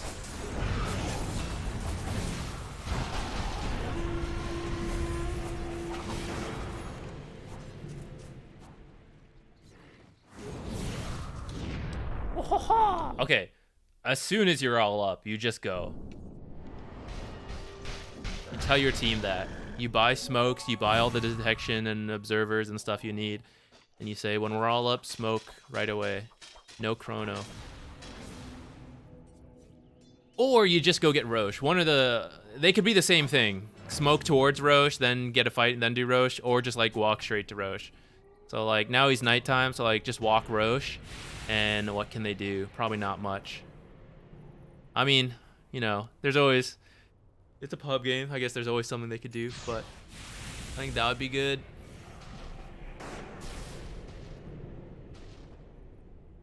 Oh, who's up there? Abaddon's up there. Nah, just kidding. He twin-gated down bottom. Damn. You go up there and you start going... You go place the trees up there. Since you already bought it, right? Like, you don't have enough charges. Like, don't do these. These aren't important. I mean, eventually they will be, but, like, there's more important things to do, and the charges take a while, you know? So now you don't have any for, like, the Twin Gate or Roche. I'd rather trade, like, any of these for like, this tree right here. Godly, I bet. I've not used the Ag, so I haven't really thought about this. But, if I had to pick, I'd say, like, this tree to spot the teleport and the Twin Gate, and then, like, probably any of these trees are fine, but like this one's probably good since it actually covers areas people will stand, whereas back here people aren't really standing all that much. And then like any of these trees is good to spot people coming in. This tree, like to scout this choke point. This tree to like see people come in. These are all good Roche trees. For bottom, oh, interesting. I didn't notice that there's not as many like trees up here. But I guess if you want to see in the pit, this one's probably your best bet. This tree's probably... Any of these are probably pretty good to spot the Twin Gate and the teleports. Yeah, like any of those trees are good for those angles. And like same up here, like any of these trees. Any of these trees are all probably good. I'd prioritize those.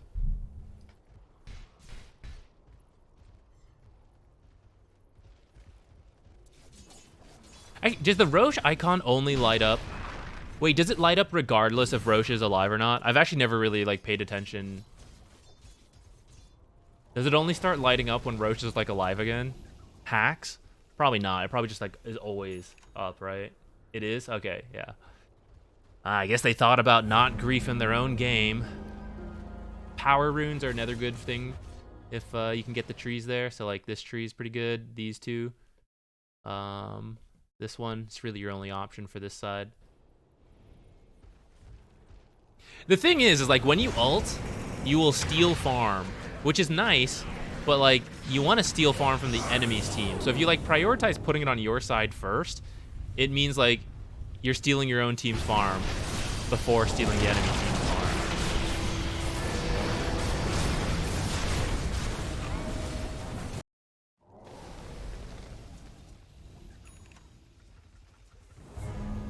This is also why like defensive wards, like earlier I mentioned like a ward back here, and then like some of your trees are like kind of defensive, right? Like it's a little late to see people there unless they're already playing in that area. That's why you need them like further out to see people coming in so you have time to react.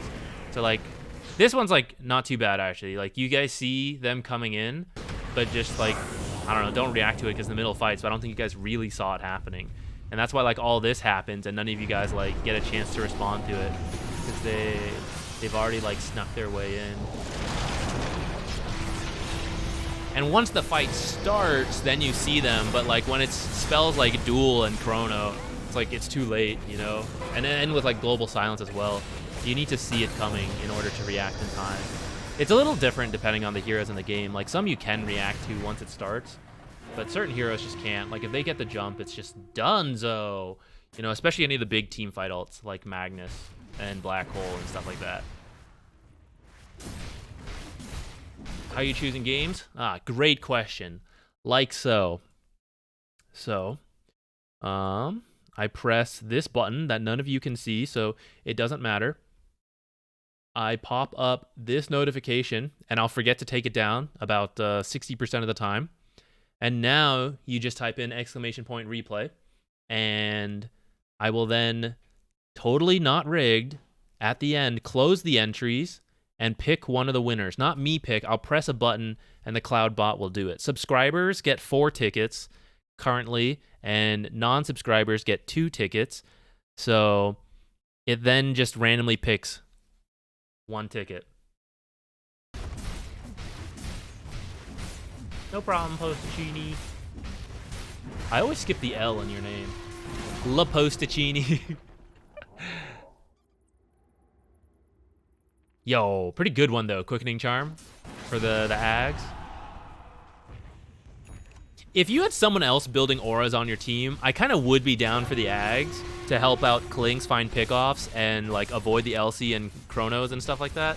So like, I don't fully hate Ags this game. I actually think like it definitely has its merits, but I think like just because your team was kind of behind and because like no one's building any of these auras and like support items, or like you built Solar Crest and you have like a Glimmer on Lich, but like Abaddon didn't go Greaves, Pipe, Crimson, that kind of stuff. So I think like kind of you need to do it.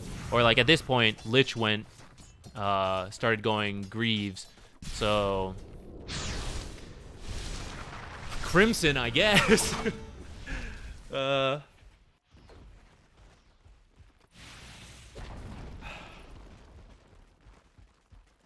really want to be in the video? Well, these aren't usually in videos. Sometimes they are, I guess, but lately not likely. The ones for like whose fault is it anyways and stuff goes into usually it's just from comments on those videos. Though actually, what I've kind of been forgetting to look for in these replays, I've been looking for like examples of warding and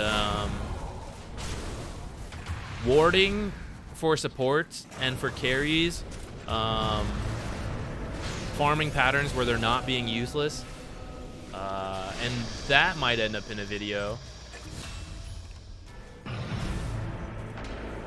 He replays on my own. Yeah, but I do that on my own.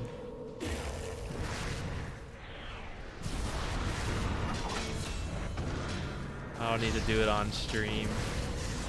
We can, but I don't think it's necessary.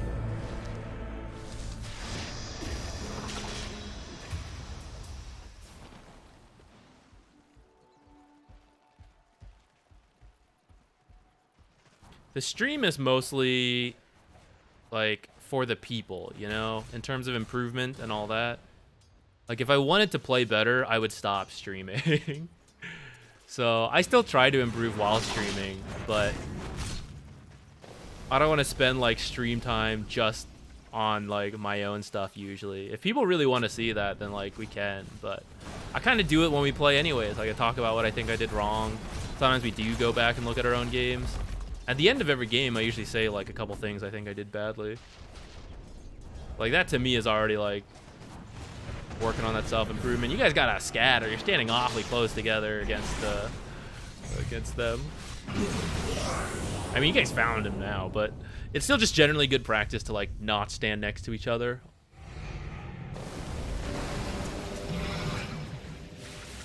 Show viewers how to ward an immortal. My good man, we have a video for that.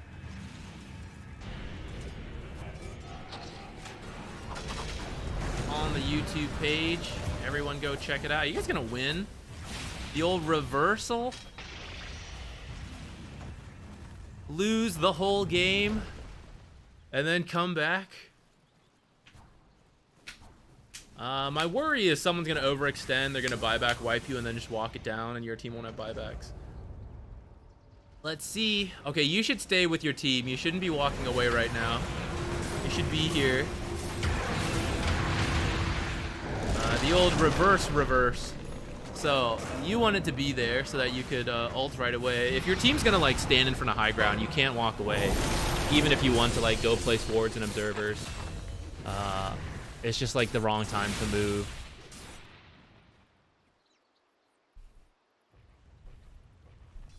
.33 updated, yes sir.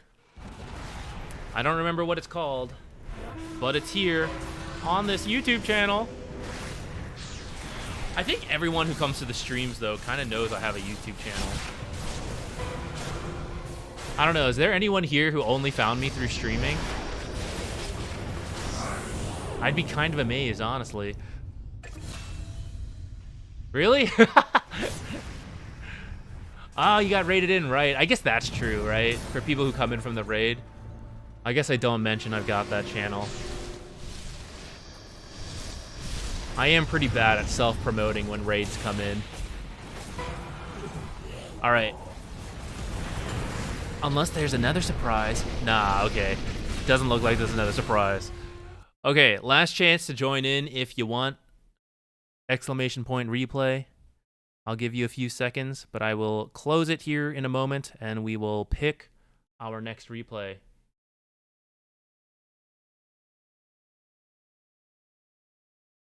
No problem, Postacini.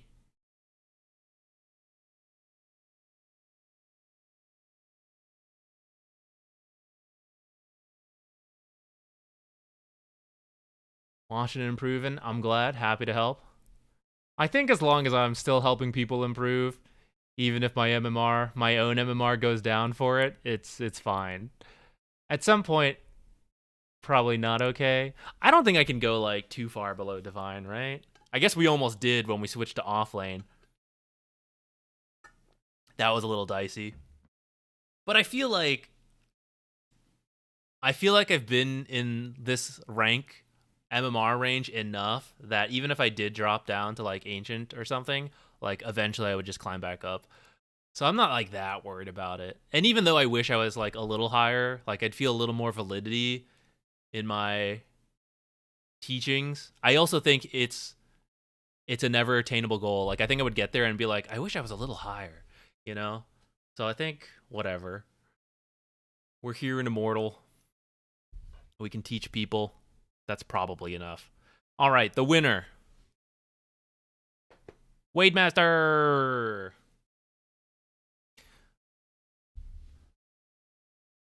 How can we help you?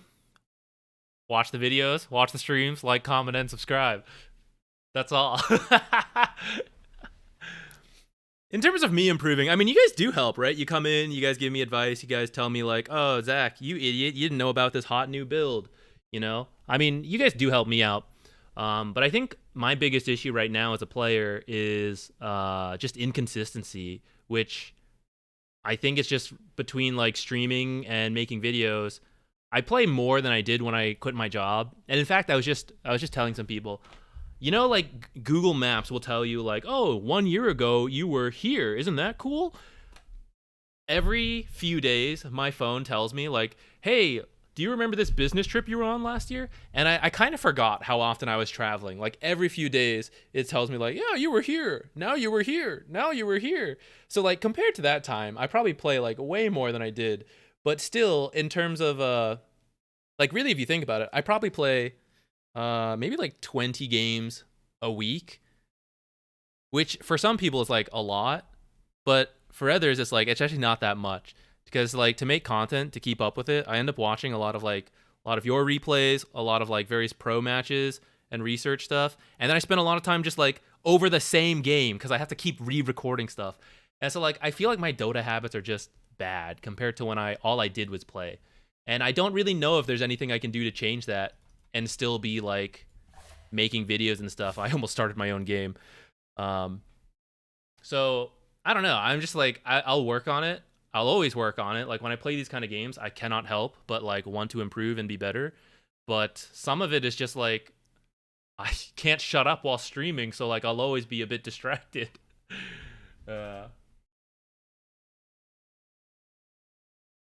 And then we always pick different heroes, you know, because it's like, oh, how can I make a video about this if we haven't even at least played like a certain amount of games? So that's like the hard part. But I don't really mind. Maybe a little, but okay. This is our game 2. We won game 1. This game I feel draft was not the best, and the offlaner was swapped, and I feel it caused some bad stuff. Got it. When you like switch roles and all that, definitely can affect some stuff.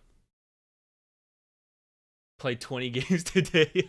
Yeah, see? How am I supposed to keep up with that? It's too hard. Do you want to talk about the draft, Wade, or do you just want to like hop into the game? Also, yes, although I was just whining about my Dota MMR. I am good, Wade, thank you. I hope you are too. Let's see. Bands, PL, Clinks. That's not very common. What else? Dusa, Alk, a Discord call. I think it'll get chaotic if we do. I don't know. I'm still like torn on that stuff. I just think I don't know. I feel like viewership always drops, which is why I haven't done it in quite a while.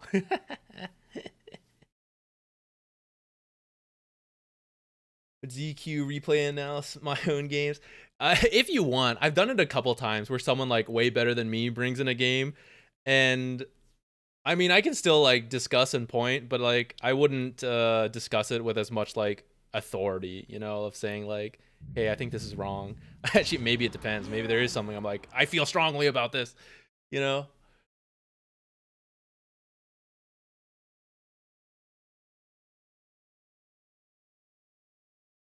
Maybe in the future, Wade. Sorry.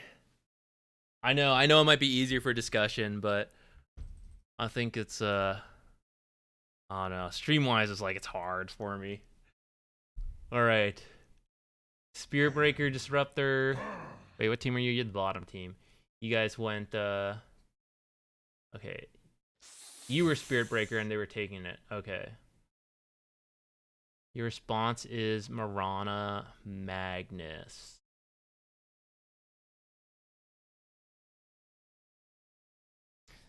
I was gonna hold on. What's an example hero?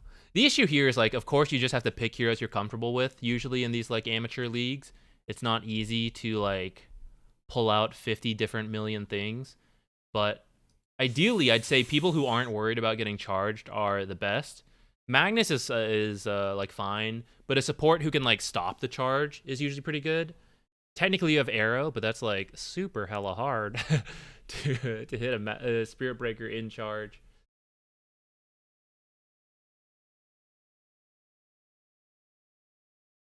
You want a Disruptor? Yeah, I'd kind of be okay with Disruptor. Coddle could work.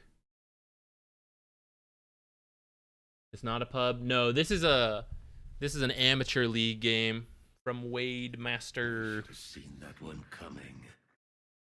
I don't know what the rank is, but it's usually a variety pack in these kind of games.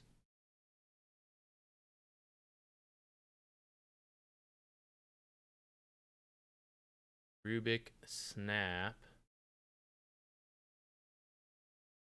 What else? The Void Spirit. See, like that's the funny thing, right? In these kind of amateur leagues, there's shit the pros snap up. You know, like Void Spirit would have been picked already. I guess you guys got Magnus and Spirit Breaker. I mean, you guys did get some of like the meta stuff, but like I feel like Void would have been like an insta grab.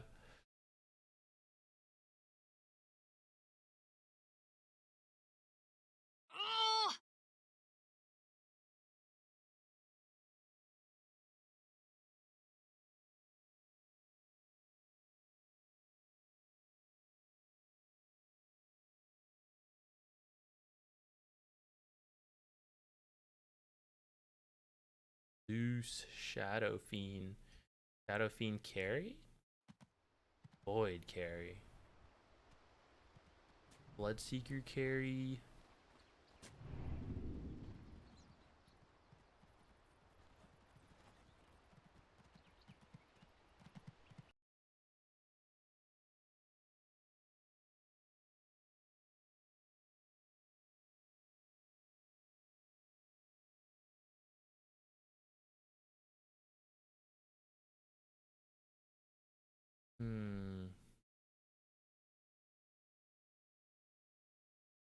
The double health bar build.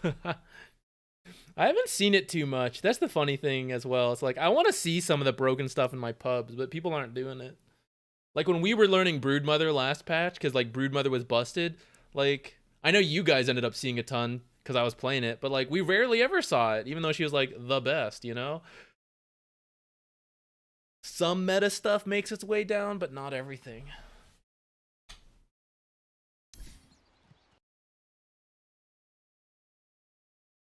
Mag and I had a bad start.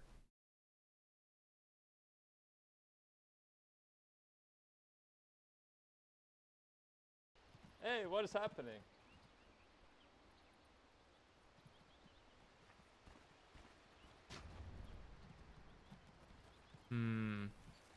I think one downside, like you guys took Mirana, but I don't really feel like she has much setup. Cookie's kind of awkward. Like Cookie would like setup. So you have like 2 stuns that are a bit awkward and no real like setup without, I guess you have RP, right? But like it's a once every 120. So that would have been nice from like some of the cores. Radiant side. What's it? So it's Spirit Breaker off lane. Okay, overall their draft is like yeah, pretty solid. I don't know if I see like too much SF carry, but I mean it works. So I feel like their draft's nice for that. Not that your draft can't work out. I just think it's harder for your supports. You know? Now at least you do have like RP for the Mortimer Kiss, so that's good. The arrow for Mirana is just gonna be tough. Mid doesn't have a huge hero pool. See, this is I find like, because I did a little bit of amateur league stuff too. I think if the mid doesn't have a good hero pool, or like if any player doesn't, you should just grab him first. You know, like you can't try to like last pick for someone who like now is gonna pick Zeus no matter what.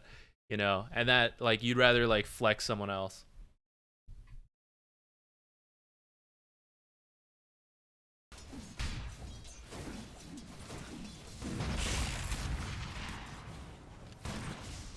Okay, so let's go back. Let's watch from your perspective. Windlace. I don't know if you really need a Windlace. If you think it's SF carry, I might grab a stick instead, since he's probably gonna get raises. There is like this one, it's kind of a meme build where you like skip raises. I don't know how good, we saw it work once. I haven't seen it beyond that, but I mean he's probably gonna get raises, which means like if he goes for stuff you get 3 charges. I think like a stick and Iron Branch is good, and like movement speed against disruptors kind of like iffy, since he can always glimpse you back and then kinetic field you.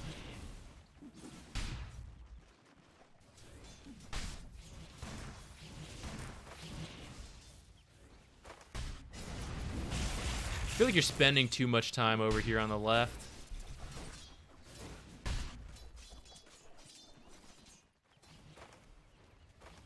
Hey, what is happening? The block itself is fine, but stepping up kind of far there. Ooh. Disruptor kill, solid. Oh. Whack. That's where the stick might keep you alive. You can just stand still and fight there with the stick, I think.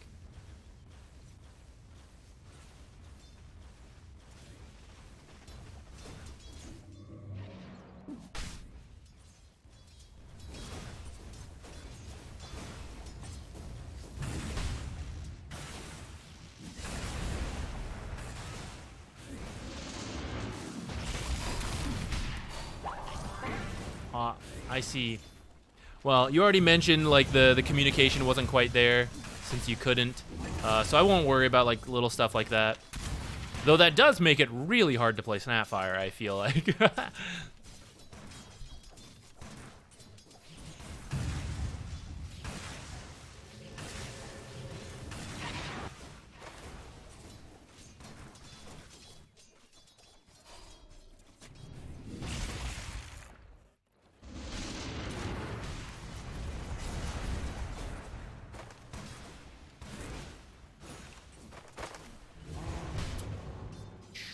Tranquils.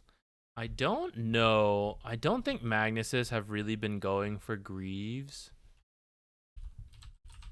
I guess you could have Mirana do it, but I don't know if you really need Tranquils. I think Arcanes would have been fine for you. Yeah, I don't think Magnuses are really getting it. So unless the plan was to have Mirana do it, but like I think Mirana.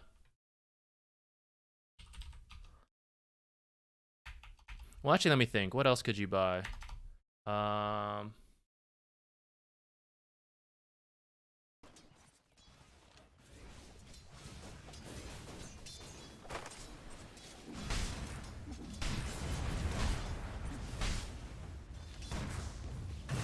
Set up here. You want to get more aggressive than he did. Got it.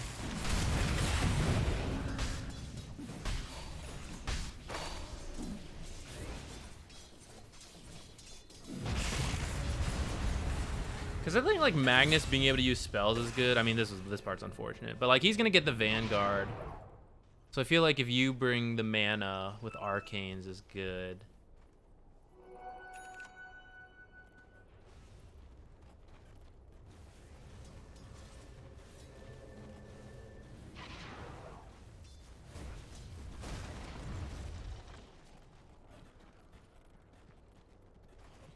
His drums is like not too bad, but I feel like Mirana could do that.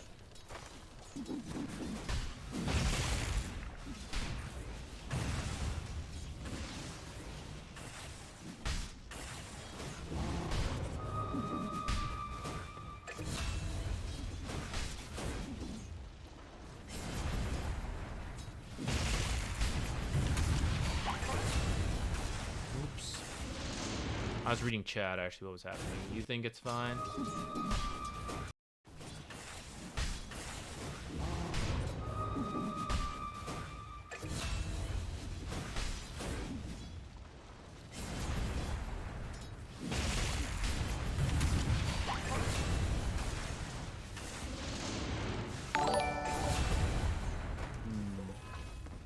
Unfortunate. Hey, what is happening? Yeah, I mean, if there's no communication on that, then I don't worry about it too much.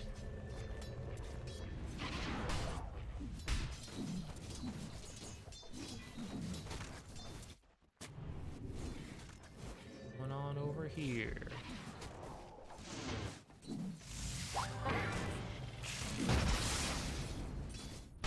Oh no, I was looking around. Did he get the wisdom rune?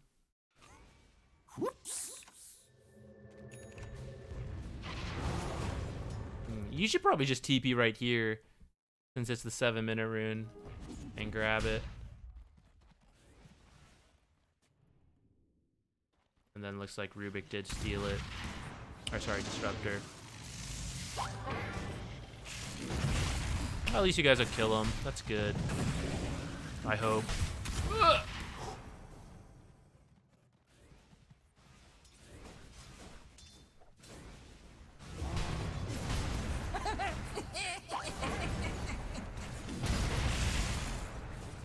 I think playing aggressive on SF is going to be hard for a bit because he's level 7 already. And he's got like the full raise combo. Yeah, I mean, just like this alone, like 7-4, kind of, I think aggression's kind of out of the book. We're kind of looking to just finish Vanguard. And unfortunately, because it's SF with raises, Vanguard's not gonna fully even keep him safe.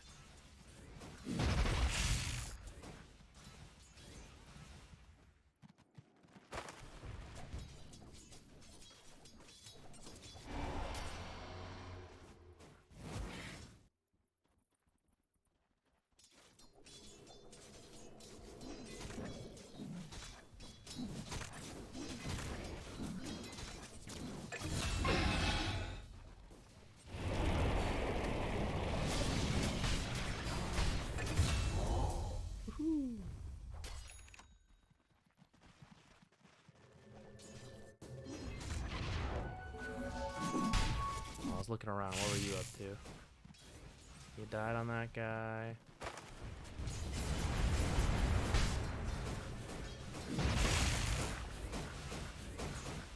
I don't know if you need to TP here, actually. I think you could probably just walk here. Nothing's, like, really happening. You could save your TP for somewhere else if something else does happen. Or, like, did Zeus need a bottle? Like, maybe bottle refill Zeus. Because I feel like the wave was right here. You could probably just walk out. And if, like, something does happen, you can just TP. Unless, again, there's, like, some team coordination, like, oh, let's do this, then that's fine. Can't claim. Yeah, I think it might be to the point. I said it so only, like, a few could be claimed, and then the rest are kind of random. Just so that, like, because I never had rewards on it, so I know there's a lot of people with, like, tons of points. And so for, I mean, eventually it would, like, die down, I guess, but I feel like entire streams would just be, like, people claiming, like, the full 6-hour stream or something. And I think that's, like, less fun for anyone new. The gambling's the fun part.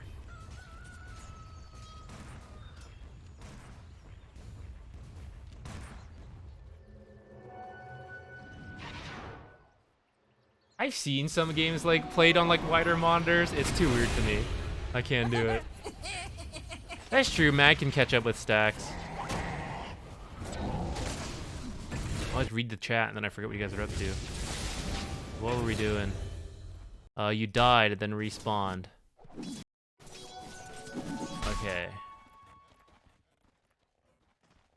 Yeah, speaking of stack timing, like, I think that could be something you do. Like, just walk over here, get ready to stack. I mean, you have a bit of time, but... Can we do anything bottom or top?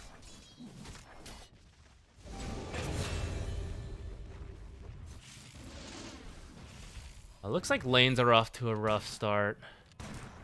That is a good point. I kind of forgot about the stack clearing. We were thinking a little bit about the draft. Less time on the actual, like, game plan. Stacks are pretty good for your team here. Because the Magnus, Zeus can do some. Stacks better than ever.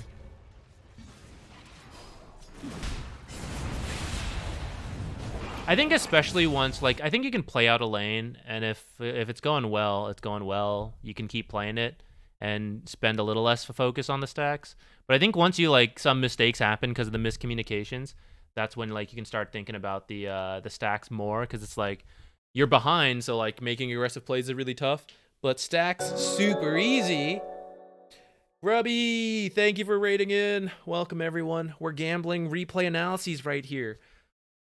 So you're all here at a great day. We're reviewing games, seeing how people are doing. Wait, told you guys I'd forget to take it down. Don't submit anything right now because we're doing one. Thanks, Grubby. Hope your stream went well. I should look at it. Thank you. Hope the stream went well. Hold on, I have no idea what you were up to. I was looking at the chat and everything. What was going on? Let's see. My MMR? Mine's 5.6-ish right now. 5.7-ish. We're down a little. This game, I don't know. It's an amateur league. It's a variety pack.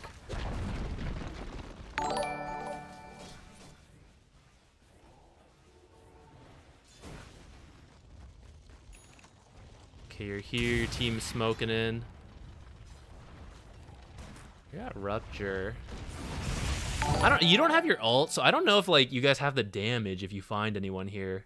Like, even with, like, RP and Arrow. Okay, RP and Arrow, you could probably kill one guy. But I think since you guys are behind, I don't know if you can, like, look for a group of heroes, which, like, you knew there was a group of heroes here.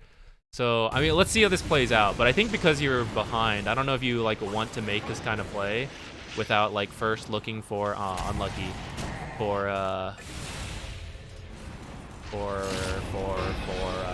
like, I think you need, like, the Rupture damage. I guess you have Zeus ult. But I don't know. I think your priority needs to be to, like, hit 6 so that these plays become open. So I think you need to go, like, empty lanes and stuff and all that just to, like, get 6. And then you can do, like, RP ults.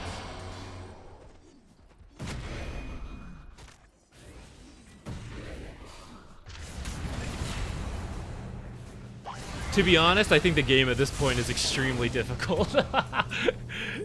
I think the parts that need to be changed are probably like 10 minutes ago.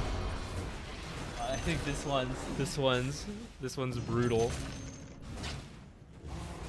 Here, let's go back. Let's keeping in mind it's an amateur league, right? Sometimes the drafts get wonky.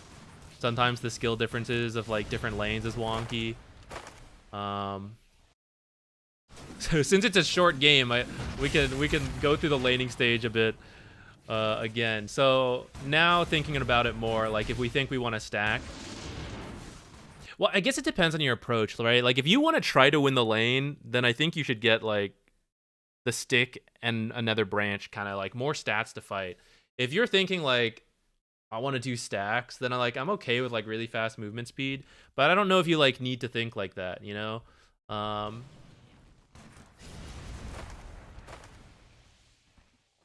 mean, that's my own take though, but What is happening? I think you could have like, I think it's okay to play the lane. I don't think it's like a terrible matchup.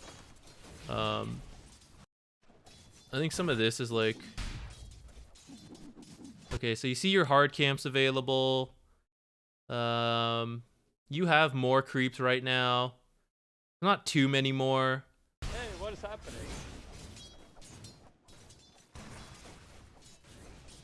Kind of like walk in for one hit, but I think you should like walk to the right and keep like fighting him a little. And this creep's getting low. You can like poke and then use a spell because Disruptor's like over here checking for wards.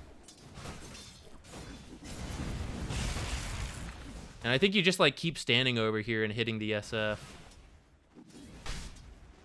Okay, now you're building up a lot of creeps, so maybe think about the pull.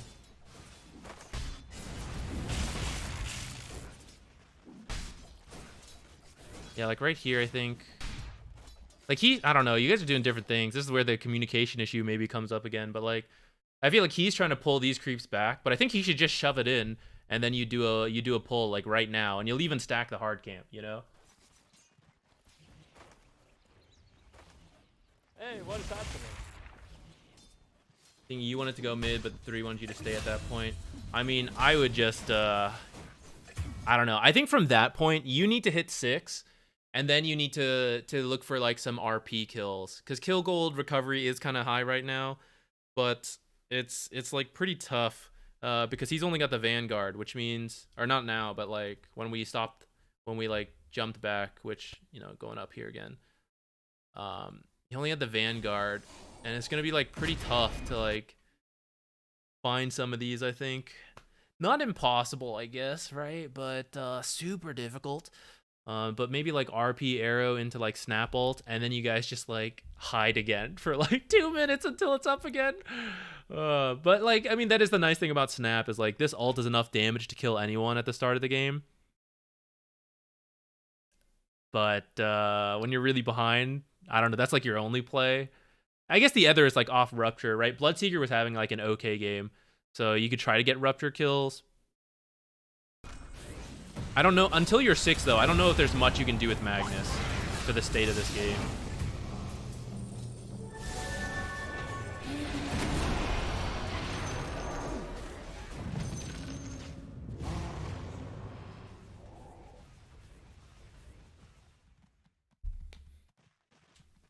Yeah, I think it's 10k at 12. That's pretty brutal. Alright, I'm gonna start a new raffle. We have all the new guests. If you would like, you can join this raffle by typing !replay. It'll be a random chance. We'll pick someone, and we can look at your game. I don't care what rank you are, but I may be more or less useful depending on your rank, since I don't know, I peaked in the past, you know, I'm washed up now, so we're an immortal barely, but it can help most people below usually. If you're higher than me, then like I'll look at it, I'll try, I'll give you like some thoughts, but I don't know, MMR speaks for itself, you know, so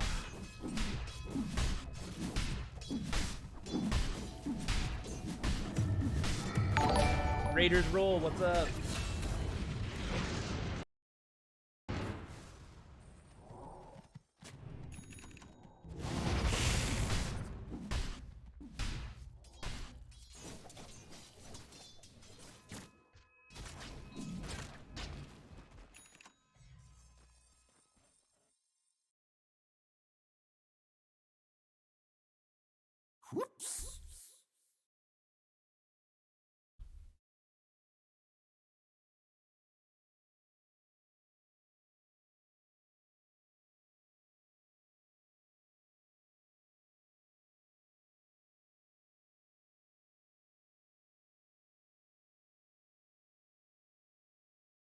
Okay, sorry. I should check something else.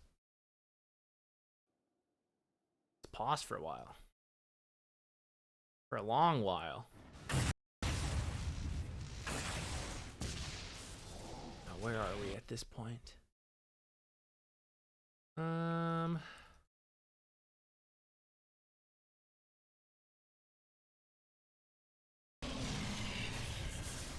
Yeah, I don't know. GG.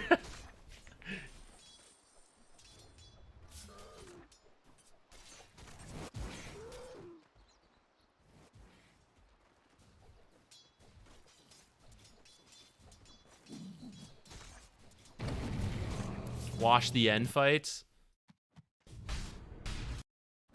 What a surprise!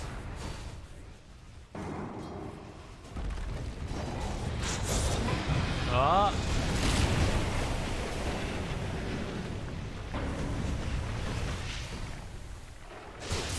We got one. Get in there, Bloodseeker. No BKB yet, though, unfortunately. I feel like running at this low health SF might be easier. Oh, he has the Aegis. We skipped ahead. I didn't see that. Oh no, stolen RP.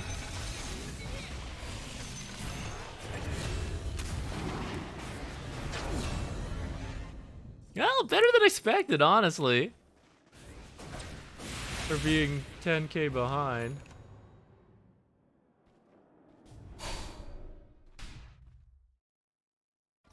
All right, let's get out of here. All right. Let's open a new one. Harry JD. Congrats. Just give me a match ID from the last week whenever you get a chance. And then if you have any particular questions, let me know. But otherwise, I usually just start at the laning stage. We zoom through till we have like some couple pieces of advice to give, and then sometimes we move on. Do I think position 3 is more like a third support or a third carry? More like a third carry, maybe? Or a meta right now, so maybe a little more support-like than they used to be.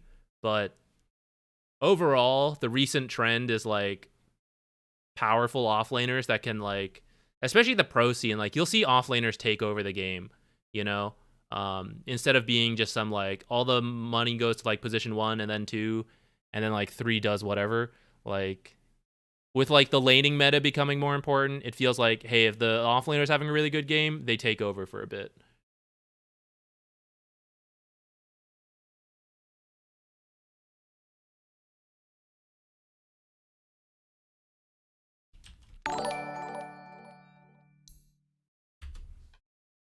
Oh, is this the right one?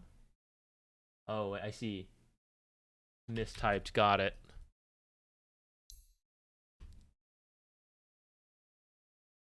Okay, who are you playing? Oh, you guys are also in a... You guys are also doing a... Amateur League game.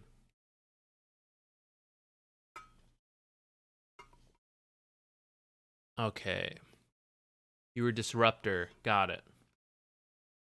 You know roughly what MMR this might be? Good start, then lost.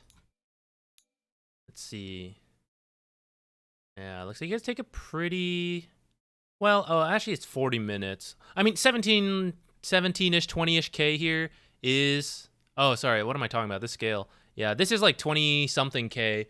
That is pretty good. Though at 40 minutes, it's not like a guaranteed win. Still got to be like a little careful with the fights you take. So maybe that's what happens. I guess we'll see it when we get there. Maybe about 2K? Gotcha. Well, since it's a party group thing, I won't worry too much about the MMR anyways. Actually, I don't really care about the MMR all that much anyhow.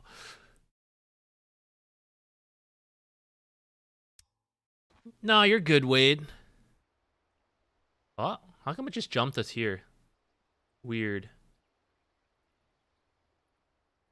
Okay, so you're Disruptor. Let's see. How's this draft look?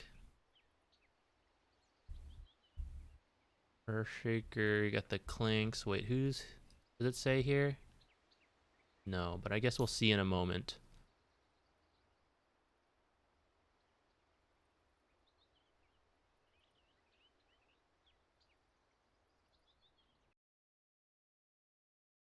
ES position 3, got it. Oh. Okay, here we go. Okay, so starting items. This looks all right with your Ursa. You may not need this stick, though. I think it's probably Axe +1. I'm like kind of okay with it, though. I don't really mind.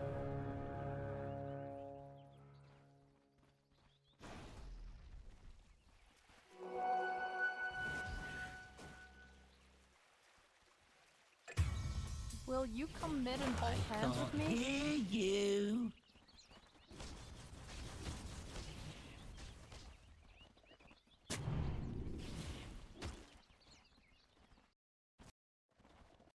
Okay, I think it's good to be like in the lane when you can, like right away. If something else is going on, that's kind of like sort of fine. But I think it's good to be like over here, so you can like see this stuff, and then you can see this. If you're in a party game, by the way, I would really recommend, since you can like share this with your team, right? You got to be really careful on the Radiant side, because creeps naturally meet like right here, which means if you do like any level of blocking and the enemy doesn't, it's gonna come under your tower and it's gonna like shove out immediately. So if you want to block, you need someone standing out here to like see the block happening on the enemy side, so you know that you can continue blocking. And if not, like, you grief yourself. So what I recommend is, like, if you want to block to keep the lane here, let one creep go and then block the last 3. That way, if they don't block, one creep's going to meet right here. And so you're not going to go under the tower. But because it's only one creep versus 4, it's going to die first. And so then when the rest of your creeps join in, it's not really a 4v4. It's like a 4v3. That'll keep the lane here. Once this happens, I would no longer... I was thinking, like, you could block the hard camp if you wanted. But I would make sure your camps are available. And instead of, like... I don't know, you're trying to meet your courier, I guess. But I think probably just have it, like, go around to you. The lane will not come back for a while if you don't, like, have these available. So I think instead of, like, meeting the courier, you deward right away. The hard camp did spawn, so I think you could just keep shoving here, hit the axe, and then do a hard camp pull. I mean, they might push it back. That also happens sometimes, you know. But I think it's like,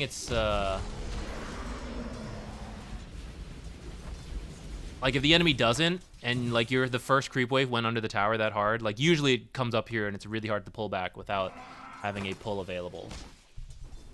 So like if you were gonna block the hard camp, I wouldn't, which you didn't, so maybe you realized that, but just throwing it out there.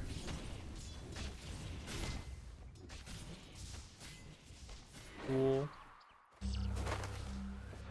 Okay, because you're still level 1, I would also like stay over here. Don't chase the Warlock, because frankly, Warlock's not doing anything. He tried to block your camp, and then like what else is he gonna do? If he has another sentry, he can try to block it again. But you're still level 2, or you were level 1. Oh, sorry, you are. I would click someone else. You're still level 1, so you kind of need to be here for XP. And also, you can be like hitting axe and hitting your creeps, going for deny, stuff like that, while Warlock is like over here doing nothing. And then like that's fine. Who cares what he's up to then? If you go over to him, then it's like, yeah, I was drawing Disruptor away, and now you can 1v1 Ursa, which is not the best, but it's easier than like the 2v1 or the 2v2. I'd say like you're probably okay in this 2v2 to an extent. You might have to save Glimpse for like this shit, but now he's got the Ring of Health. Now it's getting harder. So I kind of think like earlier you wanted to like play more aggressive, but this kill's good. Then feed this boy some tangos. Oh, he's got one. You can still feed him one though.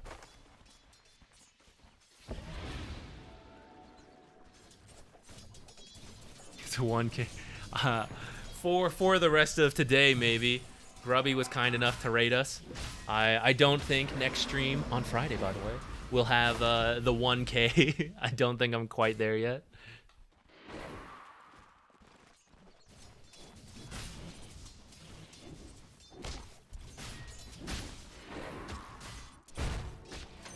Alright, what'd you buy? Sorry, I got distracted. Okay, tangos. I'm fine with that. I think that's good. We can keep pushing it. Some observers and sentries. I think it's good. Still got 416 gold. I'm okay with maybe another blood grenade. And it kind of depends what you plan on doing. I think it's okay to get like a clarity here, especially because it's like, hey, when I get the blood grenade, let's like play aggressive again, right? Before this guy gets his Vanguard, let's see if we can do something. We do it. You're out of mana, you know? So then you gotta like clarity. So like I'm kind of preemptively predicting, like I think it would be good to start being like, let's try to get another kill before Axe picks up the Vanguard, when it's like it's technically still possible with Ursa, but it's way harder. So let's go for it now. And if that doesn't work out because he's playing safe and like there's nothing else going on, then maybe you like rotate over here, you do something, and then you like, you know, you rotate back, and in that time you're like claritying.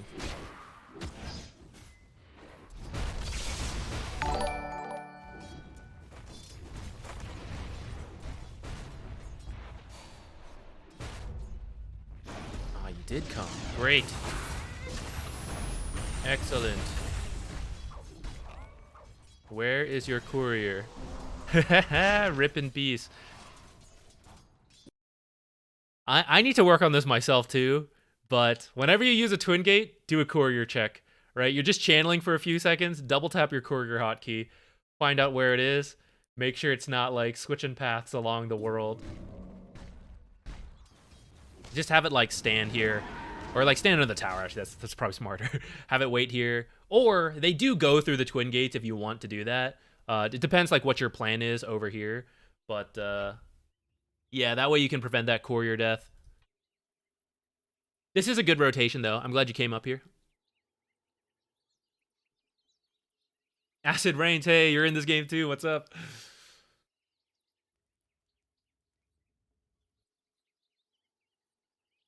Wait till the Clink starts feeding.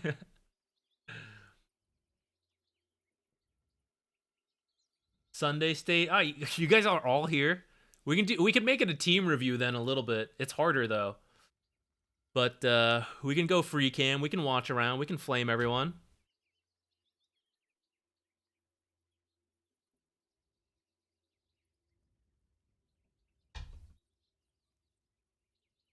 Please don't. Lucky they didn't cast this. Here we are. Alright, let's skip ahead through this pause. Oops. Maybe a little further back. Alright. We got the dire vision. Okay, boots are fine, so you'll have tango boots, more observers. Whoa, don't get bashed. What's going on down here? Ursa farming up. Got a cornucopia first. I don't think this is super common, right? I think buying some other items first is okay. I think you guys could have taken a more aggressive approach to Axe before he gets his like Ring of Health and Vanguard, and then like with those early items, like mainly boots, right? Boots. I don't play enough carry to tell you like whether you should go like Orb of Corrosion or at least like Orb of Venom, so I'm not gonna like talk too much into that, but I do think like Axe can be punished a little earlier before he gets the Vanguard.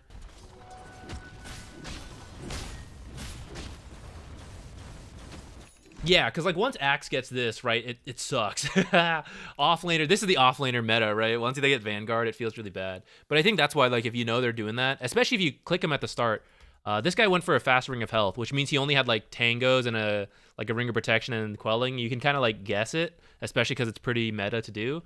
And it's like, we got to punish this guy first 3 levels. Like, let's go hard. And that's where like sometimes starting with like a mango or something can help if you think you need like those spells. Looks like you guys are gonna try, and it might work out. You got 3 heroes here, but it is tough.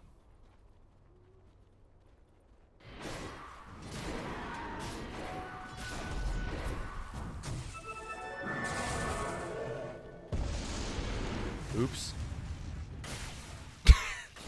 The courier, no. Okay, a little bit of a miscommunication there. I think you have to decide like who's doing what. Like, hey, I'm gonna glimpse him, and then, you know, field or whatever. Oh, by the way, actually, I just noticed you went to Thunderstrike level 2, I'm guessing. Or no, you might have gotten this level 1 and then gotten this. I don't remember. But if you have an Ursa and you want to try to like run people down, you might go WEW. It's less harass pressure, but it's more like kill pressure if you have like a carry who like right clicks really well, which Ursa is one of them.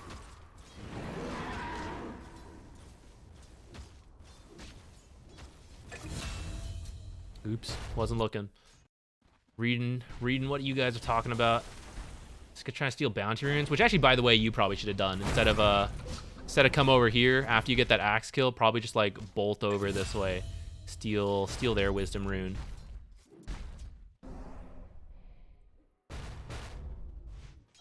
I have arcane boots pretty early.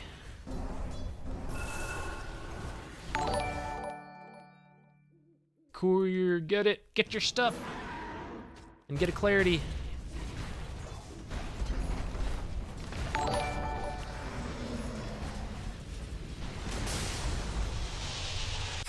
Wasn't stock. 3 smokes, so you should probably pick up 1.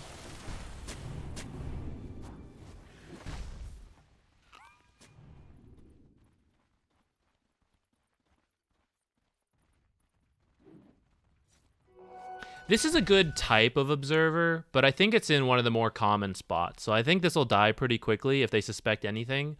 So especially against a Slark, try to put them in like really, like still useful but weird spots. Because it like some Slark players get pretty lazy. They walk by and then they go like, oh, there's a ward here, ping it. Like I lost my passive here, but they don't really like triangulate and like figure out where it is. They just tell the support like, yeah, put it here, whatever. So then, like, if it's in common spots like this, like a sentry, like around this area, probably gonna get this. So like weirder spots, like have someone cut this tree, put it here, or like this spot back here is good.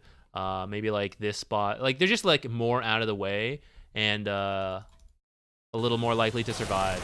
But this type of stuff, like, cause this tower's down, like I want to see like further into the map over here. This is like along that track, so I'm glad about that. But I think further in is better.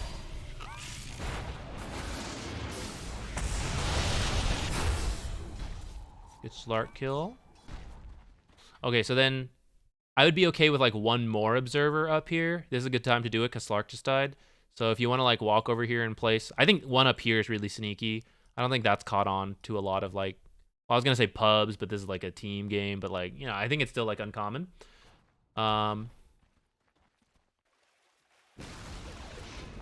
Unless you had like some play together that you were like, oh, let's go mid or something, then that's fine with me.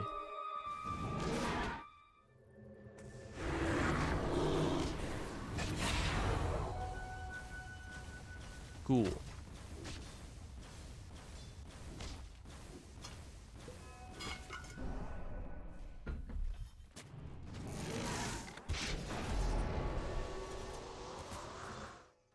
Okay, you do want to make sure you hit your 6.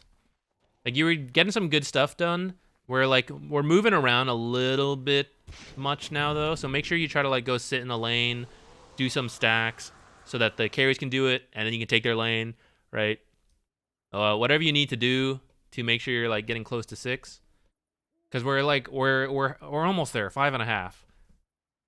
So we just need to like, you and Clinks kind of need to do this. You got to get that timing. Clinks, I think, can actually get Solar Crest instead of Phylactery. I've kind of like dropped off on the Phylactery train for Clinks 4. I think Solar Crest into like the points in Q feel pretty good. You just wreck people yourself. I'm tired of being a support. I'm a core now. But I think the Solar Crest is really good with Ursa. More so than the Phylactery. Solar Crest also has a slow.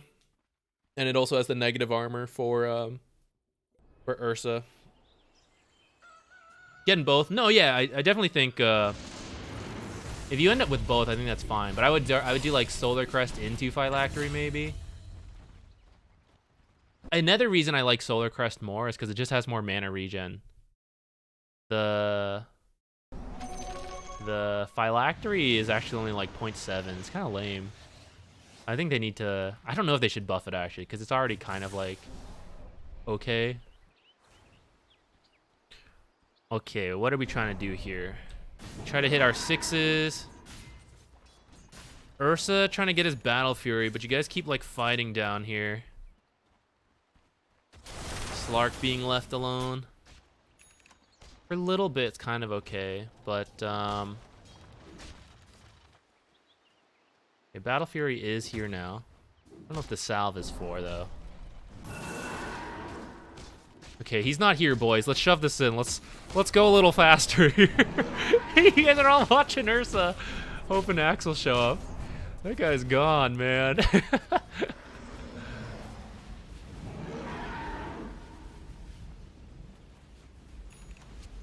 I'm down for drums on Disruptor. Well, you don't really have an aura builder, though. I mean, drums is kind of an aura, but... Crimson's kind of good versus Wind Ranger, too. Unless he is going to get it. I don't know. None of you are actually aura buyers, really. Or, like, Crimson buyers, if your offlaner is not going to do it.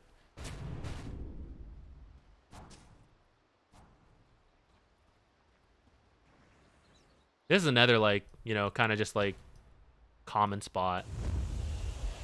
I don't know what Slark's doing. He's been farming in this area and hasn't noticed them. It's, like, free money for him, but...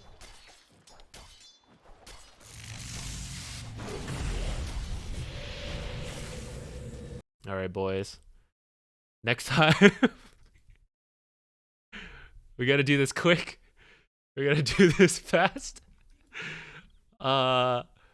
Fissure from Fog, that works. Or just straight up Blink Echo.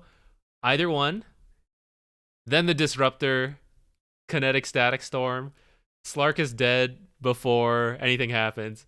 Man, these guys, though. Slark is the baby of their team. Thank you. Okay, Slark was like, guys, they're getting me. They're like, everyone instantly TP'd to help him. Yeah, okay, just get out now. This is looking messy. Glimpse him for laughs. Get him. Nah. Okay.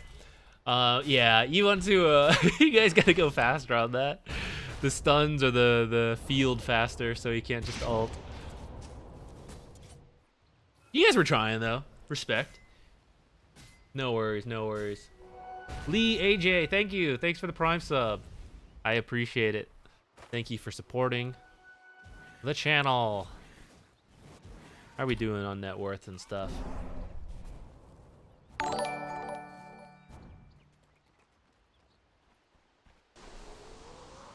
I do think like a straight Battle Fury is not the best. I do think getting at least the brown boobs helps a lot.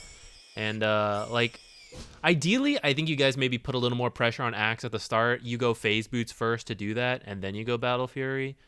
Again, not a core player, but I think like having to go like naked Battle Fury or naked farming item, whatever it is, usually not the best right now.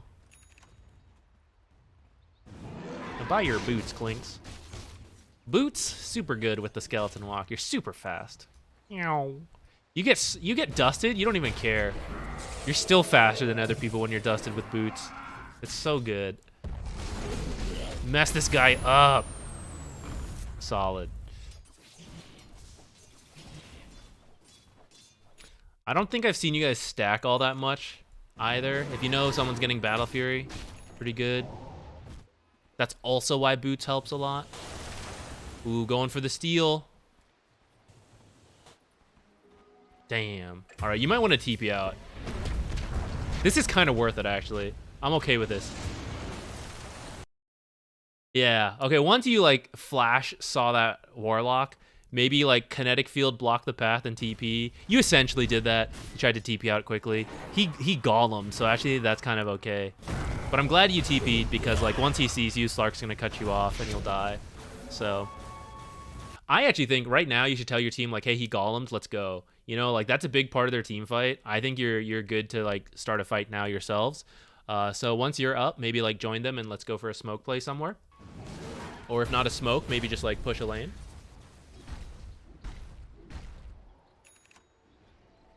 Ursa was saying that. Ursa's on it.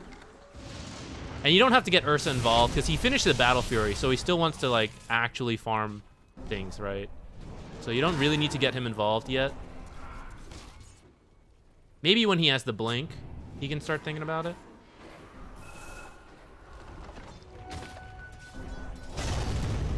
Oops. I heard there was a bug with Earthshaker, by the way, that he's only doing one echo wave instead of two. All right, hang on. Let's look at this fight a little slower. So we want to take this tower. Hold on, I'm messing up my hotkeys. All right. So you don't have like, you have like some vision on side to sides, but in terms of like the actual tower, we don't have the best. So pick a side. It doesn't fully matter which side. It kind of depends on the vision and stuff and like the heroes. But like, don't scatter on multiple sides because it's easier for the enemy team to pick and choose. Like, hey, I want to fight here, so we all come in like TP this way, or like I want to come in this way, so like whatever, you know. So like, you need to pick a side as a team. Like, okay, Ursa's gonna be kind of hitting from like a little bit on the top side, so like the supports are kind of on this side, and then like maybe you also set up vision on that side, whichever way. Right now you got like some people up here. Some people up here, which means if the fight starts here, it takes like extra time to like walk in. You want to siege from this side? That's also okay. So Ursa hits from this side, and then you guys are like on this side. But you guys are kind of like on two different edges. So like he starts, let's say you catch someone. It still takes Invoker like time to actually catch up and then use any spells. But they're kind of also approaching from two sides, so it's like sort of okay. But if they all came from one side, you'd experience like more of an issue. Yeah, yeah, this is good. But I think the fight's maybe already like a little awkward at this point. Maybe? Oh, nice. Let's go, Ursa. Battle Fury them. Oh, cut this tree, run faster.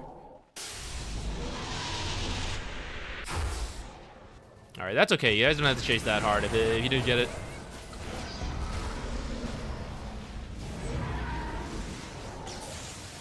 I think we gotta go. Oh, I'm getting scared.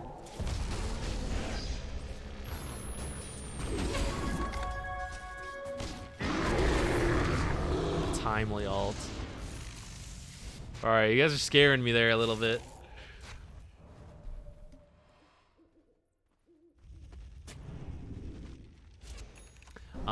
Yeah, I don't know if you want like Ursa that involved yet, because he's still working on the blink, and still farming up with the Battle Fury. So like a little bit together is like okay, especially because the ult was down. But like you got the tower, you don't strictly need to like keep finding kills there, you know. So I think it's okay to like step back, like hey, we got what we wanted, let's reset. Especially because like ults are down, so.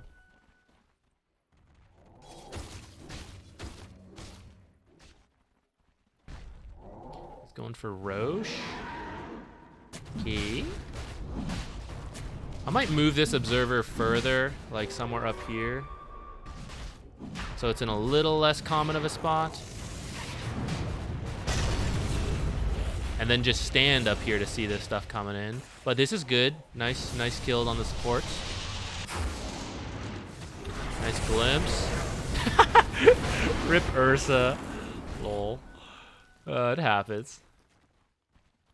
Next time when you go on someone who has like who has blade mail, I would just like safety ult, especially if they specifically against Axe who has the call. But I'm not gonna sweat it too much. It happens. Oh, Meteor Hammer on Invoker, huh? I didn't even notice. That's wild. Ruh-roh.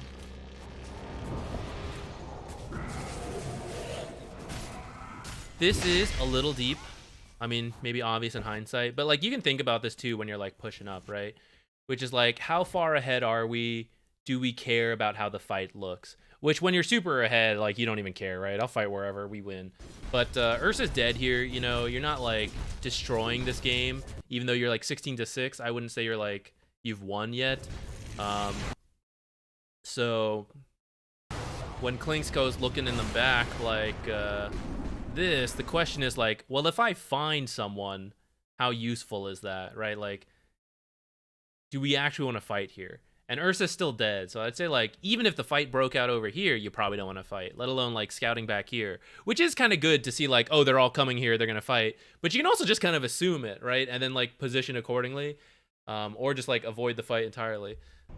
And that'll also help avoid, like, in case they... This is also the downside with Clinks of, like, trying to ward. Like, your skeletons pop out, and then they know, like, well, why did they pop out? Right? It's either unlucky timing or he did something. So you can't kind of place these observers if you think people are going to be in there, because it's like, it's too obvious, I guess. You need to like feel confident, like, oh, the skeletons aren't going to show up for like another like 30 seconds.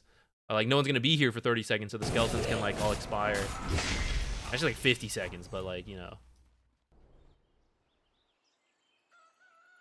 Oh, that's very nice.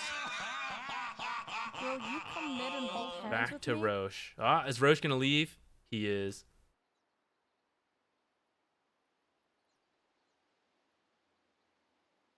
Just wanted a ward. Yeah, that's the hard part with Clinks. You just like, you got to be really careful with it since it breaks the invis.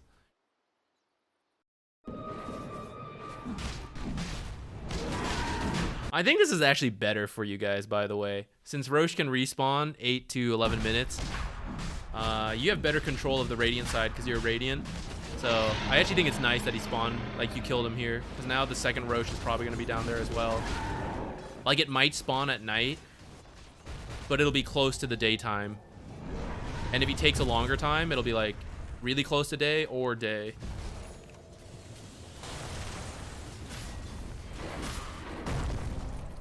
Steal it! Yes!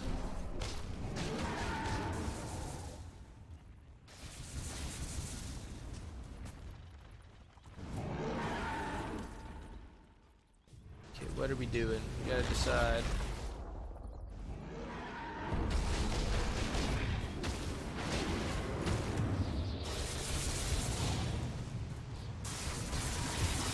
Okay, when they have a pickoff hero like Wind Ranger, gotta be careful about scattering like this.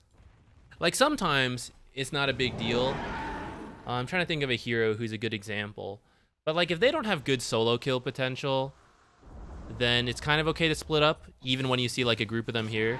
But like, so they took this tower. So then the question is like, well, are they just gonna keep farming there? Probably not. They're probably gonna push, or they're gonna like do something else. And since they use Shaman ult, they're probably gonna come back. Or like, they're probably not going to try to push. So they're either going to come back like naturally and farm along the way, or going to TP back. So like, you guys splitting up here, like some showing mid, some showing bottom, this is actually like really bad because they all get to pick now, right? They get to pick like all TP right here and then smoke into this fight, or like all TP right here and then go for the fight. And they know you won't have all your heroes because you're showing in 2 different lanes. So you need to be like really careful when this like falls like this, because they should be doing something. But then also, the original point, which is when they have a pickoff hero like Wind Ranger, she also gets that information on her own. So like, sometimes you see like 3 heroes here and you're like, oh, they don't have enough heroes to do this. So like, even if the other 4 heroes were still showing here, if a hero like Wind Ranger can like solo kill people, which she can with Focus Fire, and she sees like, okay, like couple heroes here, 1 here, I'm gonna take my chances and I'm just gonna go for it. Or like, depending how much information she sees, like maybe she still has a sneaky observer in here or something, she's like, oh, I can do this. You know, so you gotta be like really careful for pickoff heroes or for whole team fights. And once he's dead, you all have to like immediately leave.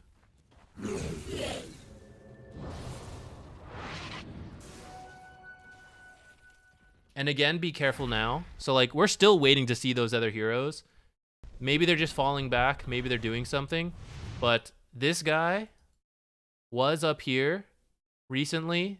They don't fully know that, but like, then he showed up here. So that's probably a TP, which means from their perspective, they can like run it down anywhere in this area and take a fight, and Ursa can't show up. So also be careful of that. Like, if you're still waiting on them. Ursa did kind of find someone, I think. I think he saw Slark. Now Slark shows here, so you feel a little better about it.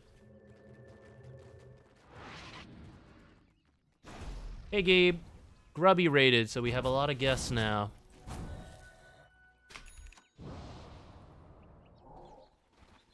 And apparently the whole Australian scene. So we have like the whole team here. What are you guys waiting for? Oh, you did get a Vanguard on Earthshaker. Maybe there will be a Crimson Guard.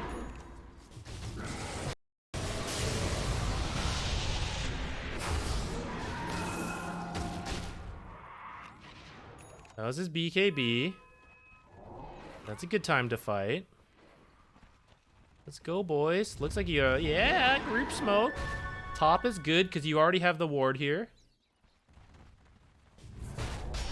Mess this guy up. You really like to hit into blade mail.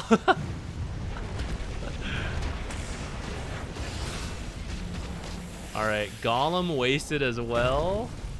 Still alive on Ursa. Ah, spoke too soon. Alright, really nice fight. Okay, let's not chase too hard though. Get like out of position. Huh? Chasing just hard enough, maybe. All right, let's do some stuff. Whoa, who's that? Thank you. Whoa. For this fight. Wow, a large raid again? Yeah. Oh, I missed what happened. Yeah, Chica, Grubby rated in. Thank you, by the way, for subscribing again. Thank you.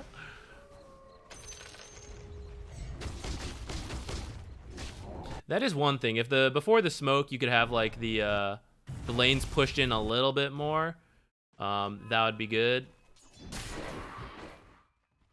I guess he was de-pushing, but like this is where like Invoker should leave like one, make the little Forge Spirit to push in the lane for you, so that way after you win the fight, you can immediately like take a tower. That's why like off of this fight, since Axe de-pushed top before you killed him, and this lane was pushed in, then like you guys couldn't actually take a tower right away, and then Earthshaker had to go back.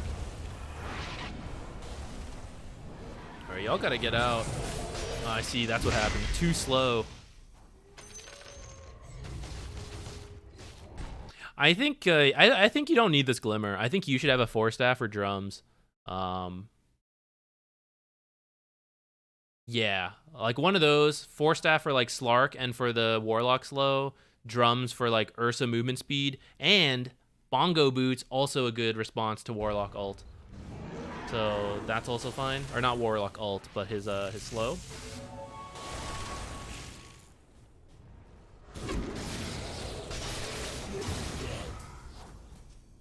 And now you guys are a little scattered, getting killed here and there.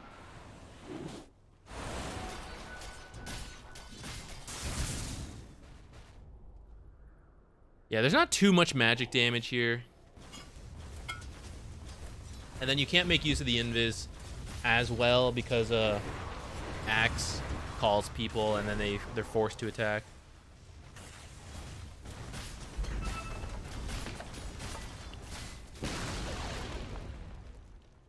Was this the game where you guys were ahead and then through, or was that the...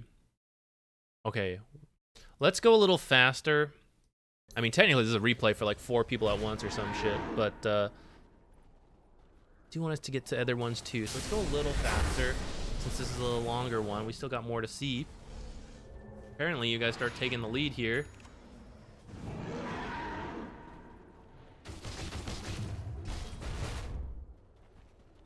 Where are you going, buddy? You're like off on your own down here. You're all off on your own. All right. Regardless of being on your own, I would sentry first, because it would look silly, right? If you like, you did this, and then you're like, ah, shit, they had an observer here, right? You're gonna feel silly. I'd also push this up a little bit more, just because people aren't really putting the observer down here, right? So you don't really need vision here, but people are putting like observers like in this area.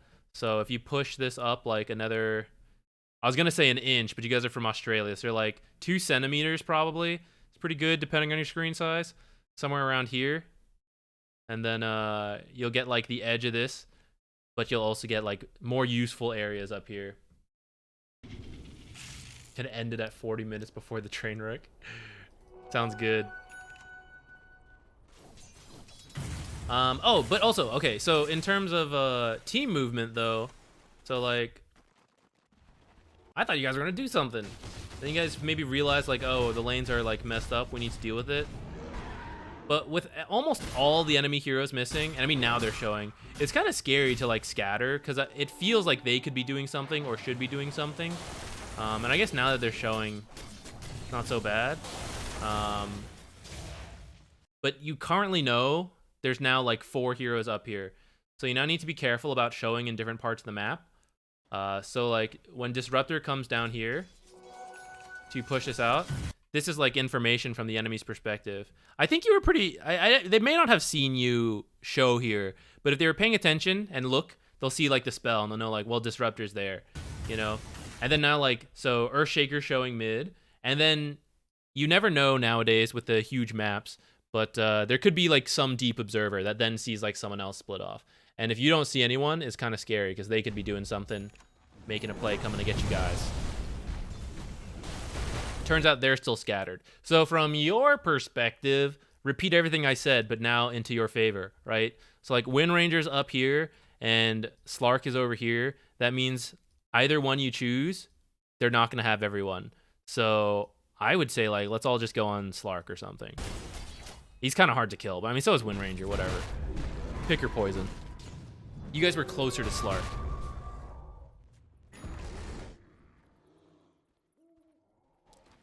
Kill this guy. Run at this guy and end him. Make them all TP in. I saw Shadow Shaman up here.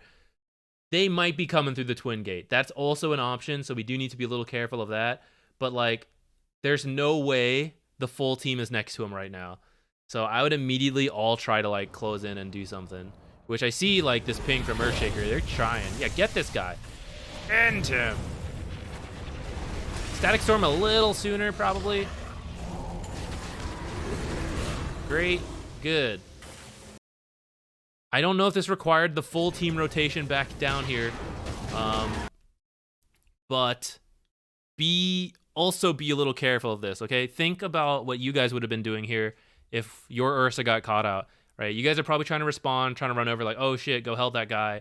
And then you see like, oh, it didn't work out. Slark died, Axe died. Everyone else was maybe in the process of running in and they're like, oh shit, okay, we got to stop.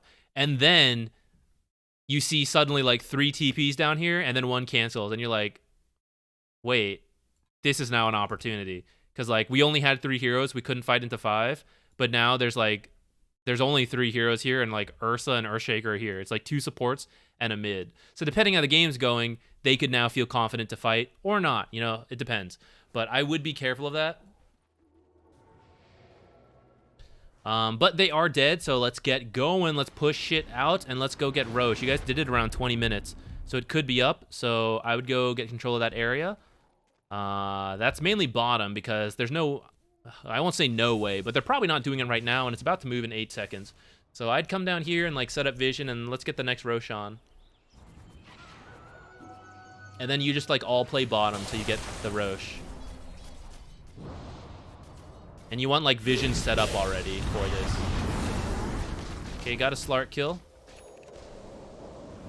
That looked like it blew your courier away.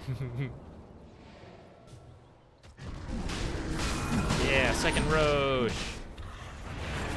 And a Wind Ranger kill. Let's go. Klink's popping off. I don't think you need an Atos though. I would go Nullifier. Nullifier to negate all their imaginary auras and support items. I guess you don't need it as much, but it will counter Wind Run pretty hard.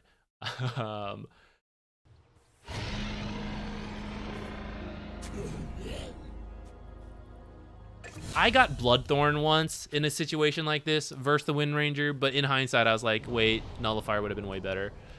And so that's why I kind of think right here, Nullifier would be good. Hang on. I see stuff's going on here. Earthshaker off on his own. Oh, that's a big hit at the end. Rip. Now Invoker's here. Whoa. That was probably a little greedy to try that. All right. I think you guys are ahead, but again, remember, couple heroes dead mean like you can't 5 on 5 because you don't have 5. It's like a 3-on-5. That's a losing fight. But when you're split up and the enemy team knows it, like they can do that kind of shit. So you guys killed them here. They might suspect they were doing Roche. Earthshakers up here. Then like as you saw, 2-on-1. That's still in their favor. This kind of shit happens more in pub games too. Or sorry, in team games. You can kind of get away with some of this stuff in pub games, but it's more dangerous here. How'd they even know you were in this area? Did they just see you? Were you farming? You were.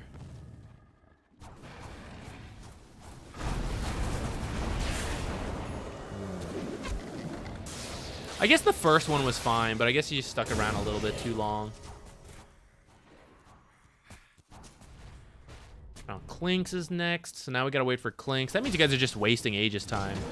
So like when you're getting the Aegis, you guys want to be more careful as a team, because now you got a lot. Like now their plan is like, we should go find a nether kill, right? Because now it's only 5v4. If we get a kill, right, they can't take the whole team to us. So like we're in the advantage even though they have Aegis. And then once we get another kill, perhaps it's Earthshaker. So originally we were waiting for Clinks. Start the timer again. Now it's another minute for Earthshaker. So now they'll wait a little bit for cooldowns and stuff, and then they're gonna go, let's go find another, This one's okay. This one, the death timer's probably not as long. Okay, new timer, but only a few seconds different.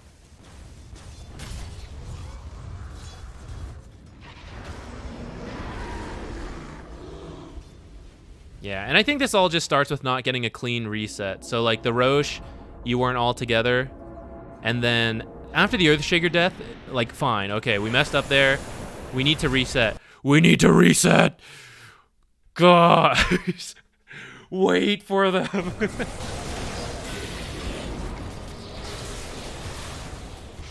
The first mistake sucks, but you just need to sacrifice some like buildings a little bit. But you won't like, you had towers, so I was like, okay, we lose the tier 2, whatever. But if you try to defend too early, now you're gonna lose more and more. Ursa was not here yet for that echo, but kind of looks like you guys wiped them anyways. Let's go.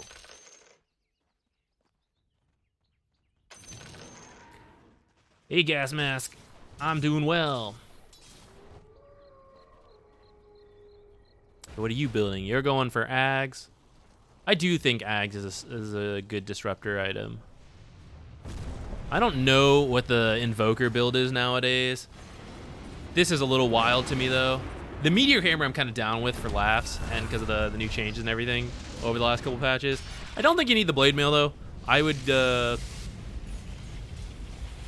Eventually, a Hex seems pretty good. Maybe a Blink and or BKB.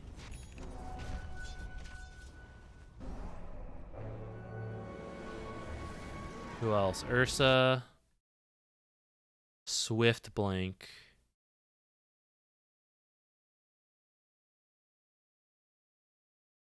I don't know. Part of me thinks you either need like a Satanic and or the MKB. I guess you have Enrage and your BKB to deal with this. Maybe you don't need the Satanic.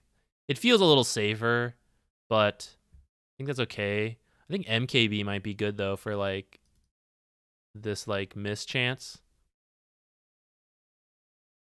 Yeah, I think you don't need the Atos on that. Silver Edge. I don't know if you really need a Silver Edge, but I don't really know the Earthshaker core build right now.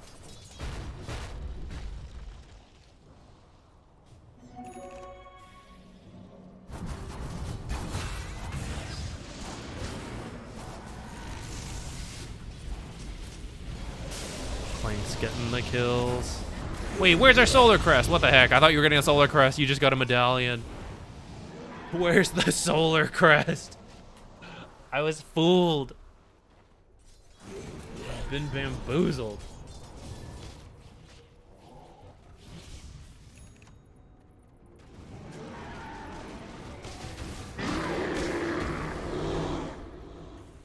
I think the Tormentor... It depends what you guys want to do. If you guys want to keep like building a lead, that's fine. But I do think the supports were dead here, and you should probably just like Like, so I said supports. Slark and one of the supports was dead. You should probably just, like, rush this, you know? Like, go hit this because you got, like, 26 seconds to do it. I don't think a shard makes, like, a world of difference right here compared to, like, the ease of high ground. Like, Warlock makes high ground so difficult, right? Because of upheaval for you guys, because you guys have a melee Ursa. You do have a Clinks to, like, poke at range, which is pretty good for you. But I think this is, like, a window to get like a good chunk of damage in, like half the tower maybe. And I don't know if the Tormentor's worth doing compared to that, since it's like the third Tormentor.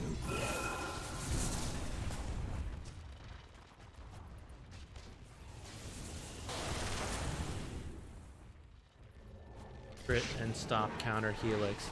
I do think the crit's worth it.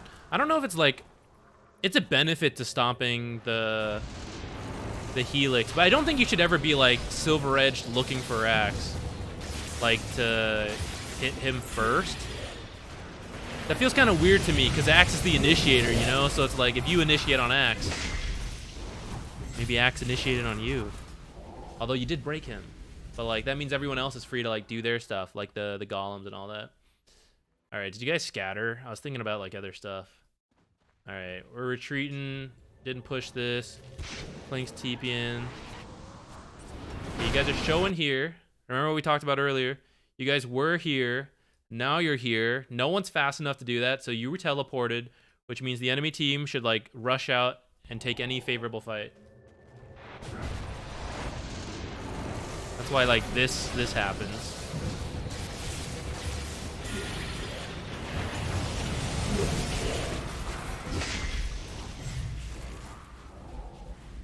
Well, you still get gold if you still get gold and XP for everyone if you get the Tormentor. So like if everyone has a shard, you get I forget the exact amount, but it ends up being 1400 gold and XP for everyone plus the 250 kill bounty. So that's still good, but just like yeah, compared to like the high ground, I think it's like not so necessary.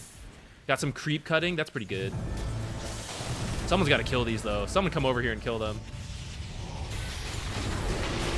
Okay, then you guys are buying. Okay, but guys, you guys are buying back, and then Invoker, he's not here yet. He's like still TP and still on cooldown. It's kind of working. Let's see. Is he doing it?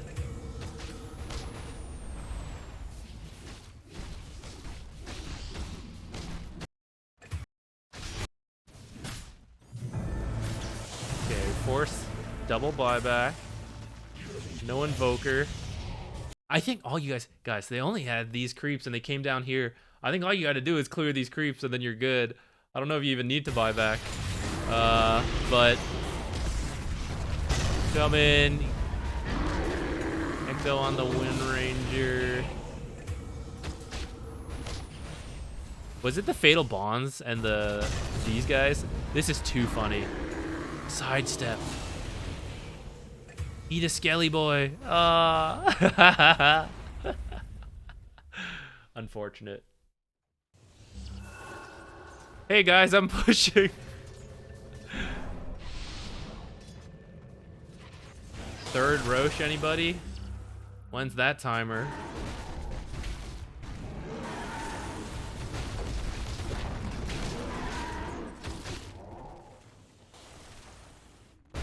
Okay.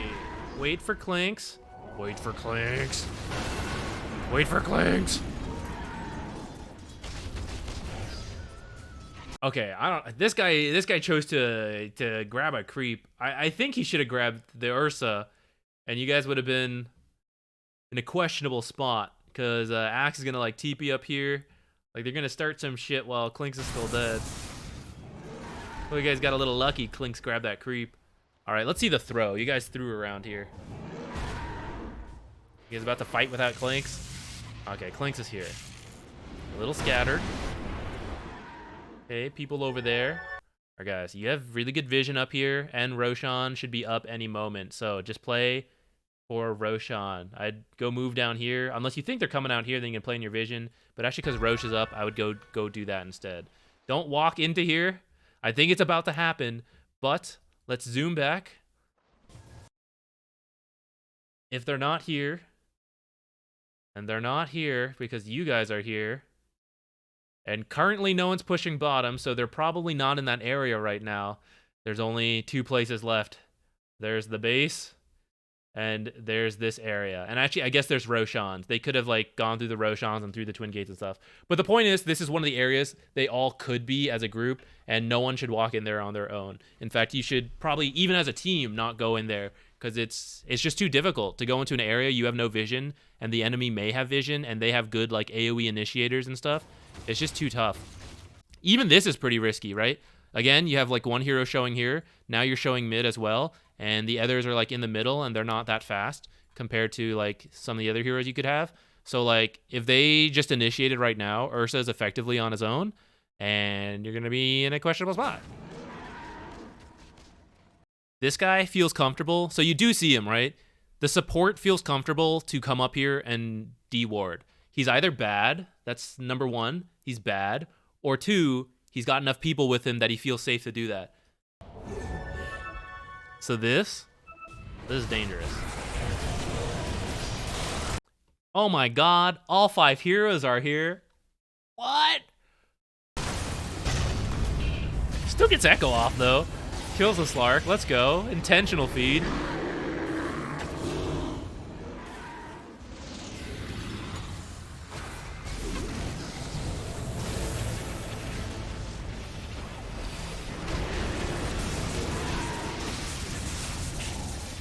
You guys gonna throw this? Oh my god.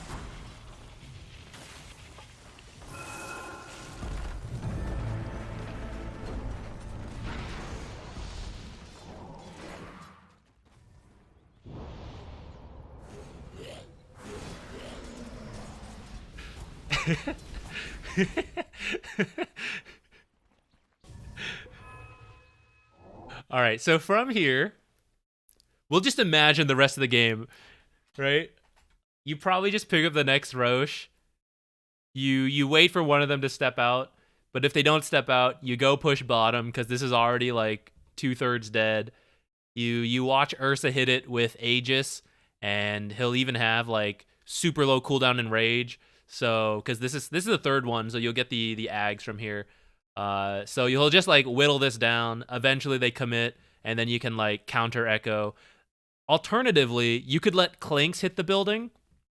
Just like watch Clinks pop his skeletons, use Tar Bomb, strafe, and then like Clinks walks away and you just let the skeletons slowly poke it down. That's another way to do it. That would be a pretty safe way to go about this game. So let's see what you guys do instead.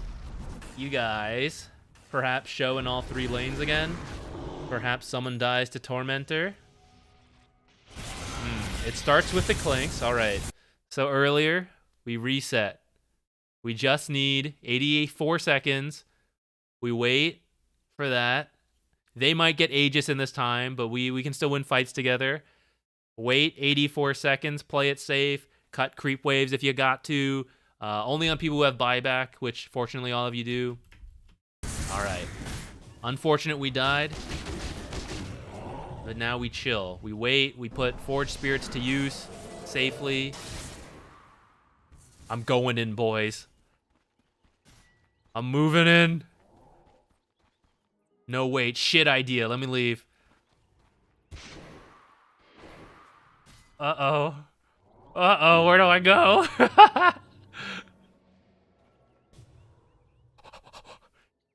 Legit. Do you break? I think you break Ghost Walk here.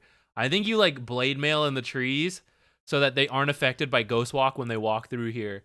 And you pray to God that no one just randomly checks the trees. Because, I mean, who does, right? The map is so big nowadays. Better go help Invoker. Let's TP in here as well. 50 seconds till Clinks is up. Nah, I'm in the trees too. We're tree people now. Guys, Invoker's gone. Get out. Don't go. Don't do it. Oh no. Oh shit. BKB and Rage. Alright. You actually kill the Axe.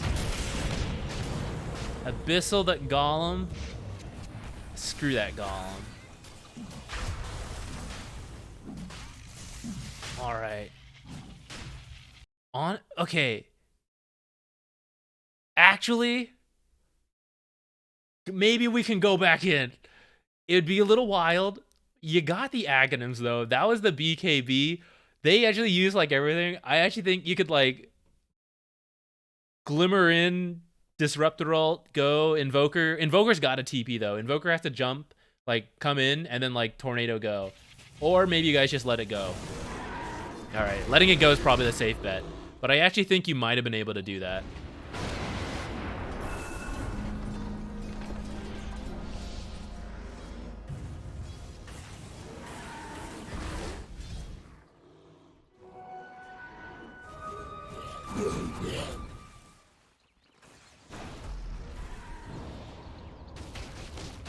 Hey, Satanic, nice.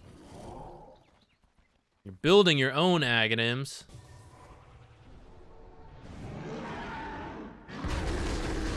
I guess. That one should have been ours, though. Alright, speed forward. Who's next? Who's feeding next, boys? The enemy's all about to be up. I see you currently in 5 different locations. 5 completely separate locations. Alright.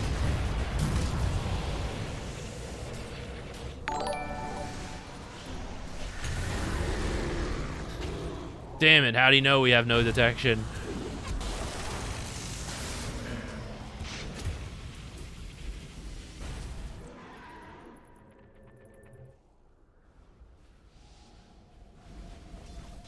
"70 seconds.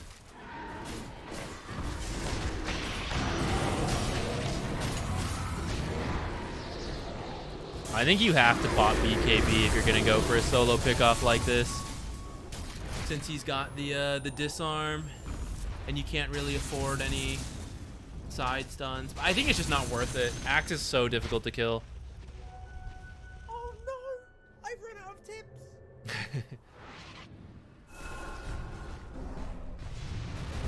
Who's next? Klinks has a bunch of like partially finished items here.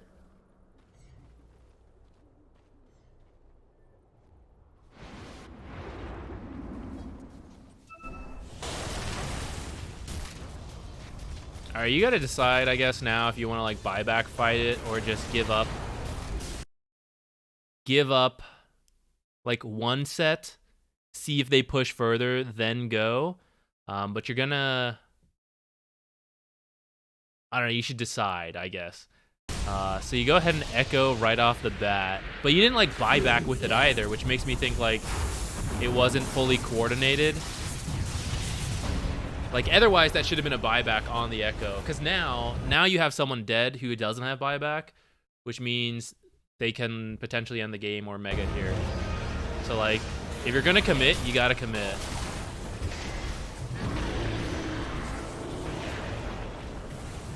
That probably could have been a support kill if you BKB. I don't know if that's worth it or not.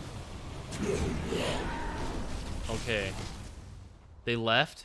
That's really good. Stuff's in their base. Chill. 50 seconds. Chill. Chill. Where are you going?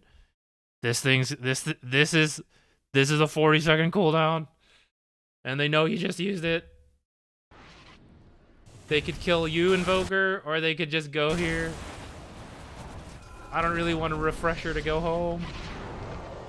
Oh no. I don't think you have to do that. I think you guys are okay. I think you come mid and hold hands with me? I think after they backed off, you were good.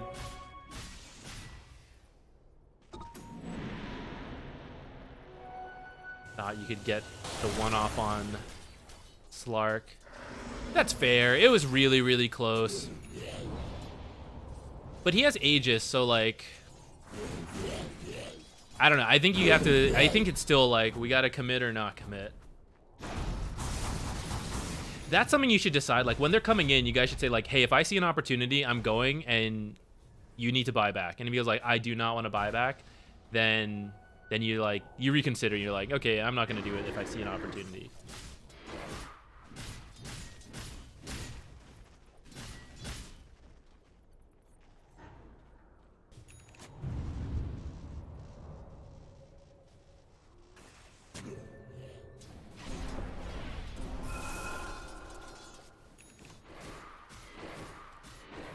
She's got like this like near permanent uptime on Invis now, so you'll have to be really careful. Even with observers out, she could be running around.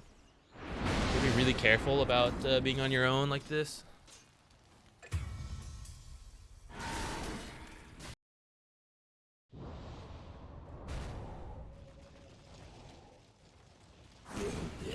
Oops. Yeah, can't step out too far like this either without enough hero information. It's too much like, too many places they could be on the map. And ultimately, it doesn't really matter if you clear the creep wave here or here, right? You just have to be alive. And then I think you finished an item, but you really should have buyback at this point. Save that instead of like... Gleipnir won't really change the game. Sometimes like a Hex or certain Ags and stuff like that, BKBs, sometimes those are worth like buying out for. But,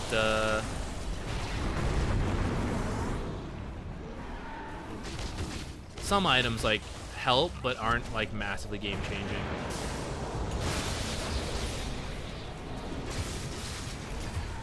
RIP. All right, we'll just pretend we didn't see any of that though. Nice win, guys. Good work. Good cleanup. All right, let's do another one. Maybe this will be the last one. Maybe we'll do one more after this too. Let's see how I feel. Okay. Where's my thing? Okay, if you want to join, type !replay. I think, yeah, I think you guys just need to work on like, one, some communication on like when you're gonna do stuff, but two, just like the clean reset. You know, like inevitably you will make mistakes. It is unavoidable. Dota is way too hard of a game. No one plays a clean game. That's the most common thing you hear about. Like whenever I hear the TI winners talk about their TI, they're like, "Damn, I made so many mistakes. It was so bad." Right? Dota is impossible. But when you make a mistake, you just got to reset and not keep like, okay, my turn, guys. Like you got to make your mistake. Now I get to make my mistake. I mean, fair, you know, but probably gonna lose that way. So once someone dies and you're in the mid to late game, right? You just gotta like, okay, chill. Hang on. We're all up. Okay, we're okay. You know?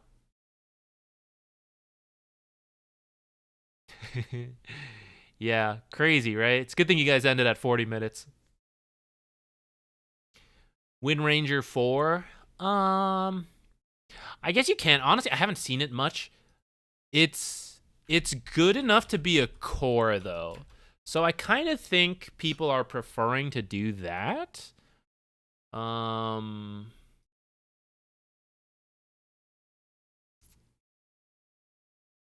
Because you do need like a certain amount of items for core Wind Ranger to be like, that's why she's good, is because she's a universal hero and she picks up a lot of items really quickly.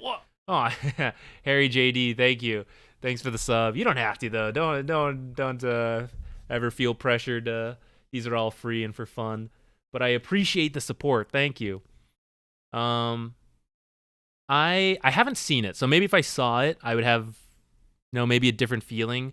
But I kind of think part of why she's good is because she just picks up like several quick items that you know, give her tons of damage, plus the effects of those items like Diffusal, Gleipnir, those kind of things, right? And I don't know if you can do that very quickly as a support. So I don't know. I think she might be better as a core. Yeah. If any of you guys see me at TI, feel free to say hi. Or if you see me wherever, hopefully I'll be able to go. I don't know when the Seattle tickets are going to come online, but definitely I hope to be able to go.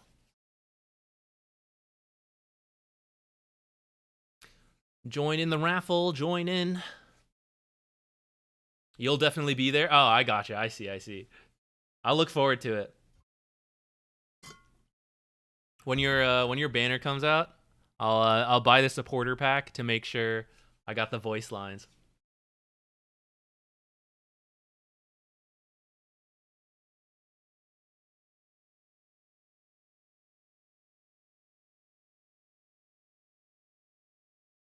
All right.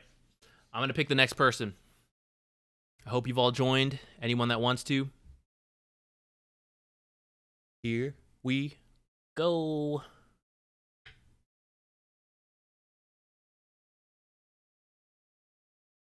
Admiral Nikumura. Congratulations. Yeah, I'll have to see. I guess that's another thing. I got to see the ticket prices. The Bali, I saw the Bali ticket prices. I cannot afford that shit. That's $888 for like that premium ticket plus tax and everything. It's like over 1,000. I mean, I probably wouldn't go that high anyway to do like some basic seat, but even that's quite a lot. TI was already like pretty expensive last time. But I had a job last time. So we'll see. The price is too crazy. I have more reason to go now, technically. But we'll see. No. Unless that number was wrong. It did not seem to work. Yeah. You maybe have another one? Here, while you check, I'm gonna run to the bathroom real quick. Just kidding. You have another one. Here, I'll check real quick if it works. Otherwise, you can grab another one. That's true. I can write it off as a business expense. Venno? I love Venno. Yes. All right, I'll be right back.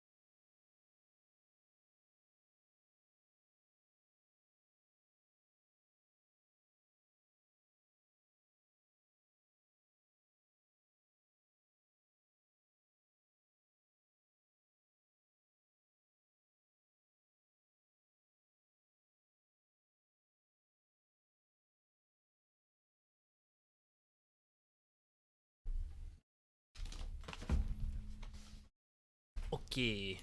Venno offlane. Let's go. I love playing Venno.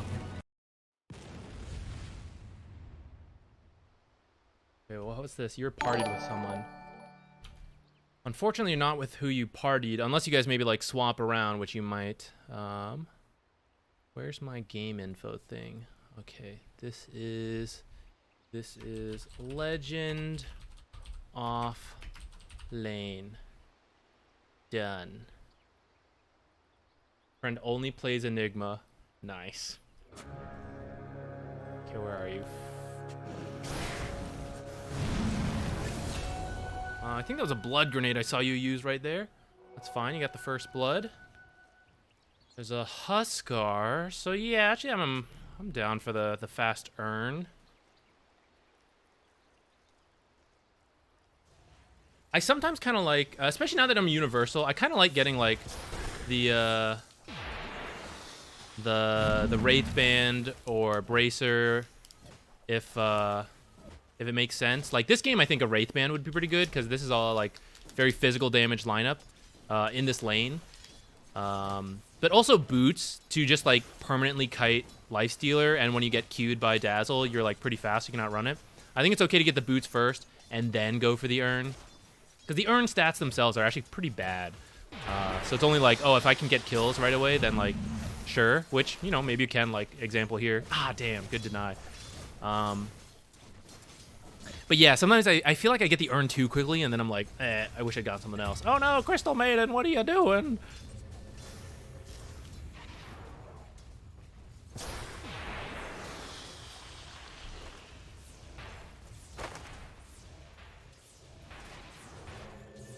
No, the oof. Oh my god. Wait, did you choose to TP here? Oh my god, this sucks.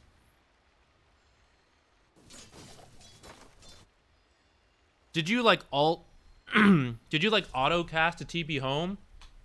Or did you like panic, quickly go TP, click? Man, they need to patch this. This is like literally self-grief.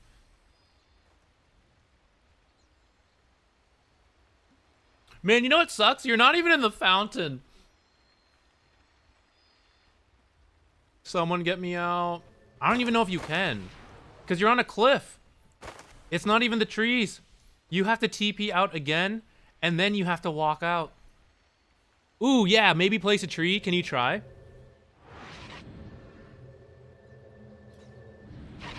Did you never healed? Ah, it feels so bad. I understand, though. You had to come out.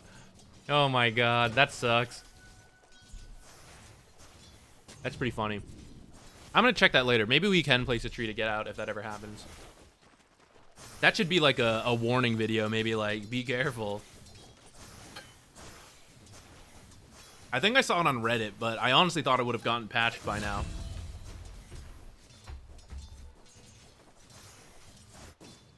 Oh wait, also, yeah, doesn't Phoenix build Spirit Vessel? I don't play core Phoenix, but hopefully you guys coordinate and don't get two.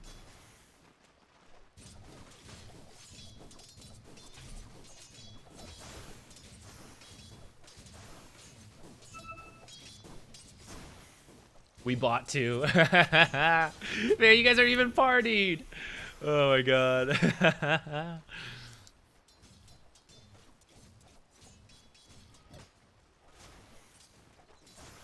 And we'll blame your friend, the Phoenix, right? You got stuck on a cliff. You went through some trauma. You know, you were flustered and distracted. Phoenix, you got to do the thinking here. You know, you got to like checking all this shit for us. I went through some shit.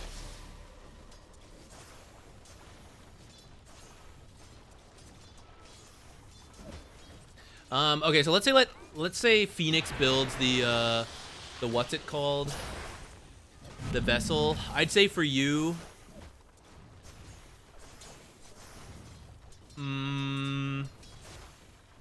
Greaves. Greaves and Pipe honestly look fine. Then maybe a Lotus. Yeah, and this is where like I feel like you need the boots faster, right? Because I don't think you get run down if you've already got boots. Got him now. Am I based in NA? Yes. I live in Texas. Mixed feelings about that.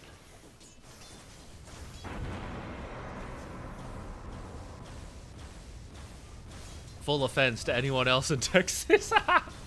No, not really. I don't know. I do have mixed feelings. There's some nice stuff. There's some bad stuff.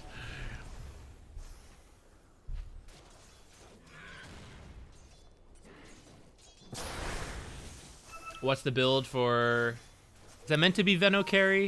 It says Vecro. Is that like Necro? I'm in Texas. Yeah.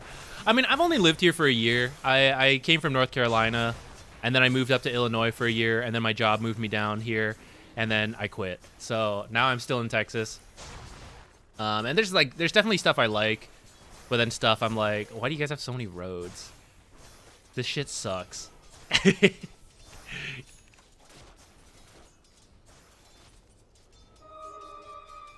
Do you work in oil? Funny enough, I could have, because I had a chemical engineering degree out of college, undergrad. And then I went back for a master's in food science after I had some trouble finding a job because I played way too much Dota in college. So I ended. I'm in Texas, not through the oil industry, but through the food industry. But in another life, I guess I'm here off of oil money.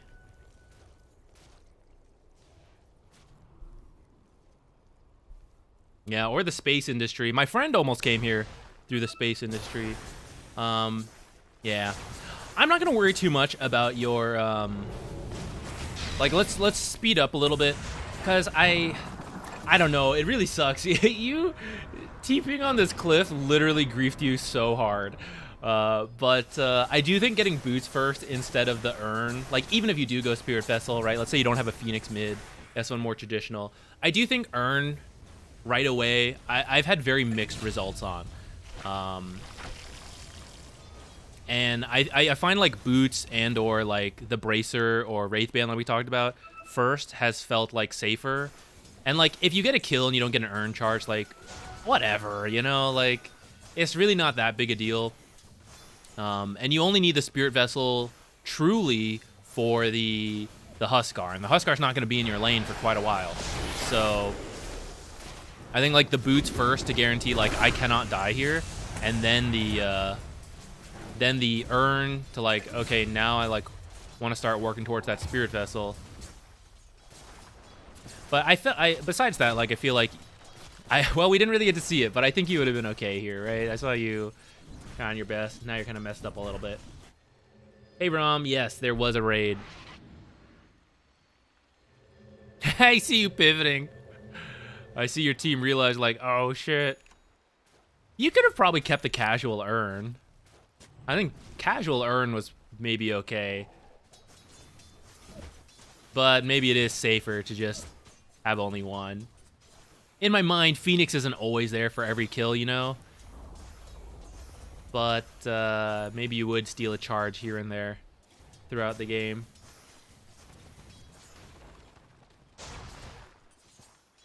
I think Vanguard's not too bad, actually, going into the Crimson.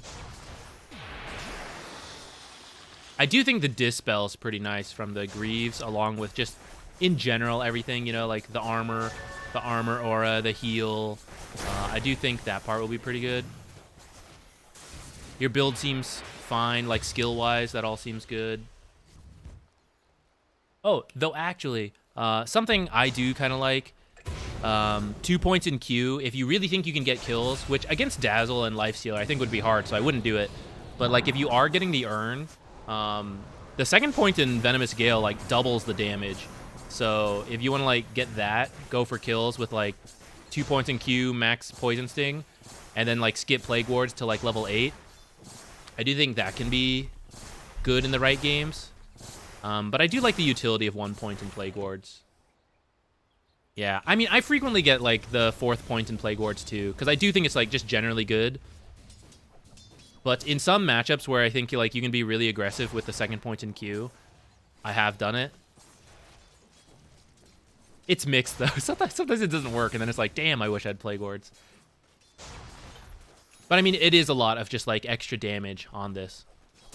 So I guess it just comes down to like, do you need that? You know, like if you can get enough damage through Harass with Poison Sting, then that's like fine, and you only need the 1 point in Gale for the slow. But if not, like, I think it's how much is this? This is like 125, right? 125 damage. Because it does like 5 ticks. Yeah, and then what is this? 45 times 5 plus 75. Well, actually, like, yeah, it goes up to like 300 damage, you know? So like that's pretty good value in terms of like, oh, I want kills, especially if you're getting the urn, because then you like Q attack urn is like so much damage on its own.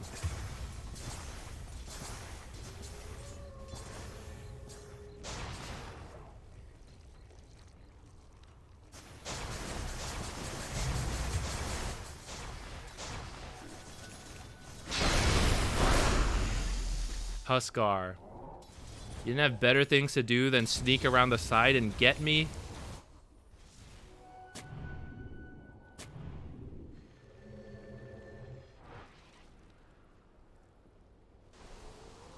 Seems like you're trying to rush up to that Roche. I think it's okay to place Plague Wards as you go to protect yourself on the retreat.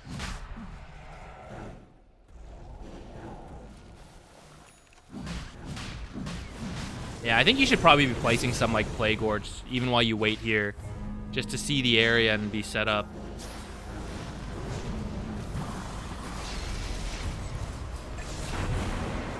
Oh, okay. Slightly early, but maybe get the deny? Aw, too bad. You guys did kill him, though. Alright, if you guys had been a little faster on the move, maybe this works out a little smoother.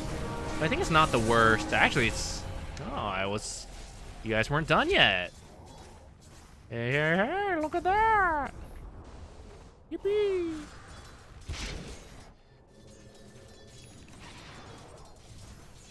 Should the Venom be farming and pushing tower now or going bot?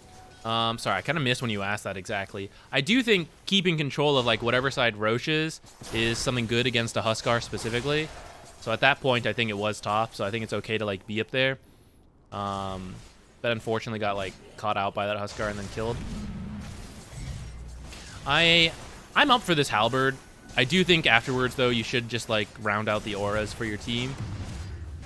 Unless Enigma's building some and I missed that. Enigma's going blink and all that. Okay.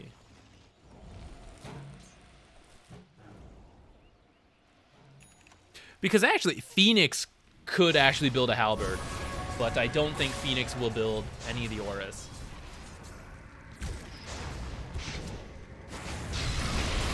And like that's kind of what you need the auras to do, is like when someone gets doomed, you want to keep them alive long enough.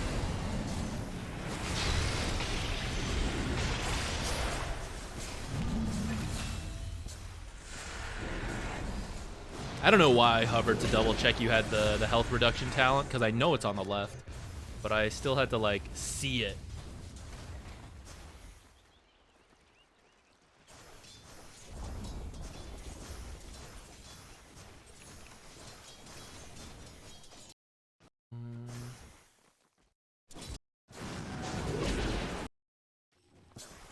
Won this fight, and then you TP'd back.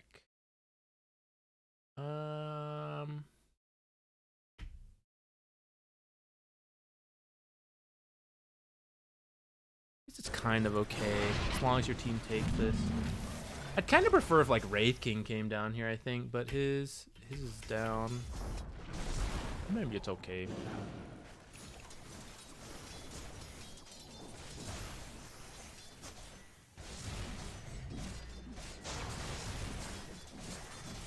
As Venoscale mid to late game, I think it depends a little bit on like what heroes are in the game, but I think you're fine. I don't think like you strictly want to go late. I think you're strongest in the like early to mid game period. Late game, it's not too bad though,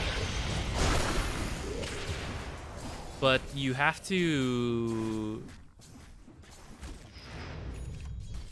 I don't know, you have to play like differently a bit. You kind of have to play like as a tank. In the early to mid game, you still kind of play like a tank maybe, but you're more like, you have so much damage relative to heroes that you can kind of just like you're also going for kills. But in the late game, your poison like damage like is way less effective.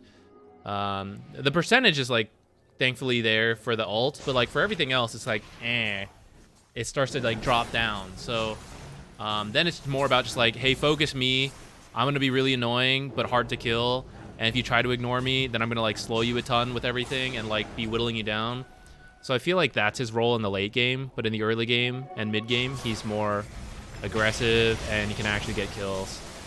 And hopefully still be hard to kill. Huddle up, guys. Flamin' hot shower here. That's why griefing yourself with that teleport was so unfortunate.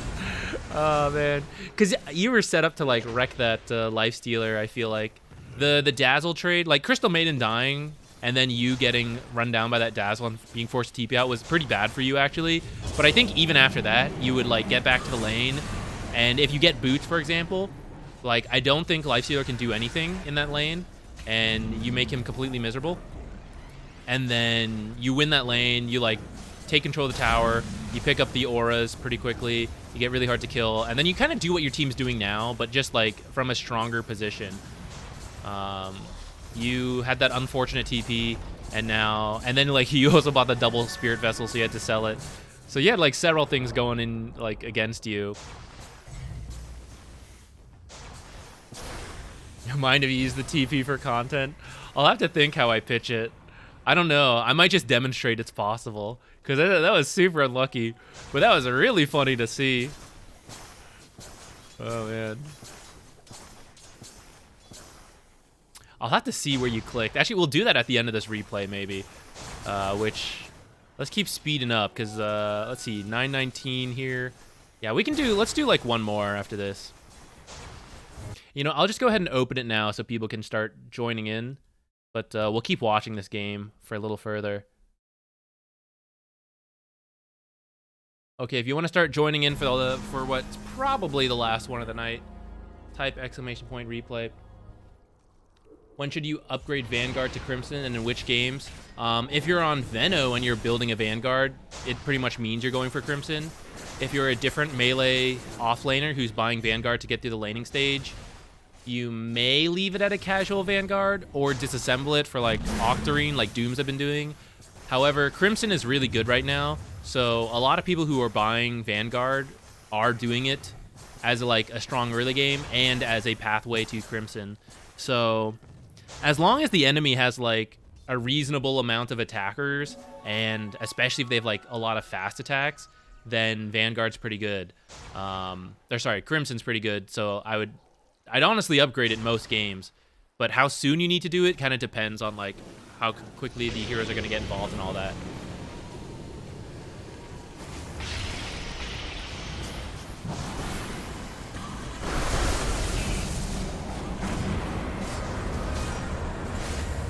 Whack.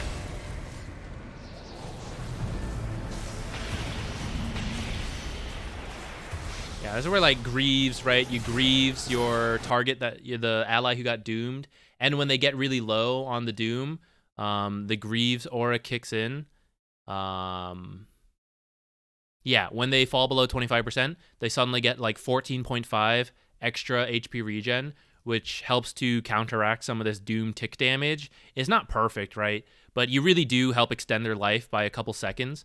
And that can be like just the aura, right? Could be the difference, plus like the actual active and the armor maybe protecting them from other damage. So that's kind of why like against Doom, the people who are worried about being doomed should build things to help survive it or dodge it with like Lincolns. But the allies who like, damn, I can't let that guy get doomed and die, you have to like buy saving items, which is like heals and like, well, it's mainly heals because it's pure damage, so you can't really do anything about the regen. Let's look at this fight again.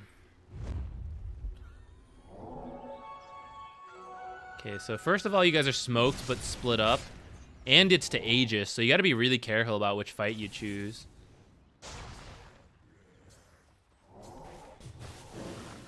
Get baited by the illusion, kind of revealing where you are. Lose Crystal Maiden ult. The first life goes pretty easily, though. There's a big black hole, but you guys weren't really together for it, so it kind of got wasted a little bit. There's then the Doom on Phoenix, who I don't think realized it because continued to run towards the Huskar. And I think if Phoenix just runs away, Phoenix probably lives. And then Dazzle is unbothered in the back, so you guys are being healed and graved against. Yeah, I think maybe just a little unlucky on getting baited by the illusion, but also I think when your team like went for it, like because they have Aegis, you already want to be cautious, but like you can still do stuff. You just need to see them split up. I don't think you guys actually saw them split up though. You just smoked and then got separated.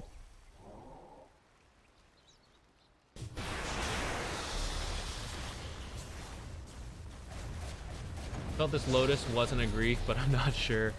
Let's see. I think I think for the game it's okay. Let me think if you want it now.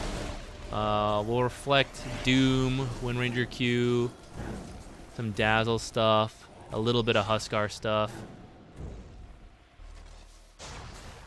And then later when like Abyssals and Hexes come out.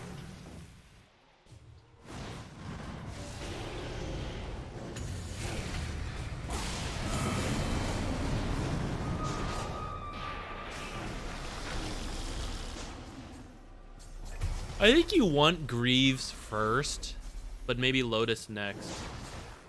Could be okay. The auras are strongest early, right? So that's just why, like, typically getting them sooner is better.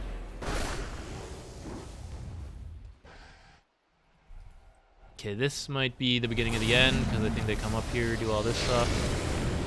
Yeah.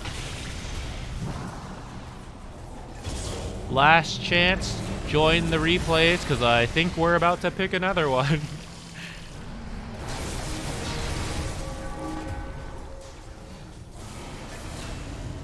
You guys may have gone in a little too soon. You weren't all quite up together. You guys got some kills, though.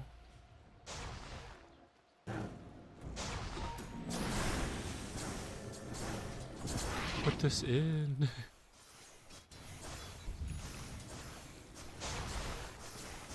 Okay.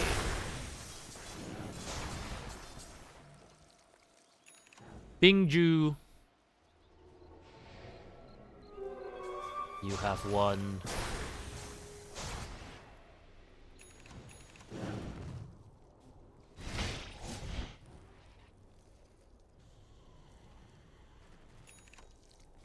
The old late game tranquils. Also, if you're not using the slots, I kind of think it's okay to get like a casual bracer to tank up a little bit.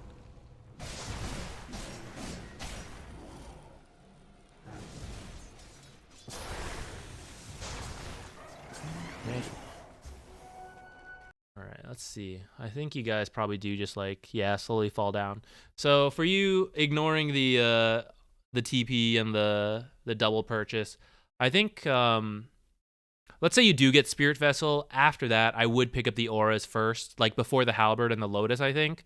Get like Greaves and Crimson, then maybe get a Halberd, and then get the Lotus. I think that build order might work a little better. I kind of don't hate the early Halberd, but after that, then I would definitely get the auras and then the Lotus. Because you already have something like, you already have like Phoenix Slow and Disarm to kind of like make his attacks like difficult. I think the Disarm becomes more useful when BKBs come out and you're trying to like disarm people before they have BKBs. Or they have like other dispels but can't remove it. So like it's not like always true to get auras first, but like I think generally true it'd be good. Just because like auras are the most powerful at the start of the game. Okay. Let's take a look at this one. Got Bingju here. Who are you playing? You're the Spirit Breaker. You mostly play 4 and 5. I want to know more about what to do in the laning stage. I'd love a roast. Will do. The Legend 4. Okay. Close this. Where is this? Oh, nice. Okay. Oh, I missed the N in your name before. Admiral. No, it was there. I'm not blind. Admiral Nikumura. I can't say Nikumura. Yeah, no problem. Happy to help. I did say it right the first time. I don't know why I thought I forgot it. Okay, let's see what you get. So your Spirit Breaker with a looks like Necro, unless. Wait. Okay, Legion carry. Okay. Mid DP offlane Necro, I guess. All right, and you're against Slark and Undying. All right, or it could be Ogre, Slark, I guess too.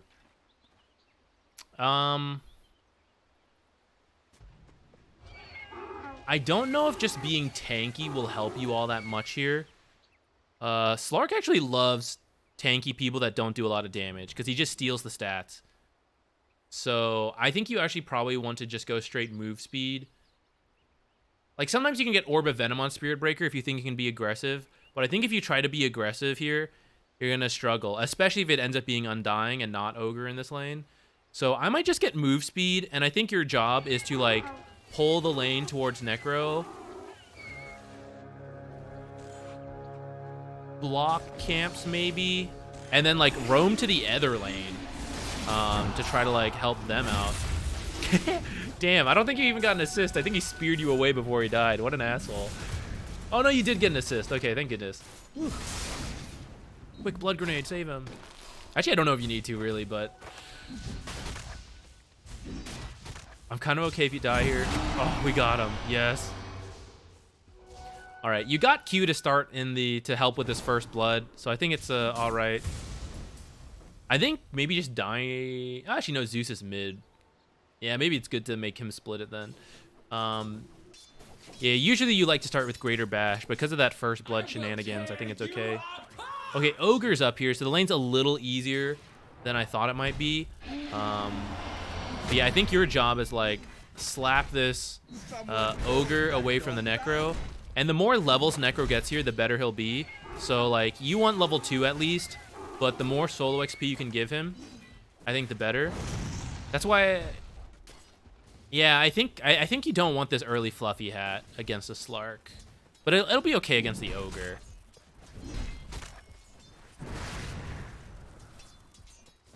So far on the back end of this already, like he's blocked your hard camp, his small camp's open.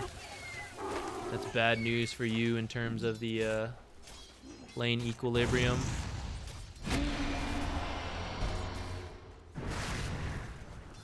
But Necro will get, like, Necro has a period where he's like very weak, which is usually the first couple levels, and then he starts getting strong. So you want to help him get to those first couple levels, and then you're probably gonna like roam a bit.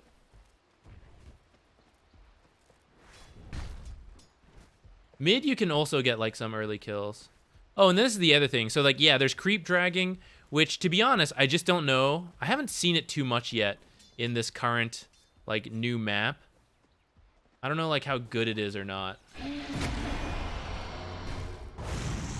You may want to charge through him here. Probably tango something as you're running too. I don't know if you needed to creep drag. Let's go back. Let's look at it again, actually. The issue with creep dragging is that you will end up giving stuff to Slark. And Slark is also a hero. You're like in a race to get level 6. Because once Slark has 6, he doesn't care about Necro as much. It's hard to die. And you want like Necro to get the first couple levels. And then if you do hit 6 first, you can threaten Slark really heavily. And so the issue with this is like, if you both get level 6, Slark is winning, I think. Because it's just really hard to kill Slark with his ult compared to Necro ult. So that's why like pulling usually trades a 50-50, because like your creeps go into their tower, their creeps come to your tower, and if you do it once and you maintain the lane here, and it looks like Slark messed it up, he didn't like drag around, so this might work out, but I wouldn't try to do it too much, because otherwise they'll both hit like level 6 at the same time.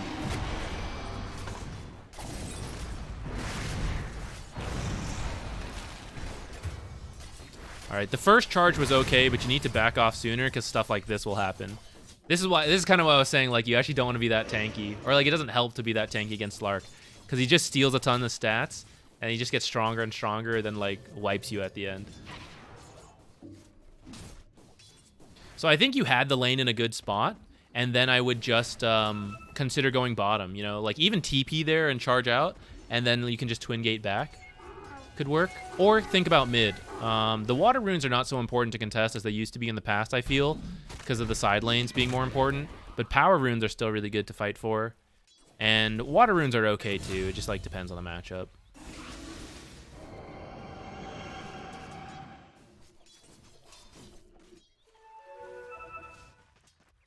Hey, Alex, what's up? I'm trying to wave off and it's bad for the offense. It's a bad lane for the offlaner. Yeah. No, I missed whatever's happening here, but you guys just got a Slark kill. Well, let me see this real quick. Oh. Oh. Thank goodness for that bash.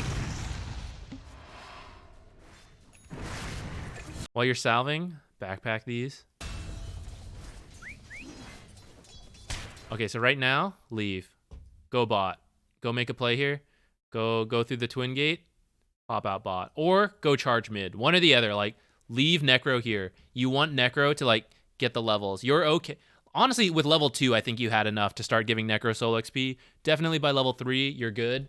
Like, don't stand here and help him. Give him the solo XP. In terms of wave pulling, I'm not fully sure for this patch yet. But I do think it's harder. Or, like, let's actually ignore that part. Creep dragging is best when you're, like, you're gonna lose the lane so hard that forcing a 50-50 is still, like, very much a win. And you know you're gonna lose, right? That's usually, like, undying into, like, strength heroes. Like, that matchup is so bad, it's better to creep drag and force 50-50s. This is, like, a playable matchup. You just need to be very careful. And that's kind of why, like, I'm hesitant on creep dragging, because whoever hits 6 first, or, like, Slark hits 6 first, he wins. Slark hits 6 at the same time, he wins. Slark hits 6 after Necro, that's a win. And if you're forcing 50-50, then you're naturally going to move towards, like, an even lane. Unless you, like, force the 50-50 and then you, like, completely ditch out. But, like, the enemy can also do that, so then it's, like, it gets to the same point. This is one you just need to get Necro to, like, level 3 or 4, and then he starts winning the lane. So that's why, like, you just wanted to be careful at that point. But you still want to be, like, ahead. So you just keep, like, Ogre off, you pull the lane back, and you let Necro handle it. And when they try to do too much, you, like, charge in. Otherwise, you're, like, gonna go help other lanes a bit. For the team!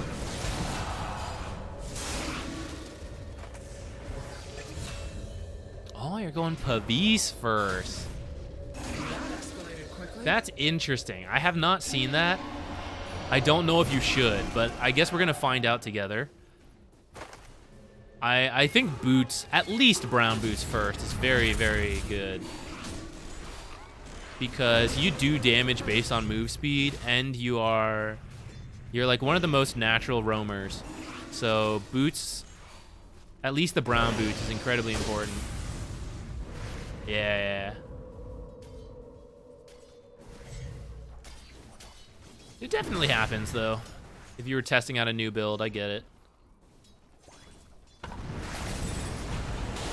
Necro ult sooner. Oh, damn. He needed to Necro ult like a second faster, and then I think you like hit the charge as he's coming in, and you get the kill. It's a tough one, though.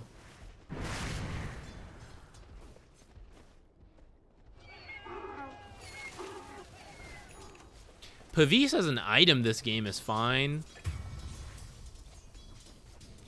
Actually, now that I think about it, maybe it's the same logic as Slark. Do I want to Pavise people? Is Slark just stealing more stacks? I think it's still okay. I think it's conceptually still fine. I don't know if it's what you want to build, though. Drums seems okay, though against Mars, and there's the leash too. It's really good against Tombstone, and I feel like it'll be good with an LC.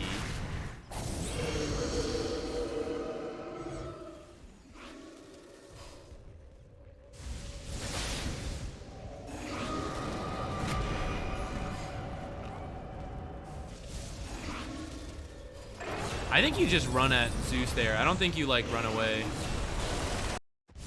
Fortify your creeps and go. Like, I think she should fortify her creeps now while the tower was still hitting them. But then when the next, like, I think you just run at Zeus, de-aggro as this creep wave walks in, and then, like, fortify. If you die for this stuff, it's okay, but you don't want her to die.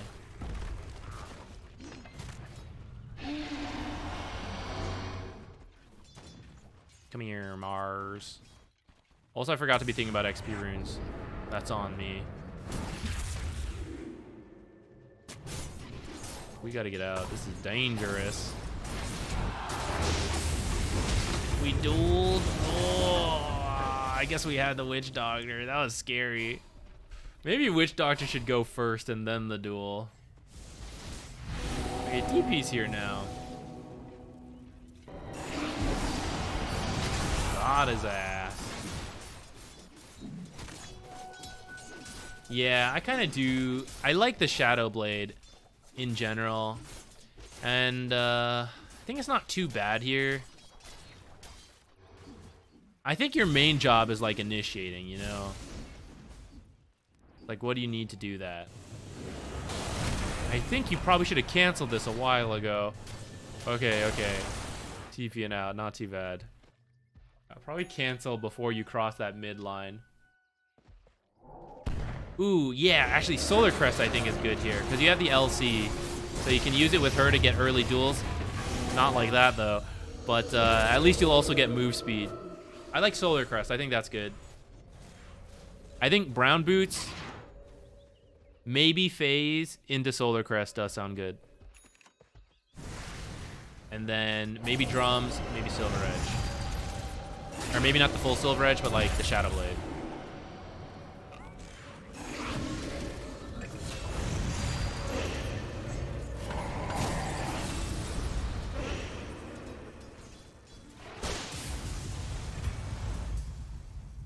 Get me out of here. Quick charge to something. Oh no. Well, you probably would have died if you kept running anyways. Actually, you had TP, so when Undying was running at you, you could probably just TP, because he doesn't have a way to cancel, but Slark and Zeus do. Slark was like running around. What should 4 or 5 do if we can't play aggressive? It is really good to fight early right now. If that's not available to you just for like whatever reason, stacking is really good right now, so you can look to stack. Plus, if your team can't fight, it's usually because they're weak and or strong later, so stacking helps them to hit those timings sooner. So stacking can be really good. You can look to like split push waves a little bit, do a little jungling if you can. There's usually some opportunity in pubs to do that stuff. And also because it's a pub, even though if you're on the weaker side, usually the enemy like goofs up somewhere and you can look for that. But I guess my #1 suggestion would be the stacking if you can't do too much. And if you have a team that can't play aggressive nor clear stacks, you're boned. That sounds like a real bad draft. Here, try to hide in one of the trees, because they know you're there because of the zombies. Kill the zombies and run into a tree and like pray. Close your eyes, and then just TP and pray. I don't know. Maybe it wouldn't have worked anyways.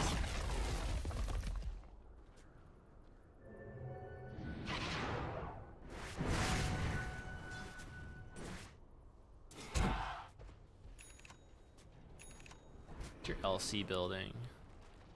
Blade mail. No duel wins. Oh, that sucks. That's so rough. All right, new plan. Get some duel wins on this lady. You need to like smoke you, Witch Doctor, her. As long as you find like a single target, it should be a kill.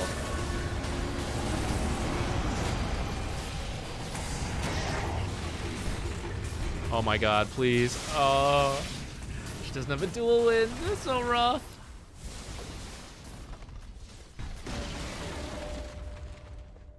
Visage 4?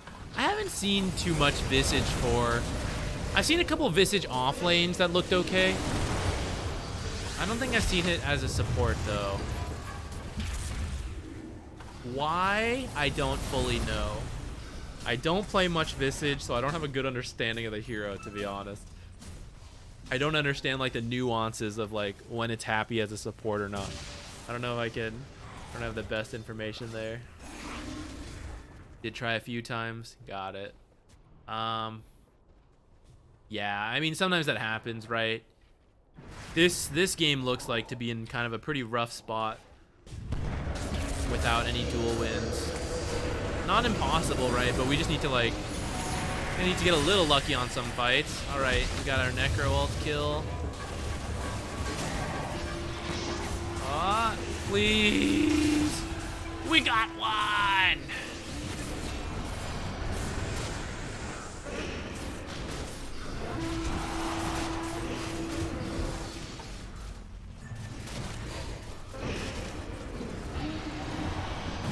Phase boots. Phase boots to increase bash damage. Turn and fight. You too. You kill the zombies. Okay, sometimes I think you're like running away when you're not supposed to be. You gotta like balls in kind of guy, you know? Oh, also max out charge. 1 point in bulldoze. Usually something like E, Q, E, W, E, Alt E, max charge, max W. The extra charge speed, lower cooldown, and higher stun duration is really nice. I think a little more useful than just points in W. Like when the dive happens, right? Like I see you sometimes at full health. Like in that mid one, for example, you're at full health and then you're like running away while the mid's still going. You gotta like, we're in this. Let's go.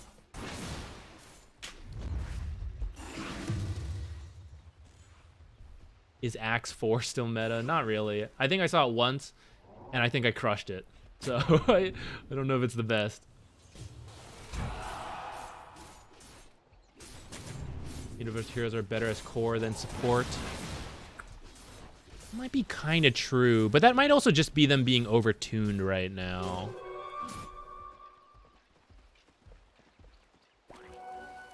Well, that's not fully true. Techies is a very strong support. He's universal. Who else? Yeah, I guess that's it. We're done. Venomancer. Arguably more popular as a support than a core, but also of an effective core, so I don't know if that really bucks the the theory.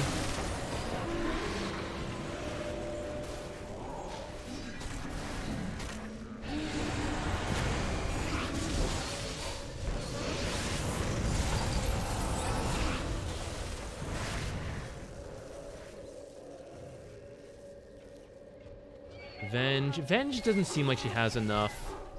I don't know. God, can't they?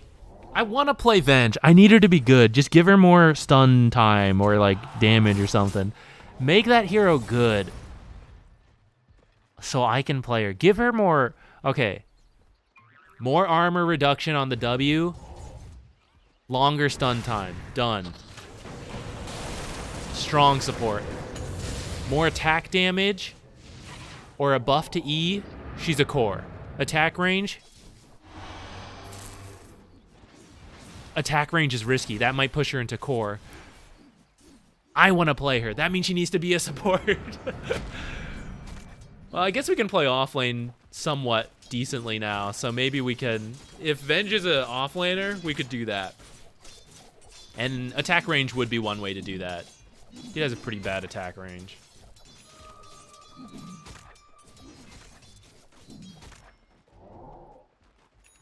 Oh, Murata? Yeah, I forgot about her. Not bad. I messed up the skills this game. I got you.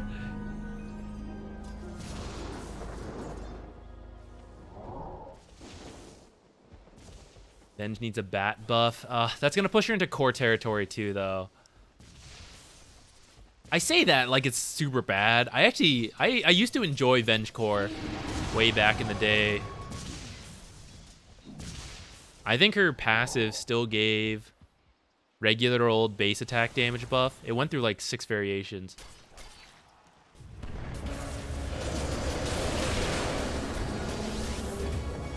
They start on you guys like every single time, I swear. Maybe I'm not paying attention because I'm chit-chatting with you all, but...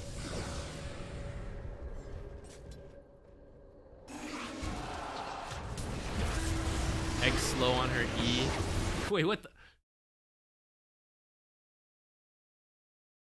Wait, do you mean her W? Or am I super behind on the W, right? Because you started mentioning armor reduction on E, and I was like, am I super behind on this hero? Does she have armor reduction on E? No, yeah, let's see. Okay. More damage on W could also work. A slow also works. I actually kind of...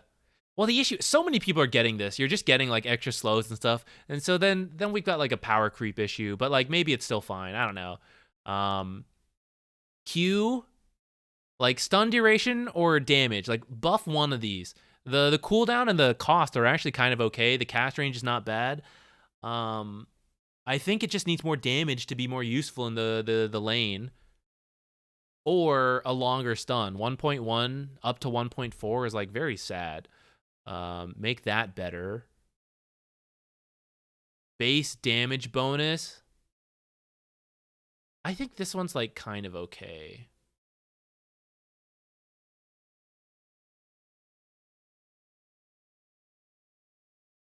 Maybe...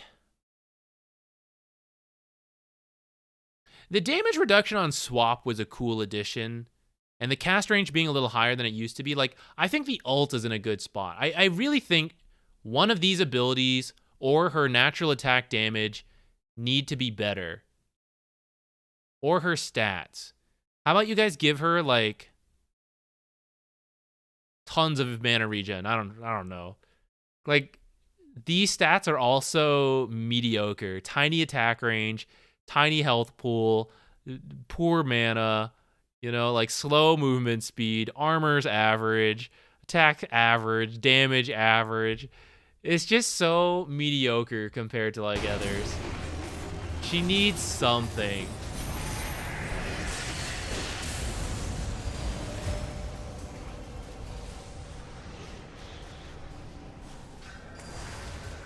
We can go back to the landing stage. But how should I try and pull the big camp if the creep wave is in their tower and the support stopping me from playing? Not in this game, but it's something I struggle with. Good question. So just to make sure, kind of understand, let's go to a point where the tower is still up. Okay, so like, the creep wave is currently in their tower. Do you mean like literally in their tower or like in front of the tower? Because it's kind of different. And then the support is stomping you. So like that's the main thing. The support's stomping you. Just in a good spot for the Slark. Okay, yeah. So if the lane is like here, right? Then in theory Slark is back here.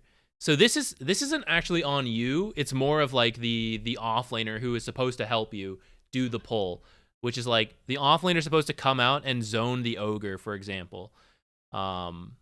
And make it easier for you. For you on your own, something you could try is if you know, let's say it's like 4 minutes, right? And you want to pull at 4:17-ish, then you just start going ham on Ogre, right? You just like start blasting him with spells and attacking to get him low. So he's like, oh, okay, I need to heal up and be careful a little bit. And if he doesn't do that and he walks up, then maybe your spells are back off cooldown and you can like hit him with spells again. Ultimately, there's actually not much you can do, like, unless you're good in the matchup, right? 1v1, the support. Like, if they come to body block, like, you can't actually deal with that, and it's good on them to do it, but it puts them out of position, and that's why it's actually more on the offlaner to, like, they need to come help do the 2v1 to punish them. So it's like, okay, you stop this one, but we kill you, or you just lose a lot of health, which means the next pull, you're too low to contest it. Or they have to pop a salve, and that way you're like at least burning through their regen, and then you do it again. Like, okay, you come up, like, fine, you stop this pull, but we 2v1 you, and you lose half your health or more. And Slark, he can come like up here to try to like play the 2v2, And at that point, you're kind of succeeding in your goal, right? Which is like, okay, well, Slark, like, we're now having a standoff, like, outside the lane, which means these creeps are going, like, he's missing them. And if he walks back for the creeps, then he's out of the spot. Yeah. Yeah, sometimes the 5 will stop you. And I mean, it's good on them, right? That's their job. That's when you can, like, go for, like, alternative measures. You can, like, shove the lane in hard. That's another way to, like, keep the carry busy. Is like, you kill the creep waves really fast, so now the carry wants to bring it under the tower, and now your offlaner is free to come help you fight. You do, like, creep dragging, but instead of, like, full dragging, you just, like, run them in a circle for a bit. Maybe over, like, the map is huge now, so I think you could, I haven't done this myself. This might be shit advice. But in theory, I think you could easily double up a wave where you, like, walk over here, grab these creeps, go in a circle, like, even if they come chase you, like, this jungle's so freaking big now. You come lose them off, like, high ground back here, you know, and you TP out or something.